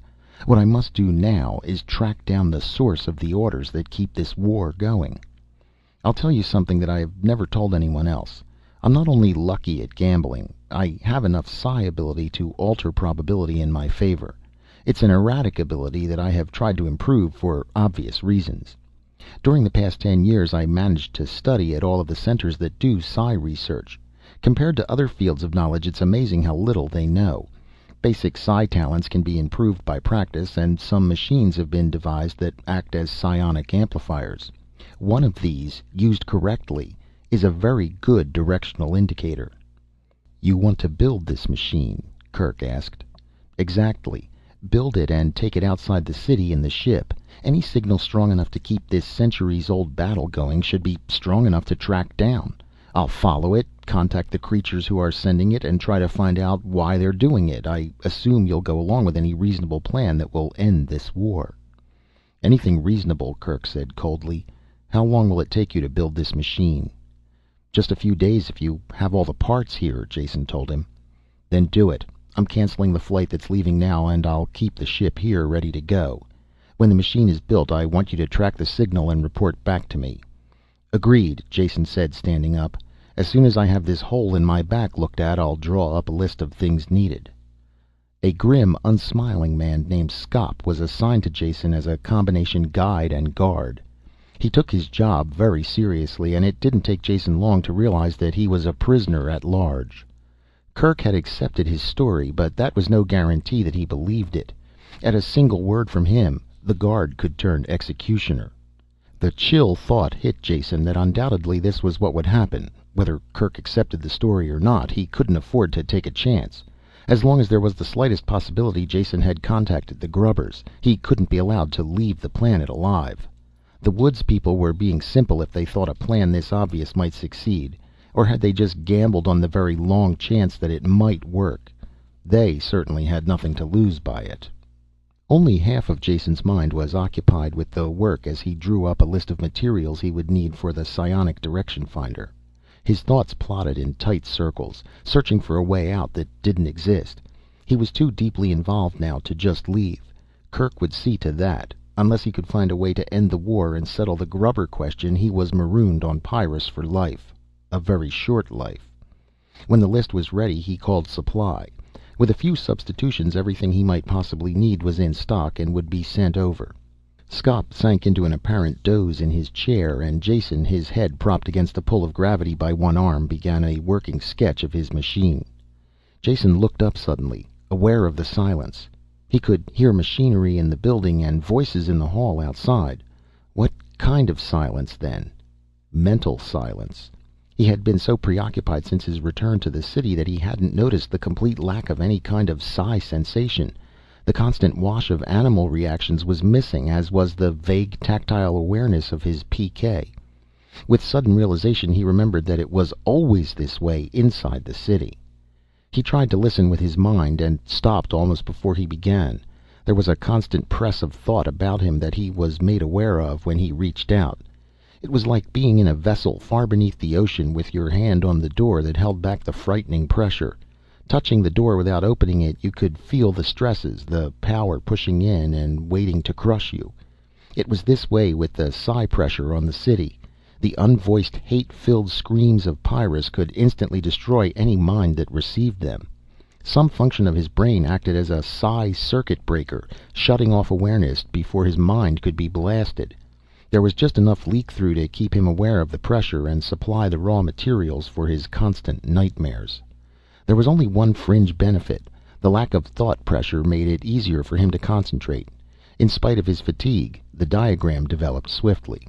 Meta arrived late that afternoon, bringing the parts he had ordered. She slid the long box onto the workbench, started to speak, but changed her mind and said nothing. Jason looked up at her and smiled. "Confused?" he asked. "I don't know what you mean," she said. "I'm not confused, just annoyed. The regular trip has been canceled and our supply schedule will be thrown off for months to come. And instead of piloting or perimeter assignment, all I can do is stand around and wait for you. Then take some silly flight following your directions. Do you wonder that I'm annoyed?" Jason carefully set the parts out on the chassis before he spoke. "As I said, you're confused. I can point out how you're confused, which will make you even more confused. A temptation that I frankly find hard to resist." She looked across the bench at him, frowning, one finger unconsciously curling and uncurling a short lock of hair. Jason liked her this way. As a Pyrran operating at full blast, she had as much personality as a gear in a machine. Once out of that pattern, she reminded him more of the girl he had known on that first flight to Pyrrus. He wondered if it was possible to really get across to her what he meant. "I'm not being insulting when I say confused, Meta. With your background, you couldn't be any other way. You have an insular personality. Admittedly, Pyrrus is an unusual island with a lot of high-power problems that you are an expert at solving. That doesn't make it any less of an island. When you face a cosmopolitan problem, you are confused, or even worse, when your island problems are put into a bigger context. That's like playing your own game, only having the rules change constantly as you go along." "You're talking nonsense," she snapped at him. "Pyrrus isn't an island, and battling for survival is definitely not a game." "I'm sorry," he smiled. "I was using a figure of speech, and a badly chosen one at that. Let's put the problem on more concrete terms. Take an example. Suppose I were to tell you that over there, hanging from the doorframe, was a stingwing." Meta's gun was pointing at the door before he finished the last word. There was a crash as the guard's chair went over. He had jumped from a half doze to full alertness in an instant, his gun also searching the doorframe. "That was just an example," Jason said. "There's really nothing there." The guard's gun vanished, and he scowled a look of contempt at Jason as he righted the chair and dropped into it. "You both have proved yourself capable of handling a Pyrran problem," Jason continued. "But what if I said that there is a thing hanging from the doorframe that looks like a stingwing, but is really a kind of large insect that spins a fine silk that can be used to weave clothes?" The guard glared from under his thick eyebrows at the empty doorframe. His gun whined part way out, then snapped back into the holster. He growled something inaudible at Jason, then stamped into the outer room, slamming the door behind him. Meta frowned in concentration and looked puzzled. "It couldn't be anything except a stingwing," she finally said. "Nothing else could possibly look like that, and even if it didn't spin silk, it would bite if you got near, so you would have to kill it." She smiled with satisfaction at the indestructible logic of her answer. "Wrong again," Jason said. "I just described the mimic spinner that lives on Stover's planet. It imitates the most violent forms of life there, does such a good job that it has no need for other defenses. It'll sit quietly on your hand and spin for you by the yard. If I dropped a shipload of them here on Pyrrus, you never could be sure when to shoot, could you?" "But they are not here now," Meta insisted. "Yet they could be quite easily, and if they were, all the rules of your game would change. Getting the idea now? There are some fixed laws and rules in the galaxy, but they're not the ones you live by. Your rule is war, unending, with the local life. I want to step outside your rule book and end that war. Wouldn't you like that? Wouldn't you like an existence that was more than just an endless battle for survival? A life with a chance for happiness, love, music, art, all the enjoyable things you have never had time for." All the Pyrran sternness was gone from her face as she listened to what he said, letting herself follow these alien concepts. He had put his hand out automatically as he talked and had taken hers.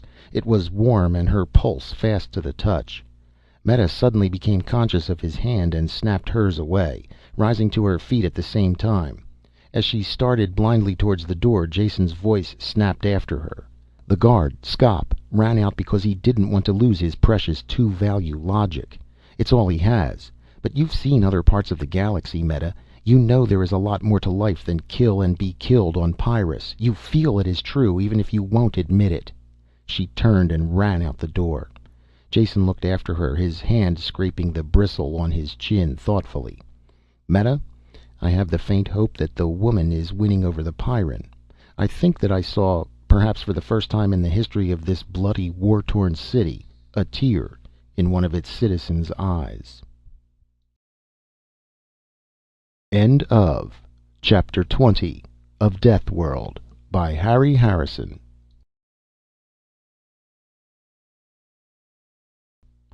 Deathworld by Harry Harrison. Chapter 21. "Drop that equipment and Kerk will undoubtedly pull both your arms off," Jason said. "He's over there now, looking as sorry as possible that I ever talked him into this." Skop cursed under the bulky mass of the psi detector, passing it up to Meta, who waited in the open port of the spaceship. Jason supervised the loading and blasted all the local life that came to investigate. Horn devils were thick this morning, and he shot 4 of them. He was last aboard and closed the lock behind him. "Where are you going to install it?" Meta asked. "You tell me," Jason said. "I need a spot for the antenna where there will be no dense metal in front of the bowl to interfere with the signal. Thin plastic will do, or if worse comes to worse I can mount it outside the hull with a remote drive." "You may have to," she said. "The hull is an unbroken unit. We do all viewing by screen and instruments. I don't think Wait, there is one place that might do." She led the way to a bulge in the hull that marked one of the lifeboats. They went in through the always open lock, Scop struggling after them with the apparatus. "These lifeboats are half buried in the ship," Meta explained. "They have transparent front ports covered by friction shields that withdraw automatically when the boat is launched." "Can we pull back the shields now?" "I think so," she said. She traced the launching circuits to a junction box and opened the lid. When she closed the shield relay manually, the heavy plates slipped back into the hull. There was a clear view, since most of the viewport projected beyond the parent ship. "Perfect," Jason said. "I'll set up here. Now, how do I talk to you in the ship?" "Right here," she said. "There's a pre-tuned setting on this communicator. Don't touch anything else, and particularly not this switch." She pointed to a large pull handle set square into the center of the control board. "Emergency launching. 2 seconds after that is pulled, the lifeboat is shot free. And it so happens this boat has no fuel." "Hands off for sure," Jason said. "Now have Husky there run me in a line with ship's power and I'll get this stuff set up." The detector was simple, though the tuning had to be precise. A dish-shaped antenna pulled in the signal for the delicately balanced detector. There was a sharp fall-off on both sides of the input, so direction could be precisely determined. The resulting signal was fed to an amplifier stage. Unlike the electronic components of the first stage, this one was drawn in symbols on white paper. Carefully glued-on input and output leads ran to it. When everything was ready and clamped into place, Jason nodded to Meta's image on the screen. "Take her up, and easy, please. None of your 9G specials. Go into a slow circle around the perimeter until I tell you differently." Under steady power, the ship lifted and grabbed for altitude, then eased into its circular course. They made 5 circuits of the city before Jason shook his head. "The thing seems to be working fine, but we're getting too much noise from all the local life. Get 30 kilometers out of the city and start a new circuit." The results were better this time. A powerful signal came from the direction of the city, confined to less than a degree of arc. With the antenna fixed at a right angle to the direction of the ship's flight, the signal was fairly constant. Meta rotated the ship on its main axis until Jason's lifeboat was directly below. "Going fine now," he said. "Just hold your controls as they are and keep the nose from drifting." After making a careful mark on the setting circle, Jason turned the receiving antenna through 180 degrees of arc. As the ship kept to its circle, he made a slow collecting sweep of any signals beamed at the city. They were halfway around before he got a new signal. It was there all right, narrow but strong. Just to be sure, he let the ship complete 2 more sweeps, and he noted the direction on the gyro compass each time. They coincided. The 3rd time around, he called to Meta.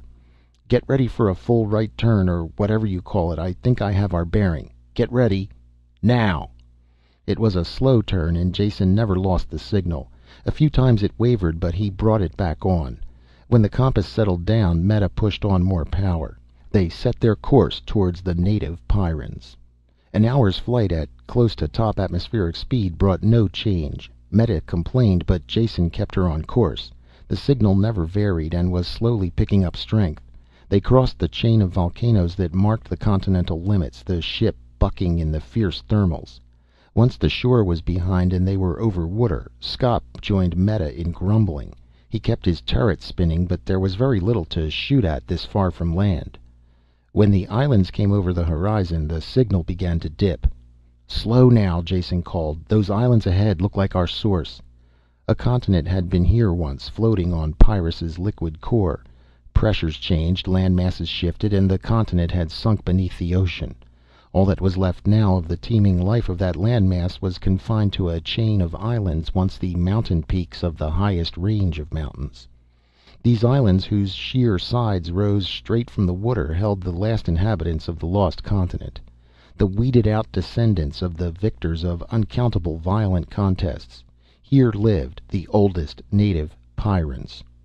"Come in lower," Jason signaled, "towards that large peak. The signals seem to originate there." They swooped low over the mountain, but nothing was visible other than the trees and sun-blasted rock. The pain almost took Jason's head off. a blast of hatred that drove through the amplifier and into his skull. He tore off the phones and clutched his skull between his hands. Through watering eyes he saw the black cloud of flying beasts hurtle up from the trees below. He had a single glimpse of the hillside beyond, before Meta blasted power to the engines and the ship leaped away. "We've found them!" Her fierce exultation faded as she saw Jason through the communicator. "Are you all right? What happened?" "Feel burned out. I've felt a psi blast before, but nothing like that. I had a glimpse of an opening, looked like a cave mouth, just before the blast hit. Seemed to come from there." "Lie down," Meta said. "I'll get you back as fast as I can. I'm calling ahead to Kirk. He has to know what happened." A group of men were waiting in the landing station when they came down. They stormed out as soon as the ship touched, shielding their faces from the still hot tubes. Kirk burst in as soon as the port was cracked, peering around until he spotted Jason stretched out on an acceleration couch. "Is it true?" he barked. "You traced the alien criminals who started this war?" "Slow, man, slow," Jason said. "I've traced the source of the psi message that keeps your war going. I found no evidence as to who started this war, and certainly wouldn't go so far as to call them criminals." "I'm tired of your wordplay," Kirk broke in. "You've found these creatures and their location has been marked?" "On the chart," Meta said. "I could fly there blindfolded." "Fine, fine," Kirk said, rubbing his hands together so hard they could hear the harsh rasp of the calluses. "It takes a real effort to grasp the idea that after all these centuries the war might be coming to an end. But it's possible now. Instead of simply killing off these self-renewing legions of the damned that attack us, we can get to the leaders, search them out, carry the war to them for a change, and blast their stain from the face of this planet." "Nothing of the sort," Jason said, sitting up with an effort. "Nothing doing. Since I came to this planet I have been knocked around and risked my life 10 times over. Do you think I have done this just to satisfy your bloodthirsty ambitions? It's peace I'm after, not destruction. You promised to contact these creatures, attempt to negotiate with them. Aren't you a man of honor who keeps his word?" "I'll ignore the insult, though I'd have killed you for it at any other time," Kirk said. "You've been of great service to our people, and we are not ashamed to acknowledge an honest debt. At the same time, do not accuse me of breaking promises that I never made. I recall my exact words. I promised to go along with any reasonable plan that would end this war. That is just what I intend to do. Your plan to negotiate a peace is not reasonable. Therefore, we are going to destroy the enemy." "Think first," Jason called after Kirk, who had turned to leave. "What is wrong with trying negotiation or an armistice? Then, if it fails, you can try your way." The compartment was getting crowded as other Pyrrans pushed in. Kirk, almost to the door, turned back to face Jason. "I'll tell you what's wrong with armistice," he said. "It's a coward's way out, that's what it is. It's all right for you to suggest it. You're from off-world and don't know any better. But do you honestly think I could entertain such a defeatist notion for one instant? When I speak not only for myself, but for all of us here. We don't mind fighting, and we do know how to do it. We know that if this war was over, we could build a better world here. At the same time, if we have the choice of continued war or a cowardly peace, we vote for war. This war will only be over when the enemy is utterly destroyed." The listening Pyrrans shouted in agreement, and when Kirk pushed out through the crowd, some of them patted his shoulders as he went by. Jason slumped back on the couch, worn out by his exertions and exhausted by the attempt to win the violent Pyrrans over to a peaceful point of view. When he looked up, they were gone, all except Meta. She had the same look of bloodthirsty elation as the others, but it drained away when she glanced at him. "What about it, Meta?" he asked bitterly. "No doubts? Do you think that destruction is the only way to end this war?" "I don't know," she said. "I can't be sure. For the first time in my life I find myself with more than one answer to the same question." "Congratulations," he said. "It's a sign of growing up." End of Chapter 21 of Deathworld by Harry Harrison.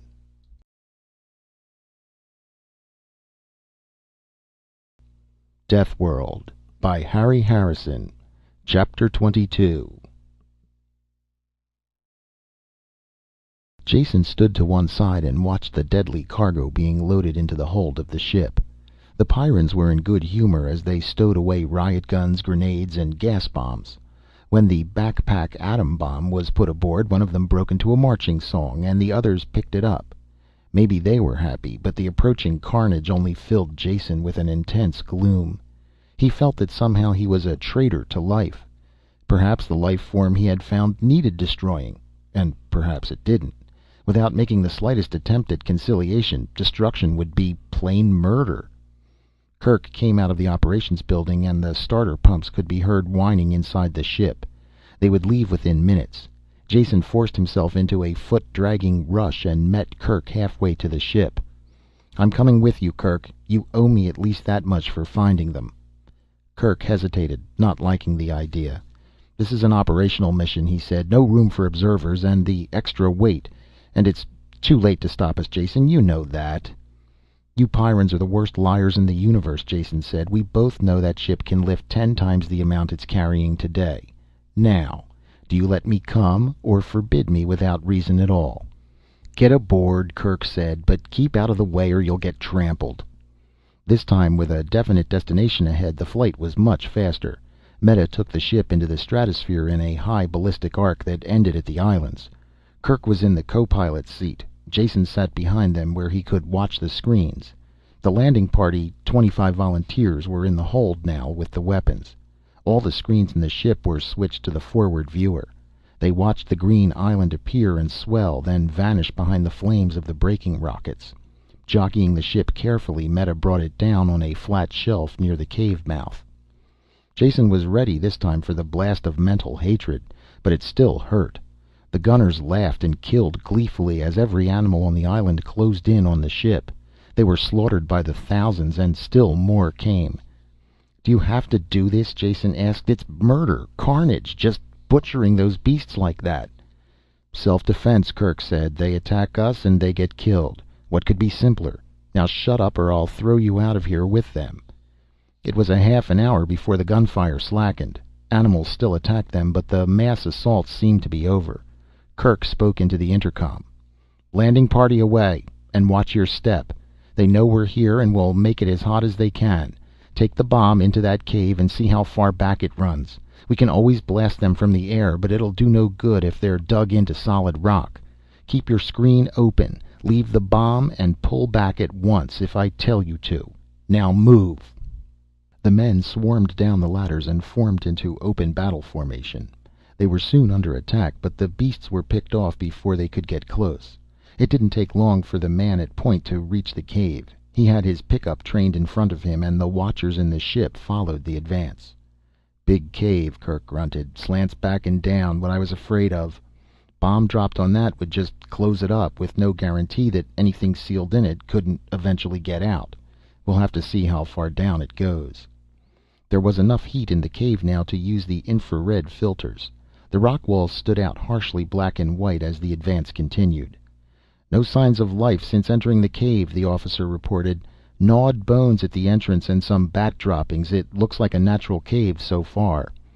Step by step the advance continued, slowing as it went. Insensitive as the Pyrrans were to psi pressure, even they were aware of the blast of hatred being continuously leveled at them.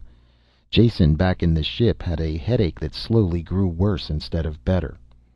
"Watch out!" Kirk shouted, staring at the screen with horror. The cave was filled from wall to wall with pallid, eyeless animals. They poured from tiny side passages and seemed to literally emerge from the ground. Their front ranks dissolved in flame, but more kept pressing in. On the screen, the watchers in the ship saw the cave spin dizzily as the operator fell. Pale bodies washed up and concealed the lens. "Close ranks! Flamethrowers and gas!" Kirk bellowed into the mike. Less than half of the men were alive after that first attack. The survivors, protected by the flamethrowers, set off the gas grenades. Their sealed battle armor protected them while the section of cave filled with gas. Someone dug through the bodies of their attackers and found the pickup. "Leave the bomb there and withdraw," Kirk ordered. "We've had enough losses already." A different man stared out of the screen. The officer was dead. "Sorry, sir," he said, "but it will be just as easy to push ahead as back as long as the gas grenades hold out. We're too close to pull back now." "That's an order!" Kirk shouted, but the man was gone from the screen and the advance continued. Jason's fingers hurt where he had them clamped to the chair arm. He pulled them loose and massaged them. On the screen the black and white cave flowed steadily towards them. Minute after minute went by this way. Each time the animals attacked again, a few more gas grenades were used up. "Something ahead looks different," the panting voice cracked from the speaker. The narrow cave slowly opened out into a gigantic chamber, so large the roof and far walls were lost in the distance. "What are those?" Kerk asked. "Get a searchlight over to the right there." The picture on the screen was fuzzy and hard to see now, dimmed by the layers of rock in between. Details couldn't be made out clearly, but it was obvious this was something unusual. "Never saw anything quite like them before," the speaker said. "Look like big plants of some kind, 10 meters tall at least, yet they're moving. Those branches, tentacles, or whatever they are, keep pointing towards us, and I get the darkest feeling in my head." "Blast one, see what happens," Kerk said. The gun fired, and at the same instant an intensified wave of mental hatred rolled over the men, dropping them to the ground. They rolled in pain, blacked out, and unable to think or fight the underground beasts that poured over them in a renewed attack. In the ship far above, Jason felt the shock to his mind and wondered how the men below could have lived through it. The others in the control room had been hit by it as well. Kerk pounded on the frame of the screen and shouted to the unhearing men below. "Pull back! Come back!" It was too late.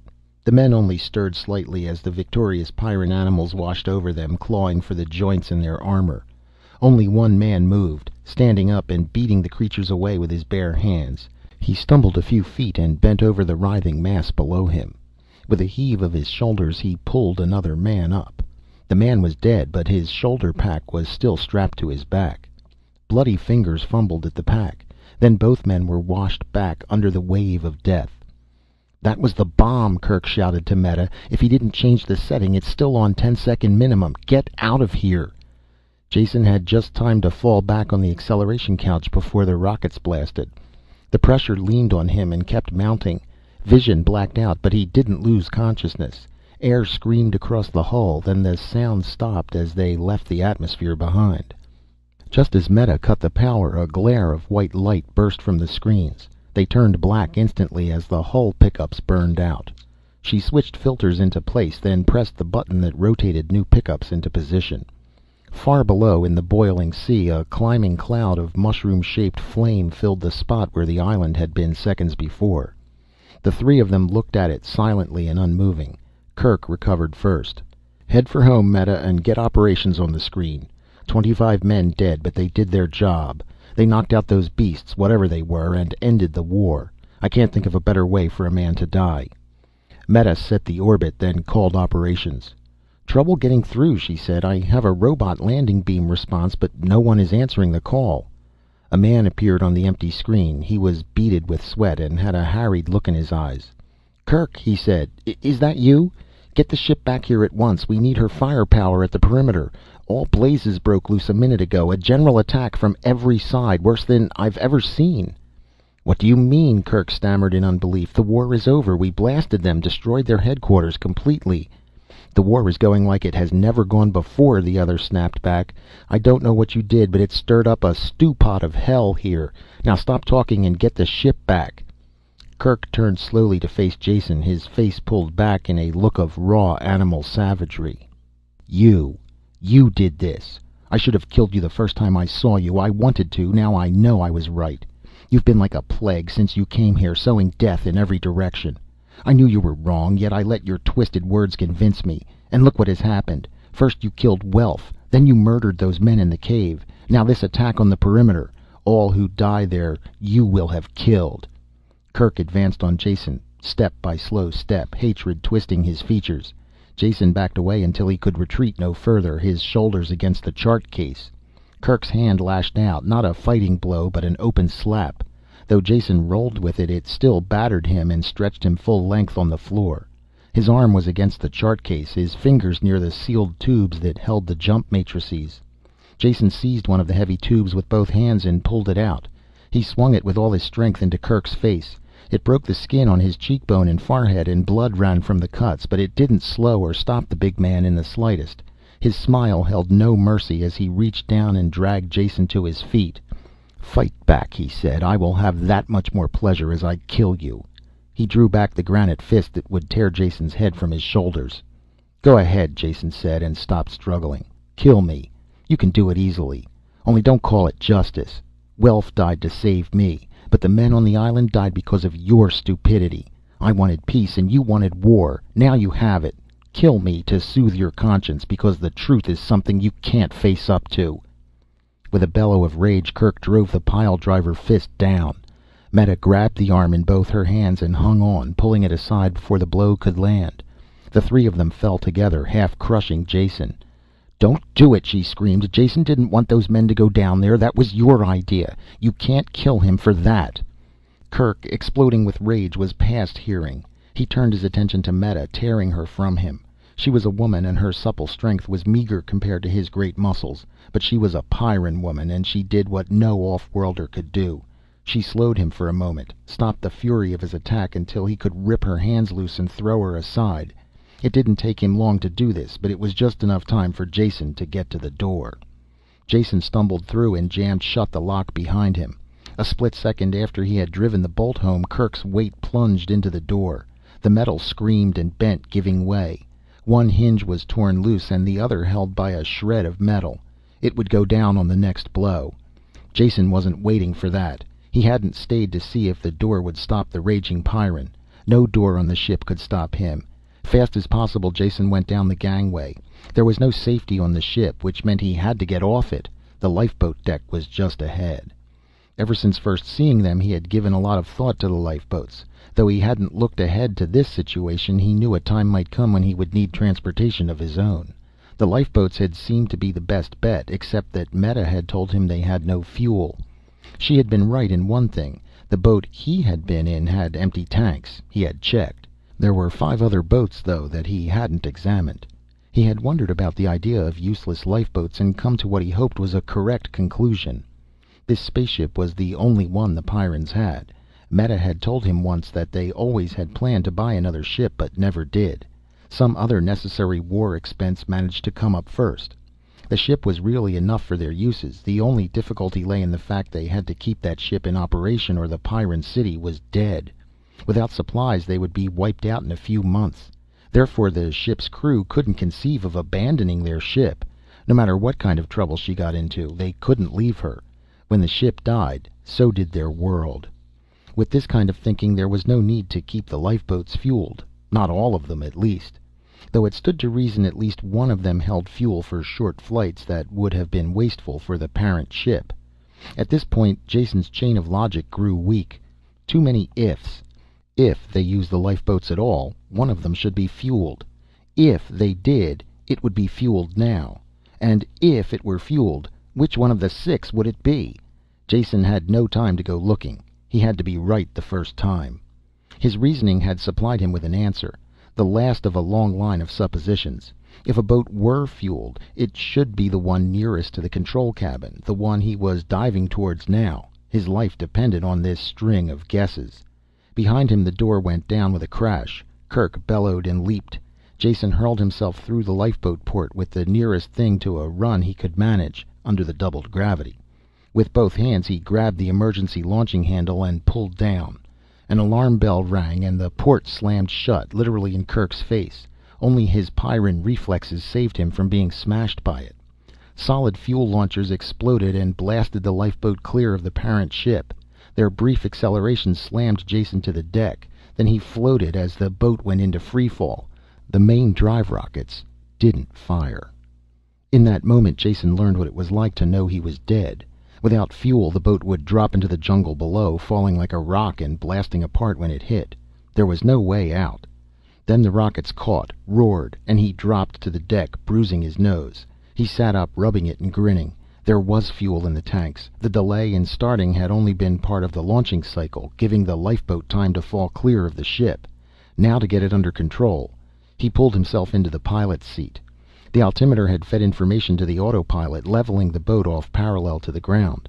Like all lifeboat controls, these were childishly simple, designed to be used by novices in an emergency. The autopilot could not be shut off. It rode along with the manual controls, tempering foolish piloting. Jason hauled the control wheel into a tight turn, and the autopilot gentled it into a soft curve. Through the port he could see the big ship blaring fire in a much tighter turn. Jason didn't know who was flying it or what they had in mind. He took no chances. Jamming the wheel forward into a dive, he cursed as they eased into a gentle drop. The larger ship had no such restrictions. It changed course with a violent maneuver and dived on him. The forward turret fired, and an explosion at the stern rocked the little boat. This either knocked out the autopilot or shocked it into submission. The slow drop turned into a power dive, and the jungle billowed up. Jason pulled the wheel back, and there was just time to get his arms in front of his face before they hit. Thundering rockets and cracking trees ended in a great splash. Silence followed, and the smoke drifted away. High above, the spaceship circled hesitantly, dropping a bit as if wanting to go down and investigate, then rising again as the urgent message for aid came from the city. Loyalty won, and she turned and spewed fire towards home.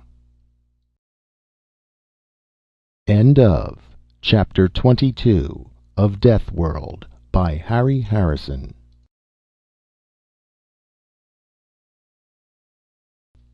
Deathworld by Harry Harrison. Chapter 23.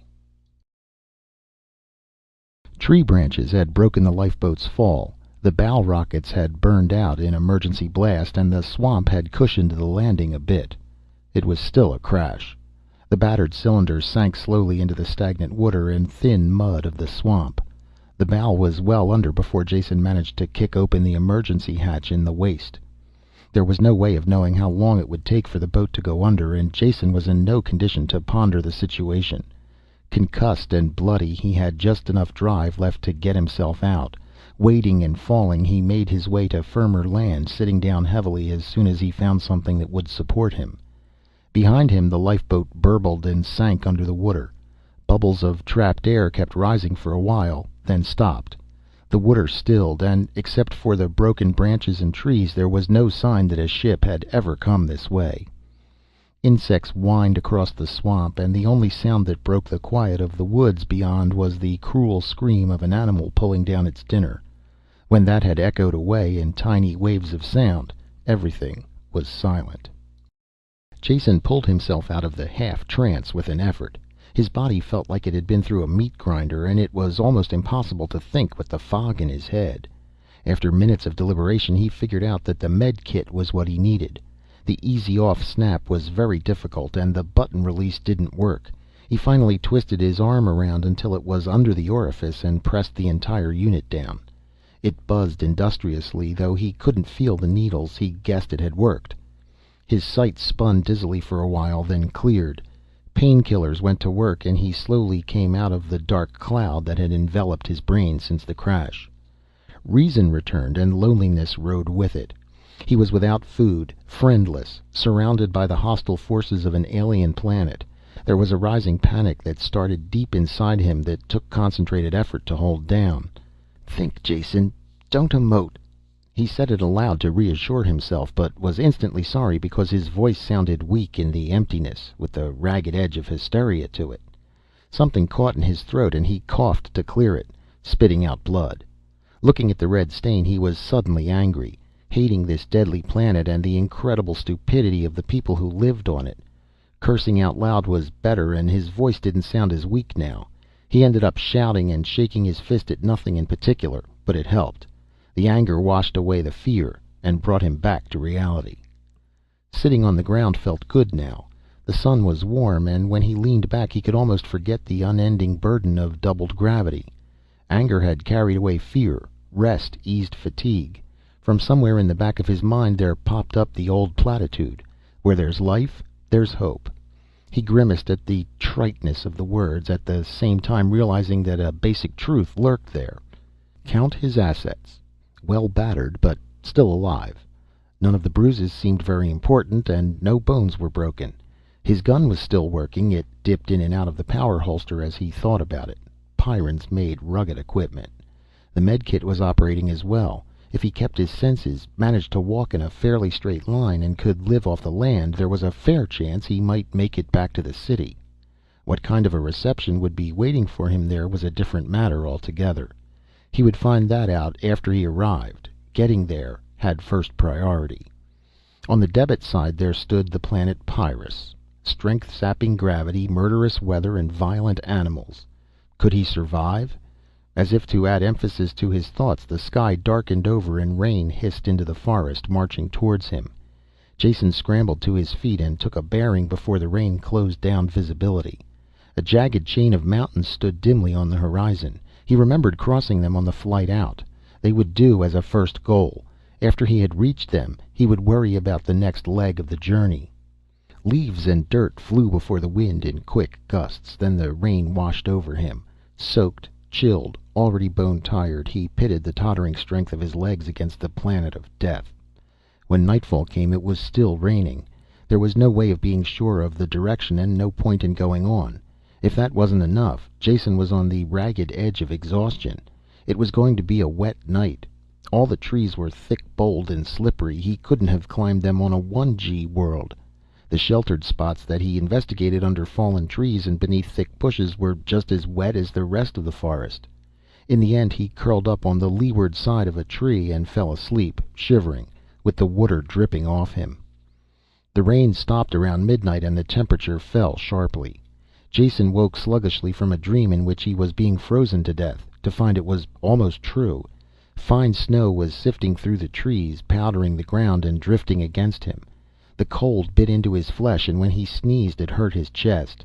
His aching and numb body only wanted to rest, but the spark of reason that remained in him forced him to his feet. If he lay down now he would die.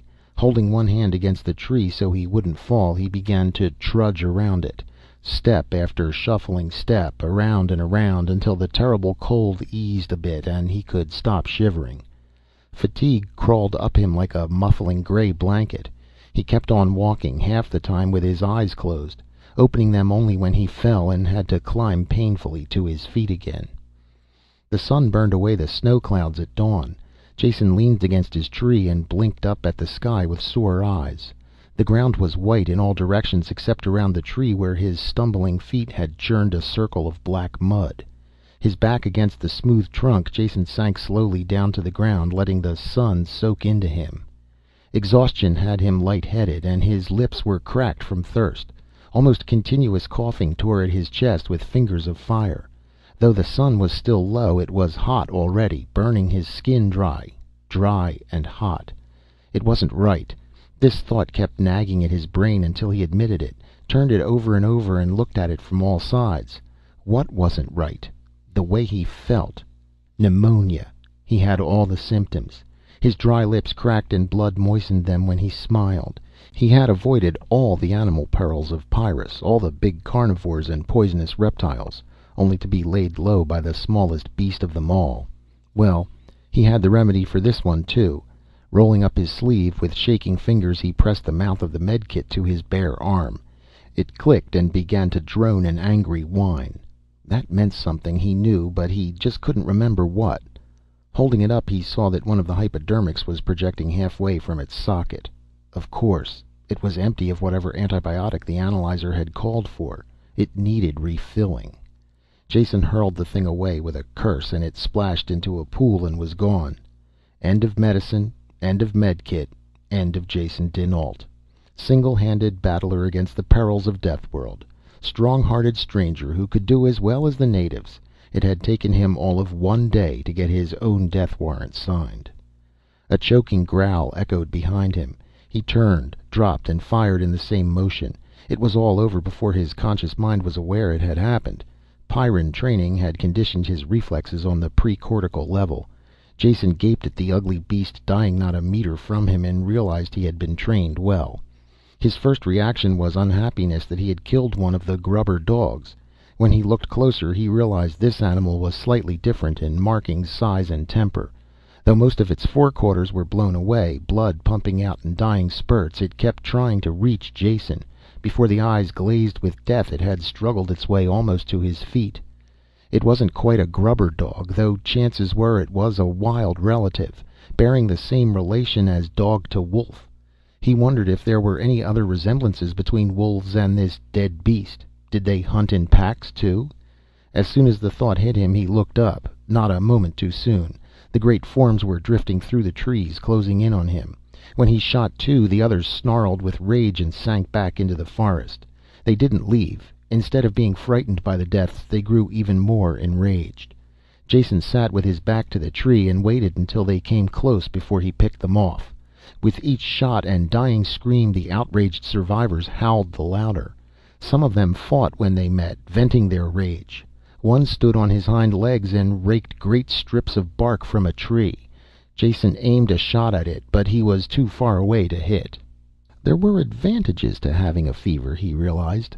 Logically, he knew he would live only until sunset, or until his gun was empty. Yet the fact didn't bother him greatly. Nothing really mattered. He slumped, relaxed completely, only raising his arm to fire, then letting it drop again. Every few minutes he had to move to look in back of the tree and kill any of them that were stalking him in the blind spot. He wished dimly that he were leaning against a smaller tree, but it wasn't worth the effort to go to one. Sometime in the afternoon he fired his last shot. It killed an animal he had allowed to get close. He had noticed he was missing the longer shots. The beast snarled and dropped. The others that were close pulled back and howled in sympathy. One of them exposed himself and Jason pulled the trigger. There was only a slight click. He tried again in case it was just a misfire, but there was still only a click. The gun was empty, as was the spare clip pouch at his belt. There were vague memories of reloading, though he couldn't remember how many times he had done it. This, then, was the end. They had all been right. Pyrrus was a match for him. Though they shouldn't talk, it would kill them all in the end, too. Pyrrans never died in bed. Old Pyrrans never died. They just got ate. Now that he didn't have to force himself to stay alert and hold the gun, the fever took hold. He wanted to sleep, and he knew it would be a long sleep. His eyes were almost closed as he watched the wary carnivores slip closer to him. The first one crept close enough to spring. He could see the muscles tensing in the leg. It leaped, whirling in midair and falling before it reached him. Blood ran from its gaping mouth, and a short shaft of metal projected from the side of his head. The two men walked out of the brush and looked down at him. Their mere presence seemed to have been enough for the carnivores, because they all vanished. Grubbers. He had been in such a hurry to reach the city that he had forgotten about the grubbers. It was good that they were here, and Jason was very glad they had come. He couldn't talk very well, so he smiled to thank them, but this hurt his lips too much, so he went to sleep. End of Chapter 23 of Deathworld by Harry Harrison.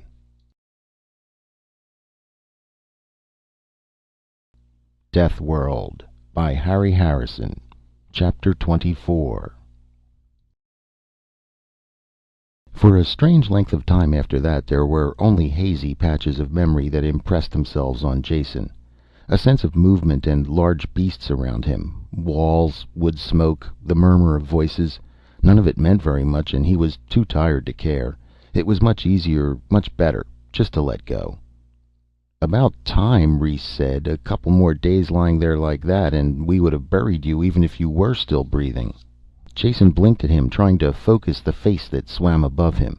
He finally recognized Reese and wanted to answer him, but talking only brought on a spell of body-racking coughing. Someone held a cup to his lips, and sweet fluid trickled down his throat. He rested, then tried again.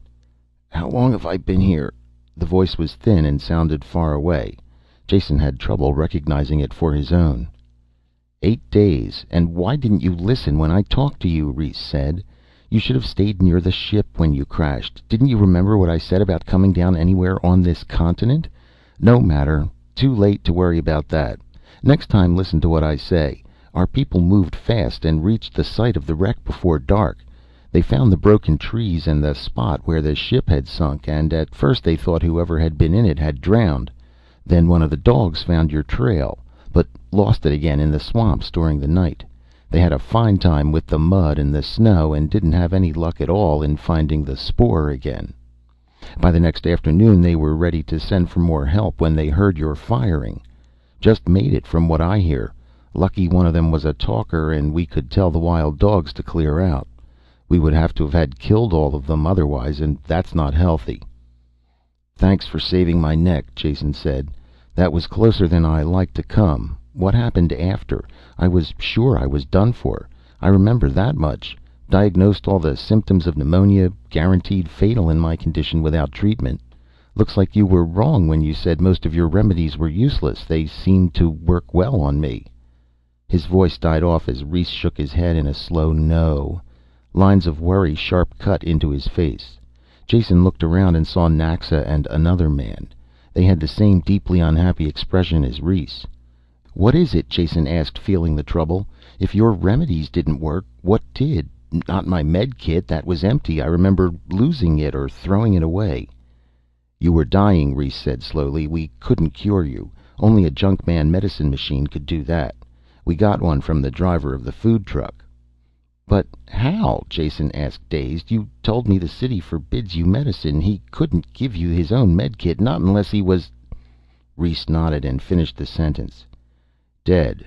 Of course, he was dead. I killed him myself, with a great deal of pleasure." This hit Jason hard. He sagged against the pillows and thought of all those who had died since he had come to Pyrrus. The men who had died to save him, died so he could live, died because of his ideas. It was a burden of guilt that he couldn't bear to think about. Would it stop with Krannon, or would the city people try to avenge his death? "Don't you realize what that means?" He gasped out the words. "Krannon's death will turn the city against you. There'll be no more supplies. They'll attack you when they can, kill your people." "Of course we know that." Reese leaned forward, his voice hoarse and intense. "It wasn't an easy decision to come to. We have always had a trading agreement with the Junkmen. The trading trucks were inviolate. This was our last and only link to the galaxy outside, an eventual hope of contacting them." "Yet you broke that link to save me. Why?" "Only you can answer that question completely. There was a great attack on the city and we saw their walls broken. They had to be moved back at one place. At the same time, the spaceship was over the ocean, dropping bombs of some kind. The flash was reported. Then the ship returned and you left it in a smaller ship. They fired at you but didn't kill you. The little ship wasn't destroyed either. We are starting to raise it now. What does it all mean? We had no way of telling. We only knew it was something vitally important. You were alive, but would obviously die before you could talk. The small ship might be repaired to fly. Perhaps that was your plan, and that is why you stole it for us. We couldn't let you die, not even if it meant all-out war with the city. The situation was explained to all our people who could be reached by screen, and they voted to save you. I killed the Junkman for his medicine, then rode 2 Durhams to death to get here in time. Now tell us, what does it mean? What is your plan? How will it help us?" Guilt leaned on Jason and stifled his mouth. A fragment of ancient legend cut across his mind, about the Jonah who wrecked the spacer so all in it died, yet he lived. Was that he? Had he wrecked a world? Could he dare admit to these people that he had taken the lifeboat only to save his own life? The 3 Pyrrans leaned forward, waiting for his words. Jason closed his eyes so he couldn't see their faces. What could he tell them? If he admitted the truth, they would undoubtedly kill him on the spot, considering it only justice. He wasn't fearful for his own life anymore, but if he died, the other deaths would have all been in vain, and there still was a way to end this planetary war. All the facts were available now. It was just a matter of putting them together. If only he wasn't so tired. He could see the solution. It was right there, lurking around a corner in his brain, waiting to be dragged out. Whatever he did, he couldn't admit the truth now. If he died, all hope died. He had to lie to gain time, and then find the true solution as soon as he was able. That was all he could do. "You were right," Jason said haltingly. "The small ship has an interstellar drive in it. Perhaps it can still be saved. Even if it can't, there is another way. I can't explain now, but I will tell you when I am rested. Don't worry. The fight is almost over." They laughed and pounded each other on the back. When they came to shake his hand as well, he closed his eyes and made believe he was asleep. It is very hard to be a hypocrite if you aren't trained for it. Reese woke him early the next morning. "Do you feel well enough to travel?" he asked. "Depends what you mean by travel," Jason told him. "If you mean under my own power, I doubt if I could get as far as the door." "You'll be carried," Reese broke in. "We have a litter swung between 2 Durhams. Not too comfortable, but you'll get there. But only if you think you are well enough to move. We called all the people within riding distance, and they are beginning to gather. By this afternoon we will have enough men in Durhams to pull the ship out of the swamp." "I'll come," Jason said, pushing himself to a sitting position. The effort exhausted him, bringing a wave of nausea. Only by leaning his full weight against the wall could he keep from falling back. He sat propped there until he heard shouts and the stamping of heavy feet outside, and they came to carry him out. The trip drained away his small store of energy, and he fell into an exhausted sleep. When he opened his eyes, the Durhams were standing knee-deep in the swamp, and the salvage operation had begun. Ropes vanished out of sight in the water while lines of struggling animals and men hauled at them. The beasts bellowed, the men cursed as they slipped and fell. All the Pyrrans tugging on the lines weren't male. Women were there as well. Shorter on the average than the men, they were just as brawny. Their clothing was varied and many-colored, the first touch of decoration Jason had seen on this planet. Getting the ship up was a heartbreaking job. The mud sucked at it and underwater roots caught on the vanes. Divers plunged time and time again into the brown water to cut them free. Progress was incredibly slow, but the work never stopped. Jason's brain was working even slower. The ship would be hauled up eventually. What would he do then? He had to have a new plan by that time, but thinking was impossible work. His thoughts corkscrewed and he had to fight down the rising feeling of panic. The sun was low when the ship's nose finally appeared above the water. A ragged cheer broke out at first sight of that battered cone of metal, and they went ahead with new energy. Jason was the first one who noticed the Durham weaving towards them. The dogs saw it, of course, and ran out and sniffed. The rider shouted to the dogs and kicked angrily at the sides of his mount. Even at this distance, Jason could see the beast's heaving sides and yellow foam-flecked hide. It was barely able to stagger now, and the man jumped down, running ahead on foot. He was shouting something as he ran that couldn't be heard above the noise. There was a single moment when the sounds slacked a bit and the running man's voice could be heard. He was calling the same word over and over again. It sounded like wait, but Jason couldn't be sure. Others had heard him though, and the result was instantaneous. They stopped, unmoving, where they were. Many of those holding the ropes let go of them. Only the quick action of the anchor men kept the ship from sliding back under, dragging the harnessed Durhams with it. A wave of silence washed across the swamp. In the wake of the running man's shouts, they could be heard clearly now. "Quake! Quake on the way! South! Only safe way is south!" One by one the ropes dropped back into the water and the Pyrrans turned to wade to solid land. Before they were well started, Reese's voice cracked out. "Stay at work. Get the ship up. It's our only hope now. I'll talk to Hananis, find out how much time we have." These solitary people were unused to orders. They stopped and milled about, reason fighting with the urgent desire to run. One by one they stepped back to the ropes as they worked out the sense of Reese's words. As soon as it was clear the work would continue, he turned away. "What is it? What's happening?" Jason called to him as he ran by. "It's Hananis," Reese said, stopping by the litter, waiting for the newcomer to reach him. "He's a quake man. They know when quakes are coming, before they happen."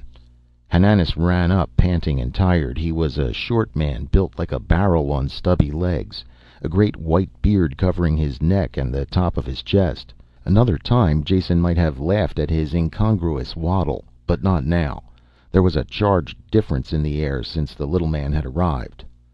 "Why didn't you have somebody near a plate? I called all over this area without an answer. Finally had to come myself."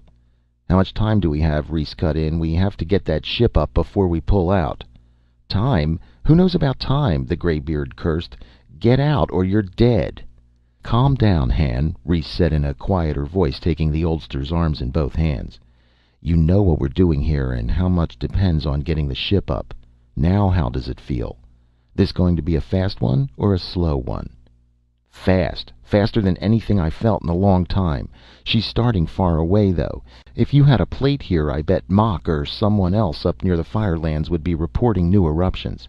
It's on the way, and if we don't get out soon we're not getting out at all." There was a burble of water as the ship was hauled out a bit farther. No one talked now, and there was a fierce urgency in the movements. Jason still wasn't sure exactly what had happened. "Don't shoot me for a foreigner," he said, "but just what is wrong? Are you expecting earthquakes here? Are you sure?" "Sure?" Hananis screeched. "Of course I'm sure. If I wasn't sure I wouldn't be a quake man. It's on the way." "There's no doubt of that," Reese added. "I don't know how you can tell on your planet when quakes or volcanisms are going to start. Machines, maybe. We have nothing like that, but quake men like Hananis here always know about them before they happen. If the word can be passed fast enough, we get away. The quake is coming all right. The only thing in doubt now is how much time we have." The work went on, and there was a good chance they would die long before it was finished. All for nothing. The only way Jason could get them to stop would be to admit the ship was useless. He would be killed then, and the grubber chances would die with him. He chewed his lip as the sun set and the work continued by torchlight. Hananis paced around, grumbling under his breath, halting only to glance at the northern horizon. The people felt his restlessness and transmitted it to their animals. Dogfights broke out, and the Durhams pulled reluctantly at their harnesses. With each passing second their chances grew slimmer, and Jason searched desperately for a way out of the trap of his own constructing. "Look," someone said, and they all turned. The sky to the north was lit with red light. There was a rumble in the ground that was felt more than heard. The surface of the water blurred, then broke into patterns of tiny waves. Jason turned away from the light, looking at the water and the ship. It was higher now, the top of the stern exposed. There was a gaping hole here, blasted through the metal by the spaceship's guns. "Reese," he called, his words jammed together in a rush to get them out. "Look at the ship, at the hole blasted in her stern. I landed on the rockets and didn't know how badly she was hit, but the guns hit the star drive." Reese gaped at him unbelievingly as he went on, improvising, playing by ear, trying to manufacture lies that rang of truth. "I watched them install the drive. It's an auxiliary to the other engine. It was bolted to the hull right there. It's gone now, blown up. The boat will never leave this planet, much less go to another star." He couldn't look Reese in the eyes after that. He sank back into the furs that had been propped behind him, feeling the weakness even more. Reese was silent, and Jason couldn't tell if his story had been believed. Only when the Pyrran bent and slashed the nearest rope did he know he had won. The word passed from man to man, and the ropes were cut silently. Behind them, the ship they had labored so hard over sank back into the water. None of them watched. Each was locked in his own world of thought as they formed up to leave. As soon as the Durhams were saddled and packed, they started out, Hananis leading the way. Within minutes they were all moving a single file that vanished into the darkness. Jason's litter had to be left behind. It would have been smashed to pieces in the night march. Reese pulled him up into the saddle before him, locking his body into place with a steel-hard arm. The trek continued. When they left the swamp, they changed directions sharply. A little later Jason knew why, when the southern sky exploded. Flames lit the scene brightly, ashes sifted down, and hot lumps of rock crashed into the trees. They steamed when they hit, and if it hadn't been for the earlier rain, they would have been faced with a forest fire as well. Something large loomed up next to the line of march, and when they crossed an open space, Jason looked at it in the reflected light from the sky. "Reese," he choked, pointing. Reese looked at the great beast moving next to them, shaggy body and twisted horns as high as their shoulders, then looked away. He wasn't frightened or apparently interested. Jason looked around then and began to understand. All of the fleeing animals made no sound. That's why he hadn't noticed them before. But on both sides dark forms ran between the trees. Some he recognized, most of them he didn't. For a few minutes a pack of wild dogs ran near them, even mingling with the domesticated dogs. No notice was taken. Flying things flapped overhead. Under the great threat of the volcanoes, all other battles were forgotten. Life respected life. A herd of fat pig-like beasts with curling tusks blundered through the line. The Durhams slowed, picking their steps carefully so that they wouldn't step on them. Smaller animals sometimes clung to the backs of bigger ones, riding untouched a while before they leaped off. Pounded mercilessly by the saddle, Jason fell wearily into a light sleep. It was shot through with dreams of the rushing animals hurrying on forever in silence. With his eyes open or shut, he saw the same endless stream of beasts. It all meant something, and he frowned as he tried to think what. Animals running. Pyrran animals. He sat bolt upright suddenly, wide awake, staring down in comprehension. "What is it?" Reese asked. "Go on," Jason said. "Get us out of this and get us out safely. I told you the lifeboat wasn't the only answer. I know how your people can get what they want. End the war now. There is a way, and I know how it can be done." End of Chapter 24 of Deathworld by Harry Harrison.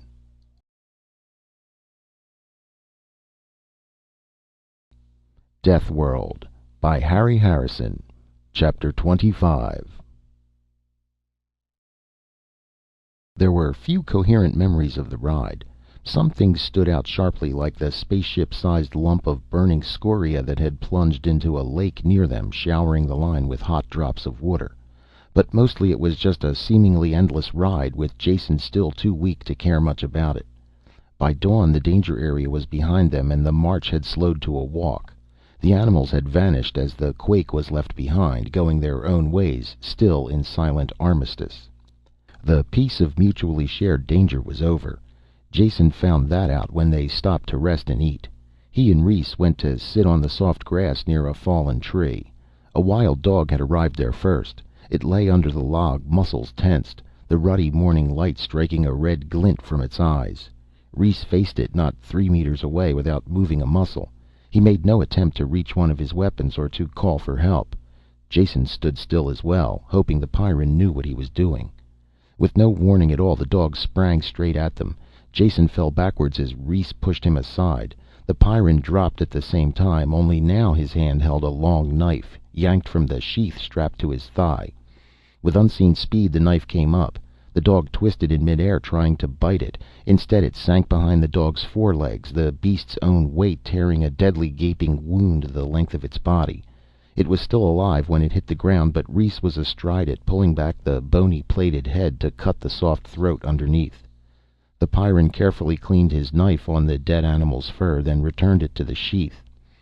"They're usually no trouble," he said quietly, but it was excited. Probably lost the rest of the pack in the quake. His actions were the direct opposite of the city Pyrrans. He had not looked for trouble nor started the fight. Instead he had avoided it as long as he could, but when the beast charged it had been neatly and efficiently dispatched.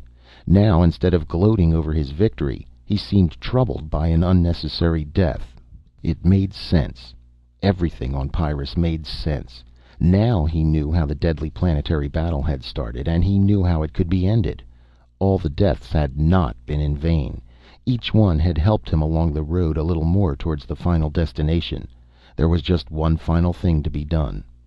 Rhys was watching him now, and he knew they shared the same thoughts. "Explain yourself," Rhys said. What did you mean when you said we could wipe out the junkmen and get our freedom?"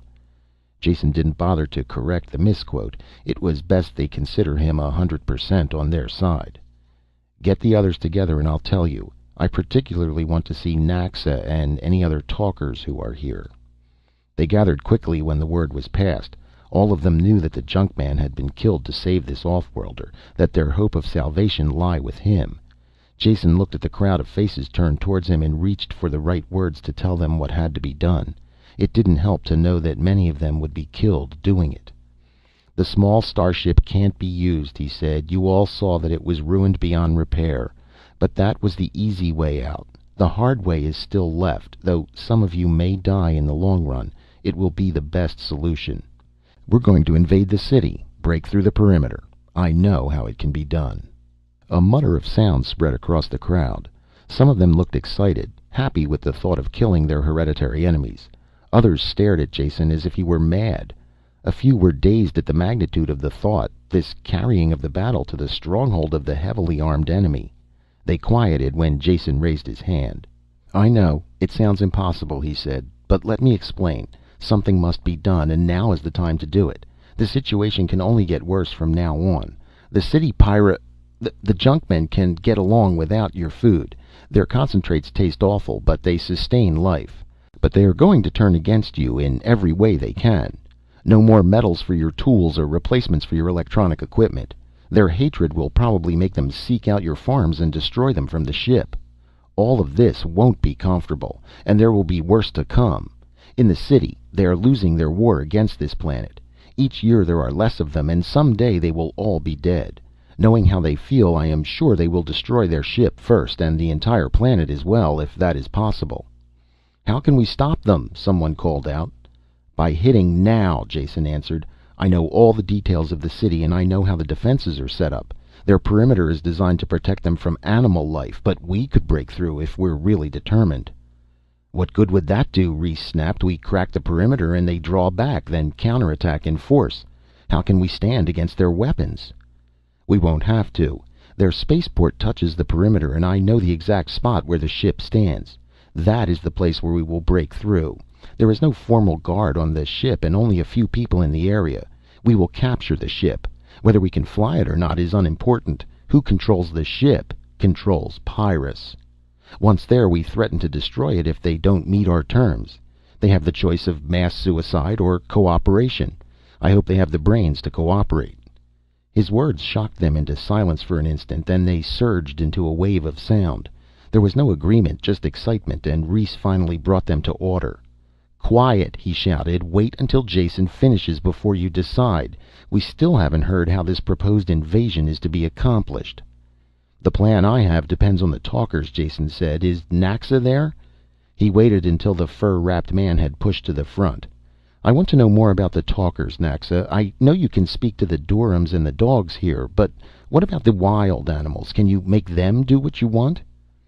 "They're animals. Of course we can talk to them. The more talkers, the more power. Make 'em do just what we want." "Then the attack will work," Jason said excitedly. "Could you get your talkers all on one side of the city, the opposite side from the spaceport, and stir the animals up, make them attack the perimeter?" "Could we?" Naxa shouted, carried away by the idea. "We'd bring in animals from all over, start the biggest attack they ever saw." "Then that's it. Your talkers will launch the attack on the far side of the perimeter. If you keep out of sight, the guards will have no idea that it is anything more than an animal attack. I've seen how they work. As an attack mounts, they call for reserves inside the city and drain men away from the other parts of the perimeter.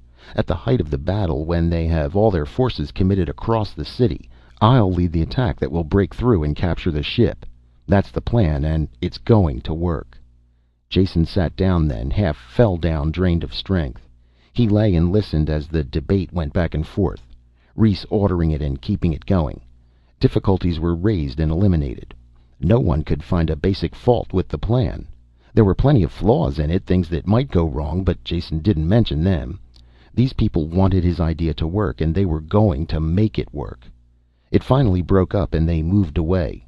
Reese came over to Jason. "The basics are settled," he said. "All here are in agreement. They are spreading the word by messenger to all the talkers. The talkers are the heart of the attack, and the more we have, the better it will go off. We don't dare use the screens to call them. There is a good chance that the junkmen can intercept our messages. It will take 5 days before we are ready to go ahead."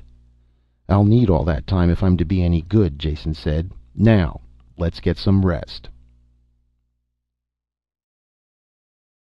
End of Chapter 25 of Deathworld by Harry Harrison.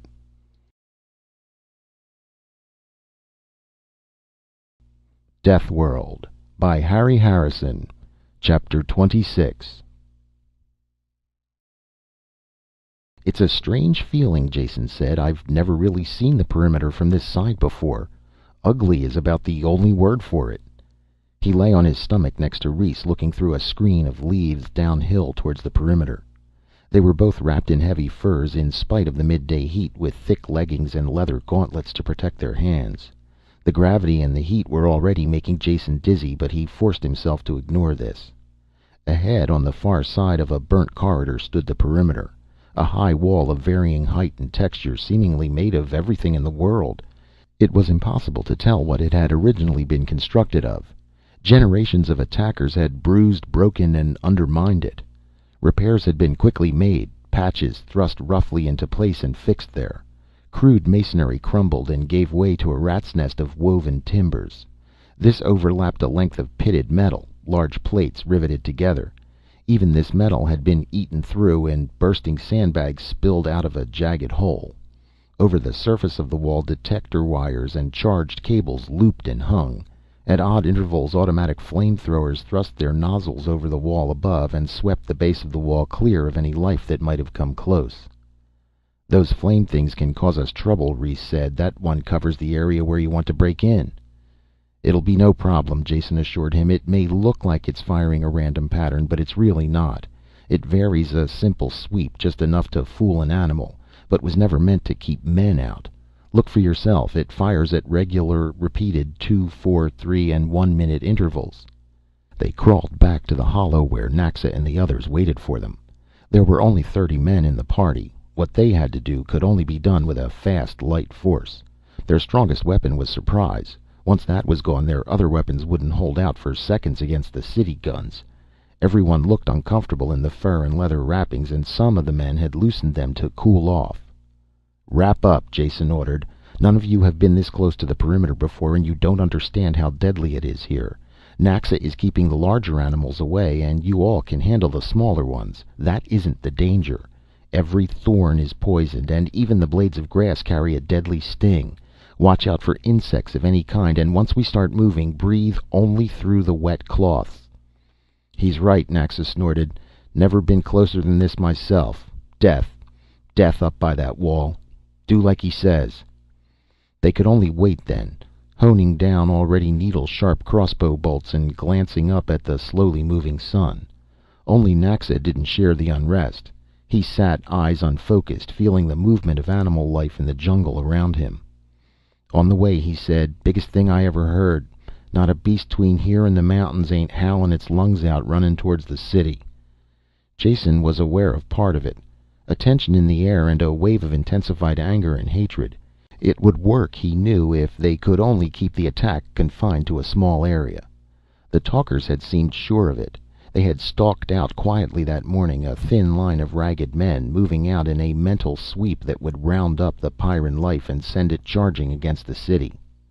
"They hit," Naxa said suddenly. The men were on their feet now, staring in the direction of the city. Jason had felt the twist as the attack had been driven home, and knew that this was it.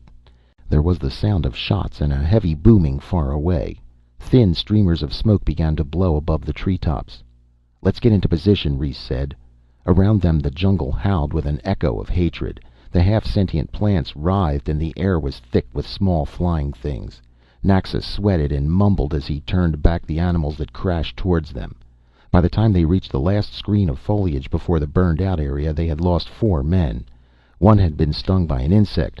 Jason got the med kit to him in time, but he was so sick he had to turn back.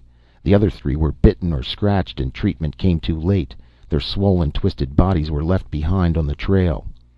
"Damn beasts hurt my head," Naxa muttered. "When we go in?" "Not yet," Reese said. "We wait for the signal."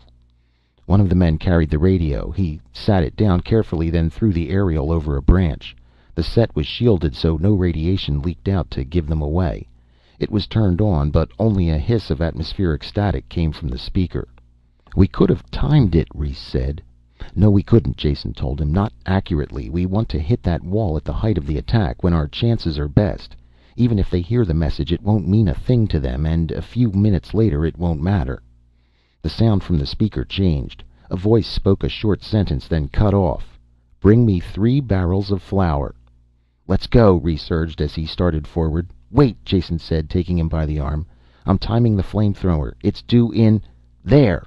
A blast of fire sprayed the ground, then turned off. "We have 4 minutes to the next one. We hit the long period." They ran, stumbling in the soft ashes, tripping over charred bones and rusted metal. 2 men grabbed Jason under the arm and half carried him across the ground. It hadn't been planned that way, but it saved precious seconds. They dropped him against the wall and he fumbled out the bombs he had made. The charges from Crannon's gun, taken when he was killed, had been hooked together with a firing circuit. All the moves had been rehearsed carefully, and they went smoothly now. Jason had picked the metal wall as being the best spot to break in. It offered the most resistance to the native life, so the chances were it wouldn't be reinforced with sandbags or fill the way the other parts of the wall were. If he was wrong, they were all dead. The first men had slapped their wads of sticky congealed sap against the wall. Jason pressed the charges into them and they stuck, a roughly rectangular pattern as high as a man. While he did this, the detonating wire was run out to its length and the raiders pressed back against the base of the wall. Jason stumbled through the ashes to the detonator, fell on it, and pressed the switch at the same time. Behind him a thundering bang shook the wall and red flame burst out. Reese was the first one there, pulling at the twisted and smoking metal with his gloved hands. Others grabbed on and bent the jagged pieces aside. The hole was filled with smoke and nothing was visible through it. Jason dived into the opening, rolled on a heap of rubble, and smacked into something solid. When he blinked the smoke from his eyes, he looked around him. He was inside the city. The others poured through now, picking him up as they charged in so he wouldn't be trampled underfoot. Someone spotted the spaceship and they ran that way. A man ran around the corner of a building towards them. His Pyrran reflexes sent him springing into the safety of a doorway the same moment he saw the invaders. But they were Pyrrans too. The man slumped slowly back onto the street, 3 metal bolts sticking out of his body. They ran on without stopping, running between the low storehouses. The ship stood ahead. Someone had reached it ahead of them. They could see the outer hatch slowly grinding shut. A hail of bolts from the bows crashed into it with no effect. "Keep going," Jason shouted. "Get next to the hull before he reaches the guns." This time 3 men didn't make it. The rest of them were under the belly of the ship when every gun let go at once. Most of them were aimed away from the ship. Still, the screaming of shells and electric discharges was ear-shattering. The 3 men still in the open dissolved under the fire. Whoever was inside the ship had hit all the gun trips at once, both to knock out the attackers and summon aid. He would be on the screen now, calling for help. Their time was running out. Jason reached up and tried to open the hatch while the others watched. It was locked from the inside.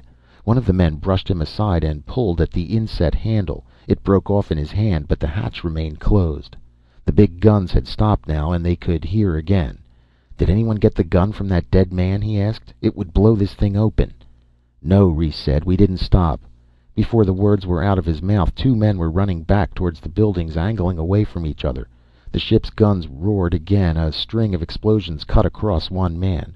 Before they could change direction and find the other man, he had reached the buildings. He returned quickly, darting into the open to throw the gun to them. Before he could dive back to safety, the shells caught him. Jason grabbed up the gun as it skidded almost to his feet. They heard the sound of wide-open truck turbines screaming towards them as he blasted the lock. The mechanism sighed and the hatch sagged open. They were all through the airlock before the first truck appeared. Naxa stayed behind with the gun to hold the lock until they could take the control room. Everyone climbed faster than Jason once he had pointed them the way, so the battle was over when he got there. The single city Pyrran looked like a pincushion. One of the techs had found the gun controls and was shooting wildly, the sheer quantity of his fire driving the trucks back. "Someone get on the radio and tell the talkers to call off the attack," Jason said. He found the communications screen and snapped it on. Kirk's wide-eyed face stared at him from the screen. "You," Kirk said, breathing the word like a curse. "Yes, it's me," Jason answered. He talked without looking up, while his hands were busy at the control board. "Listen to me, Kirk, and don't doubt anything I say. I may not know how to fly one of these ships, but I do know how to blow them up. Do you hear that sound?" He flipped over a switch, and the faraway whine of a pump droned faintly. "That's the main fuel pump. If I let it run, which I won't right now, it could quickly fill the drive chamber with raw fuel. Pour in so much that it would run out of the stern tubes. Then what do you think would happen to your one and only spacer if I press the firing button? I'm not asking you what would happen to me, since you don't care. But you need this ship the way you need life itself." There was only silence in the cabin now. The men who had won the ship turned to face him. Kirk's voice grated loudly through the room. "What do you want, Jason? What are you trying to do? Why did you lead those animals in here?" His voice cracked and broke as anger choked him and spilled over. "Watch your tongue, Kirk," Jason said with soft menace. "These men you are talking about are the only ones on Pyrrus who have a spaceship. If you want them to share it with you, you had better learn to talk nicely. Now come over here at once, and bring Brucco and Meta." Jason looked at the older man's florid and swollen face and felt a measure of sympathy. "Don't look so unhappy. It's not the end of the world. In fact, it might be the beginning of one. And another thing, leave this channel open when you go. Have it hooked into every screen in the city so everyone can see what happens here. Make sure it's taped, too, for replay." Kirk started to say something but changed his mind before he did. He left the screen, but the set stayed alive, carrying the scene in the control room to the entire city. End of Chapter 26 of Deathworld by Harry Harrison.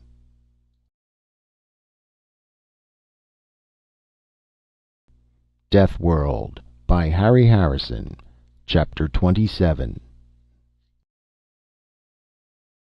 The fight was over.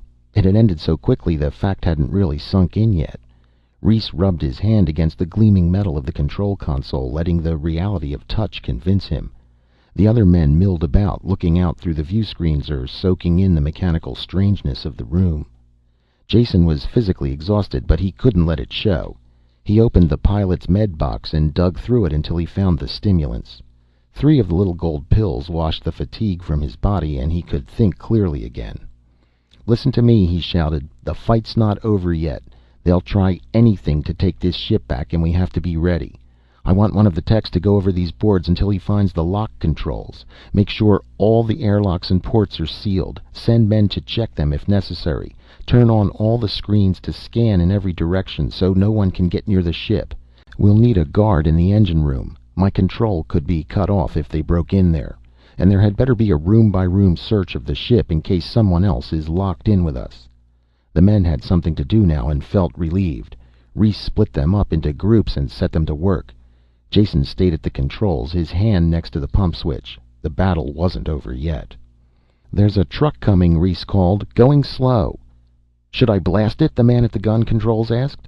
"Hold your fire," Jason said, "until we can see who it is. If it's the people I sent for, let them through." As the truck came on slowly, the gunner tracked it with his sights.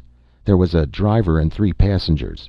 Jason waited until he was positive who they were.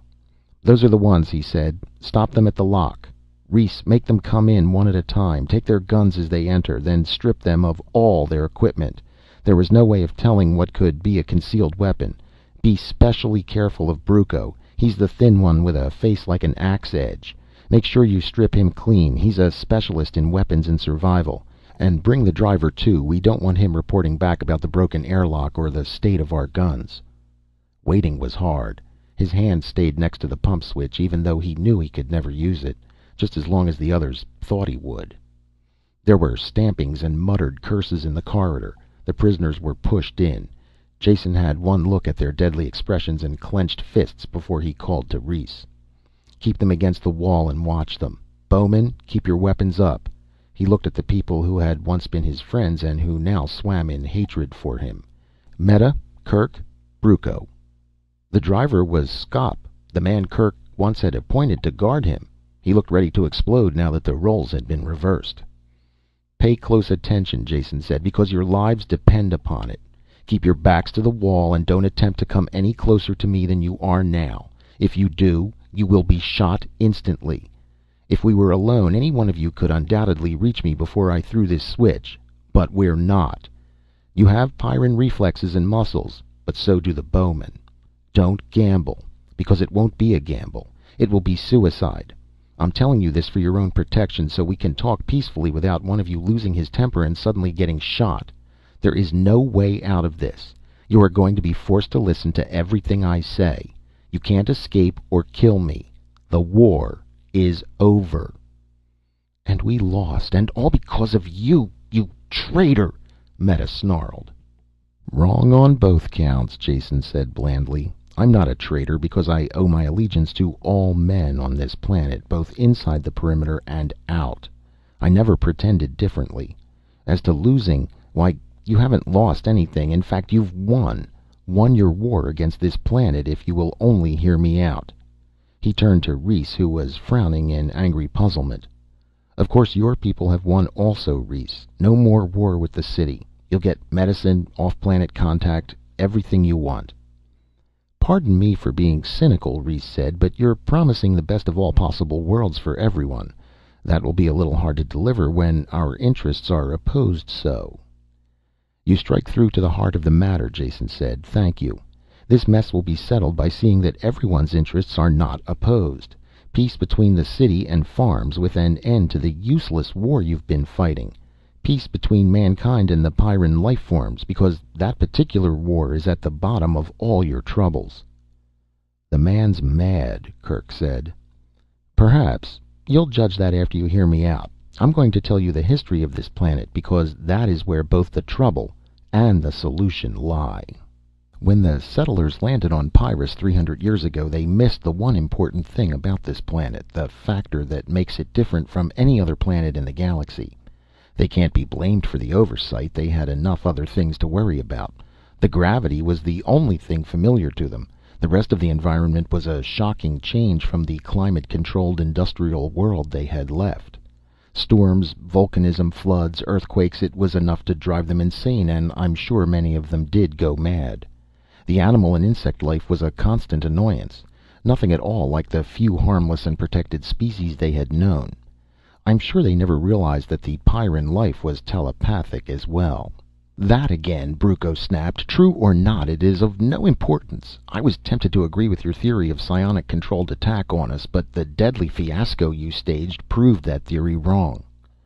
"I agree," Jason answered. "I was completely mistaken when I thought some outside agency directed the attack on the city with psionic control. It seemed a logical theory at the time, and the evidence pointed that way. The expedition to the island was a deadly fiasco, only don't forget that attack was the direct opposite of what I wanted to have done. If I had gone into the cave myself, none of the deaths would have been necessary. I think it would have been discovered that the plant creatures were nothing more than an advanced life form with unusual psi ability. They simply resonated strongly to the psionic attack on the city. I had the idea backwards, thinking they instigated the battle. We'll never know the truth, though, because they're destroyed, but their deaths did prove one thing. It allows us to find the real culprits, the creatures who are leading, directing, and inspiring the war against the city." "Who?" Kirk breathed the question rather than spoke it. "Why, you, of course," Jason told him. "Not you alone, but all of your people in the city. Perhaps you don't like this war, however, you are responsible for it and keep it going." Jason had to force back a smile as he looked at their dumbfounded expressions. He had to prove his point quickly before even his allies began to think him insane. "Here's how it works. I said Pyrran life was telepathic, and I meant all life. Every single insect, plant, and animal. At one time in this planet's violent history, these psionic mutations proved to be survival types. They existed when other species died, and in the end I'm sure they cooperated in wiping out the last survivors of the non-psi strains. Cooperation is the key word here, because while they still competed against each other under normal conditions, they worked together against anything that threatened them as a whole. When a natural upheaval or a tidal wave threatened them, they fled from it in harmony. You can see a milder form of this same behavior on any planet that is subject to forest fires, but here mutual survival was carried to an extreme because of the violent conditions. Perhaps some of the life forms even developed precognition, like the human quake men. With this advance warning, the larger beasts fled. The smaller ones developed seeds or burrs or eggs that could be carried to safety by the wind or in the animal's fur, thus ensuring racial survival.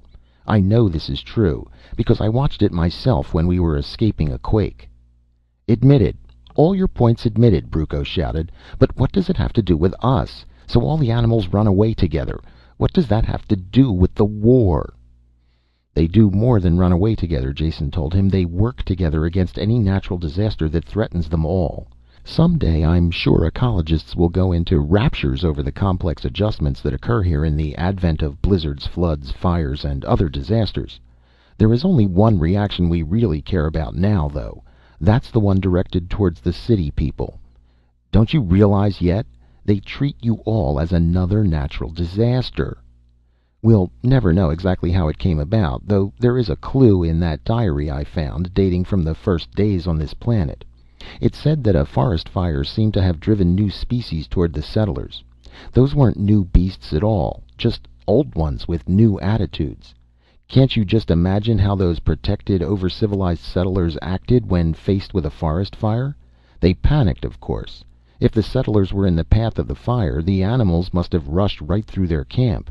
Their reaction would undoubtedly have been to shoot the fleeing creatures down.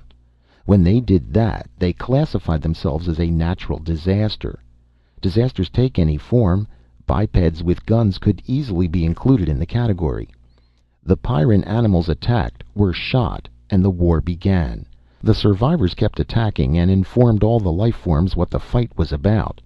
The radioactivity of this planet must cause plenty of mutations, and the favorable survival mutation was now one that was deadly to man. I'll hazard a guess that the psi function even instigates mutations. Some of the deadlier types are just too one-sided to have come about naturally in a brief 300 years. The settlers, of course, fought back and kept their status as a natural disaster intact. Through the centuries they improved their killing methods. Not that it did the slightest good, as you know. You city people, their descendants, are heirs to this heritage of hatred. You fight and are slowly being defeated.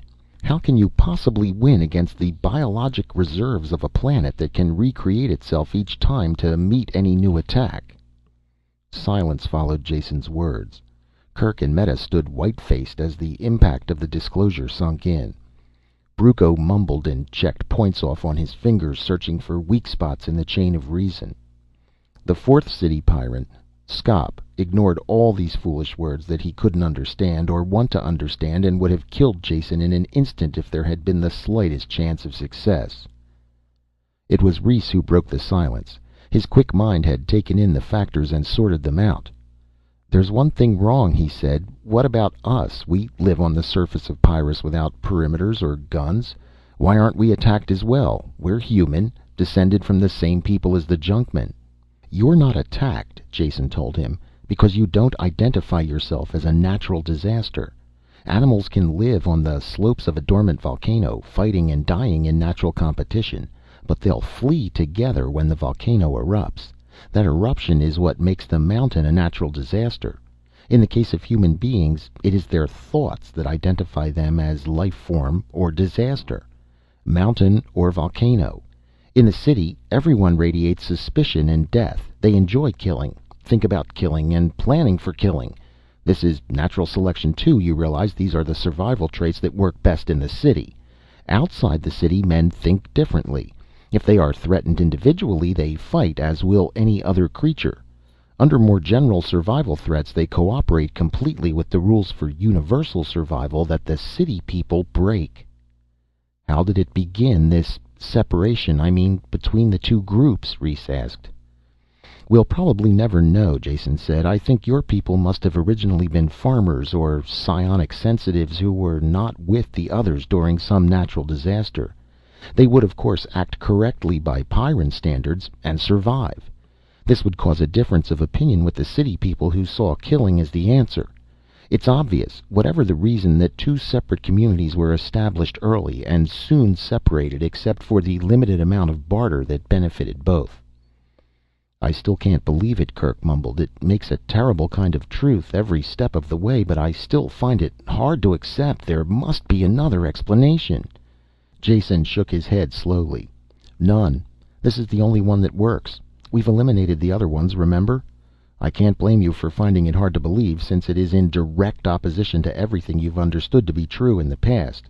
It's like altering a natural law, as if I gave you proof that gravity didn't really exist, that it was a force altogether different from the immutable one we know, one you could get around when you understood how.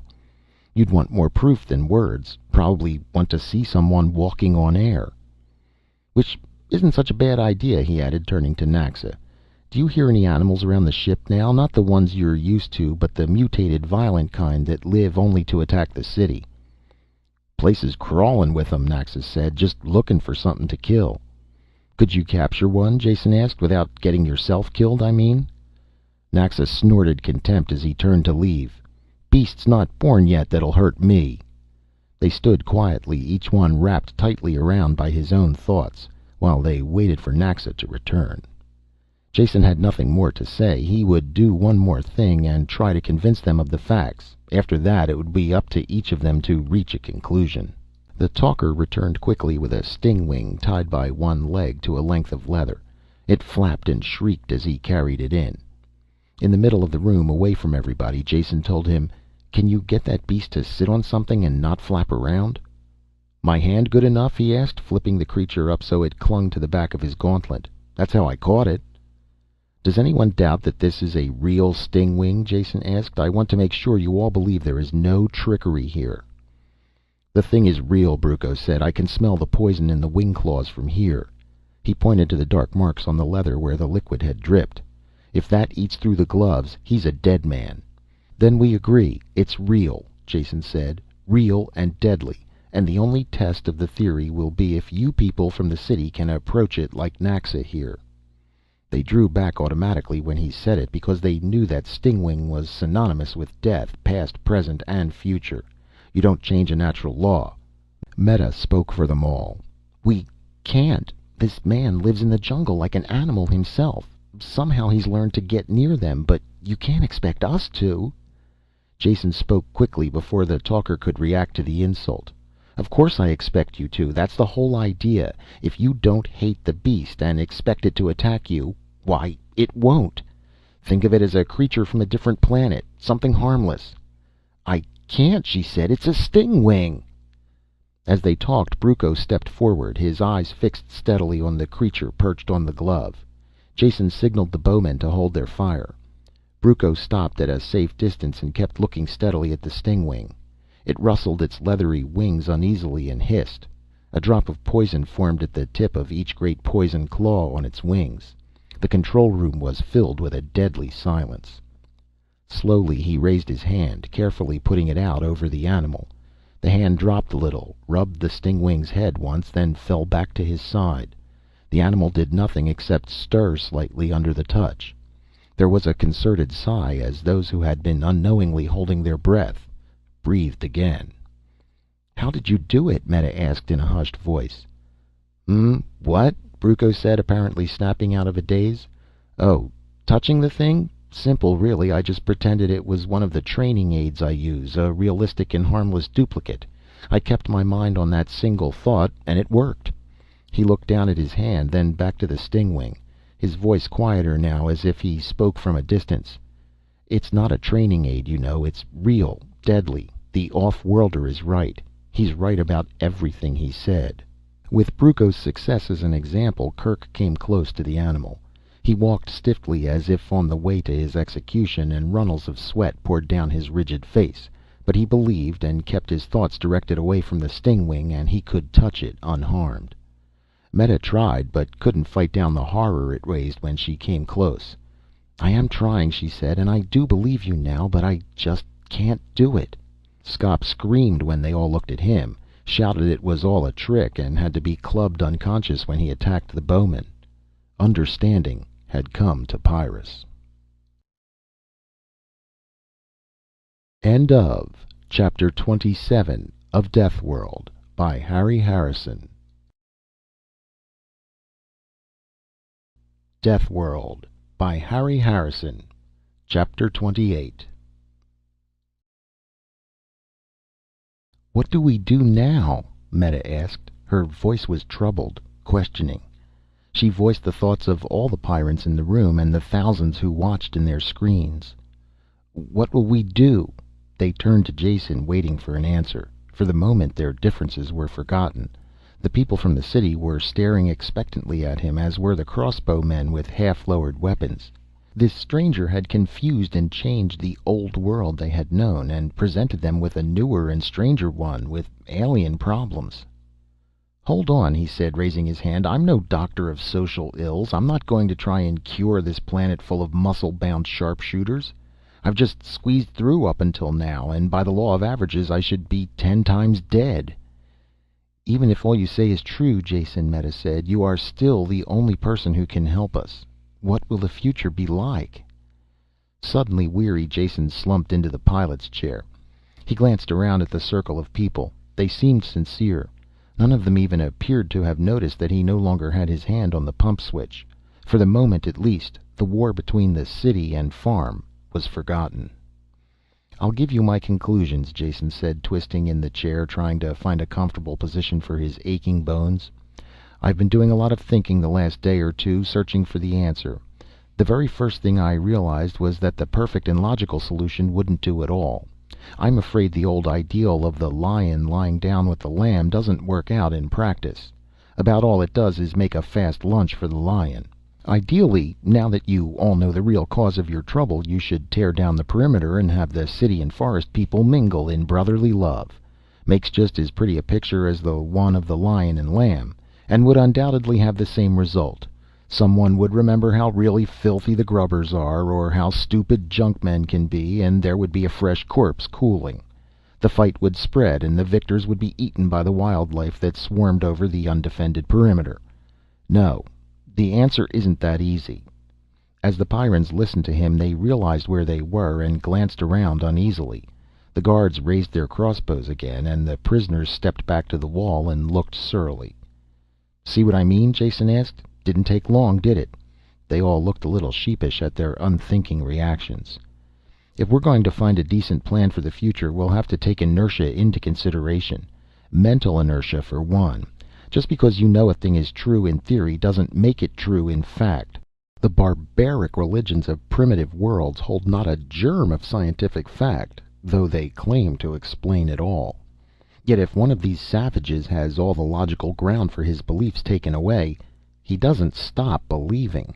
He then calls his mistaken beliefs faith, because he knows they are right, and he knows they are right because he has faith. This is an unbreakable circle of false logic that can't be touched.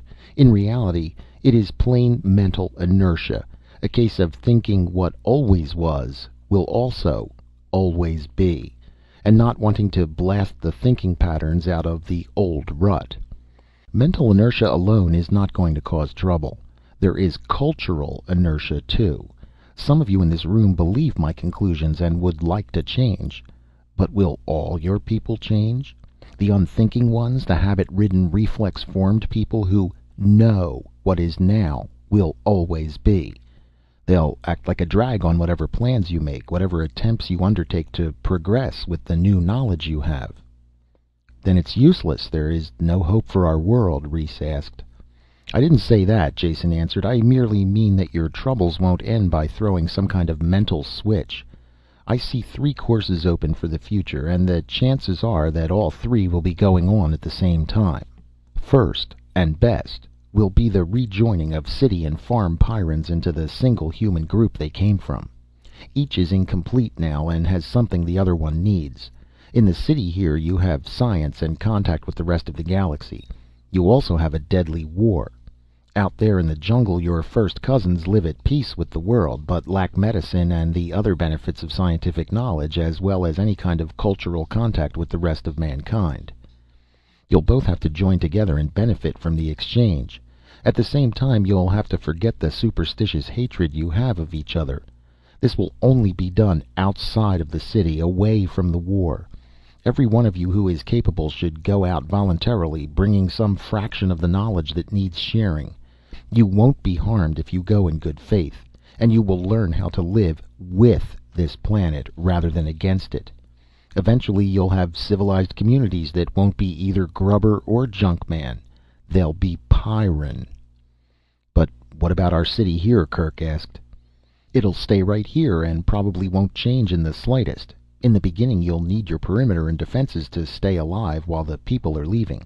And after that it will keep going because there are going to be any number of people here who you won't convince. They'll stay and fight and eventually die. Perhaps you will be able to do a better job in educating their children. What the eventual end of the city will be, I have no idea." They were silent as they thought about the future. On the floor Skop groaned but did not move. "Those are 2 ways," Meta said. "What is the third?" "The third possibility is my own pet scheme." Jason smiled. "And I hope I can find enough people to go along with me. I'm going to take my money and spend it all on outfitting the best and most modern spacer with every weapon and piece of scientific equipment I can get my hands on.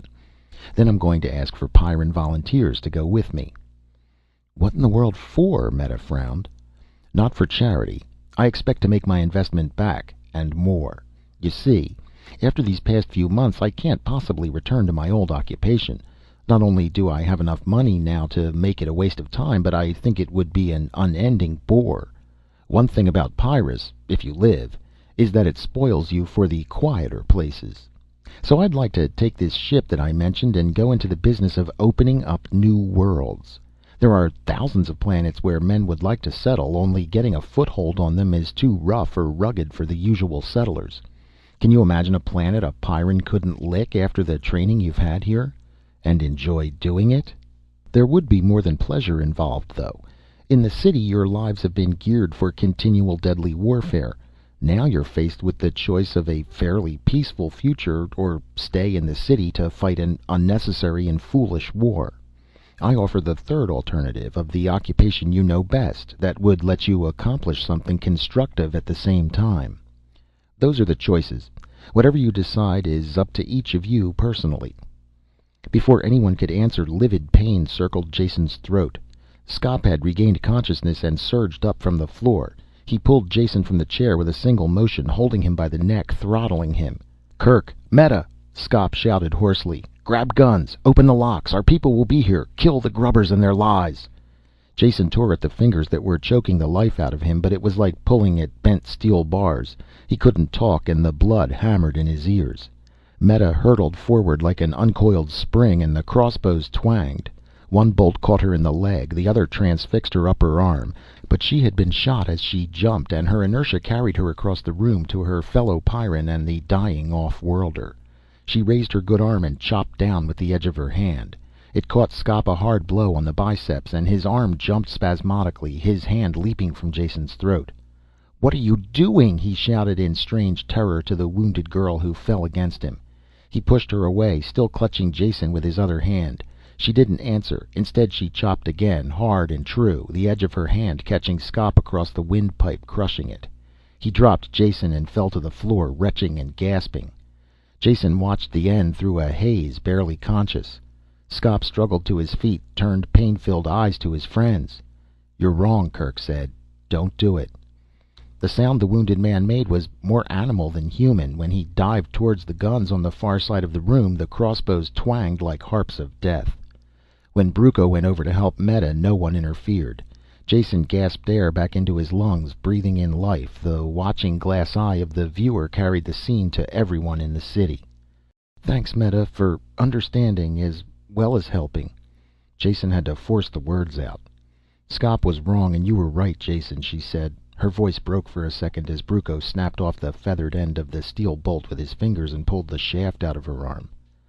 "I can't stay in the city. Only people who feel as Skop did will be able to do that. And I'm afraid I can't go into the forest. You saw what luck I had with the stingwing. If it's all right, I'd like to come with you. I'd like to very much." It hurt when he talked, so Jason could only smile, but she knew what he meant. Kerk looked down in unhappiness at the body of the dead man. "He was wrong, but I know how he felt. I can't leave the city. Not yet. Someone will have to keep things in hand while the changes are taking place. Your ship is a good idea, Jason. You'll have no shortage of volunteers, though I doubt if you'll get Brucco to go with you." "Of course not," Brucco snapped, not looking up from the compression bandage he was tying. "There's enough to do right here on Pyrrus. The animal life. Quite a study to be made. Probably have every ecologist in the galaxy visiting here." Kerk walked slowly to the screen overlooking the city. No one attempted to stop him. He looked out at the buildings, the smoke still curling up from the perimeter, and the limitless sweep of green jungle beyond. "You've changed it all, Jason," he said. "We can't see it now, but Pyrrus will never be the way it was before you came, for better or worse." "Better," Jason croaked and rubbed his aching throat. "Now get together and end this war so people will really believe it." Reese turned and, after an instant's hesitation, extended his hand to Kerk. The gray-haired Pyrran felt the same repugnance himself about touching a grubber. They shook hands then, because they were both strong men. End of Chapter 28 of Deathworld by Harry Harrison.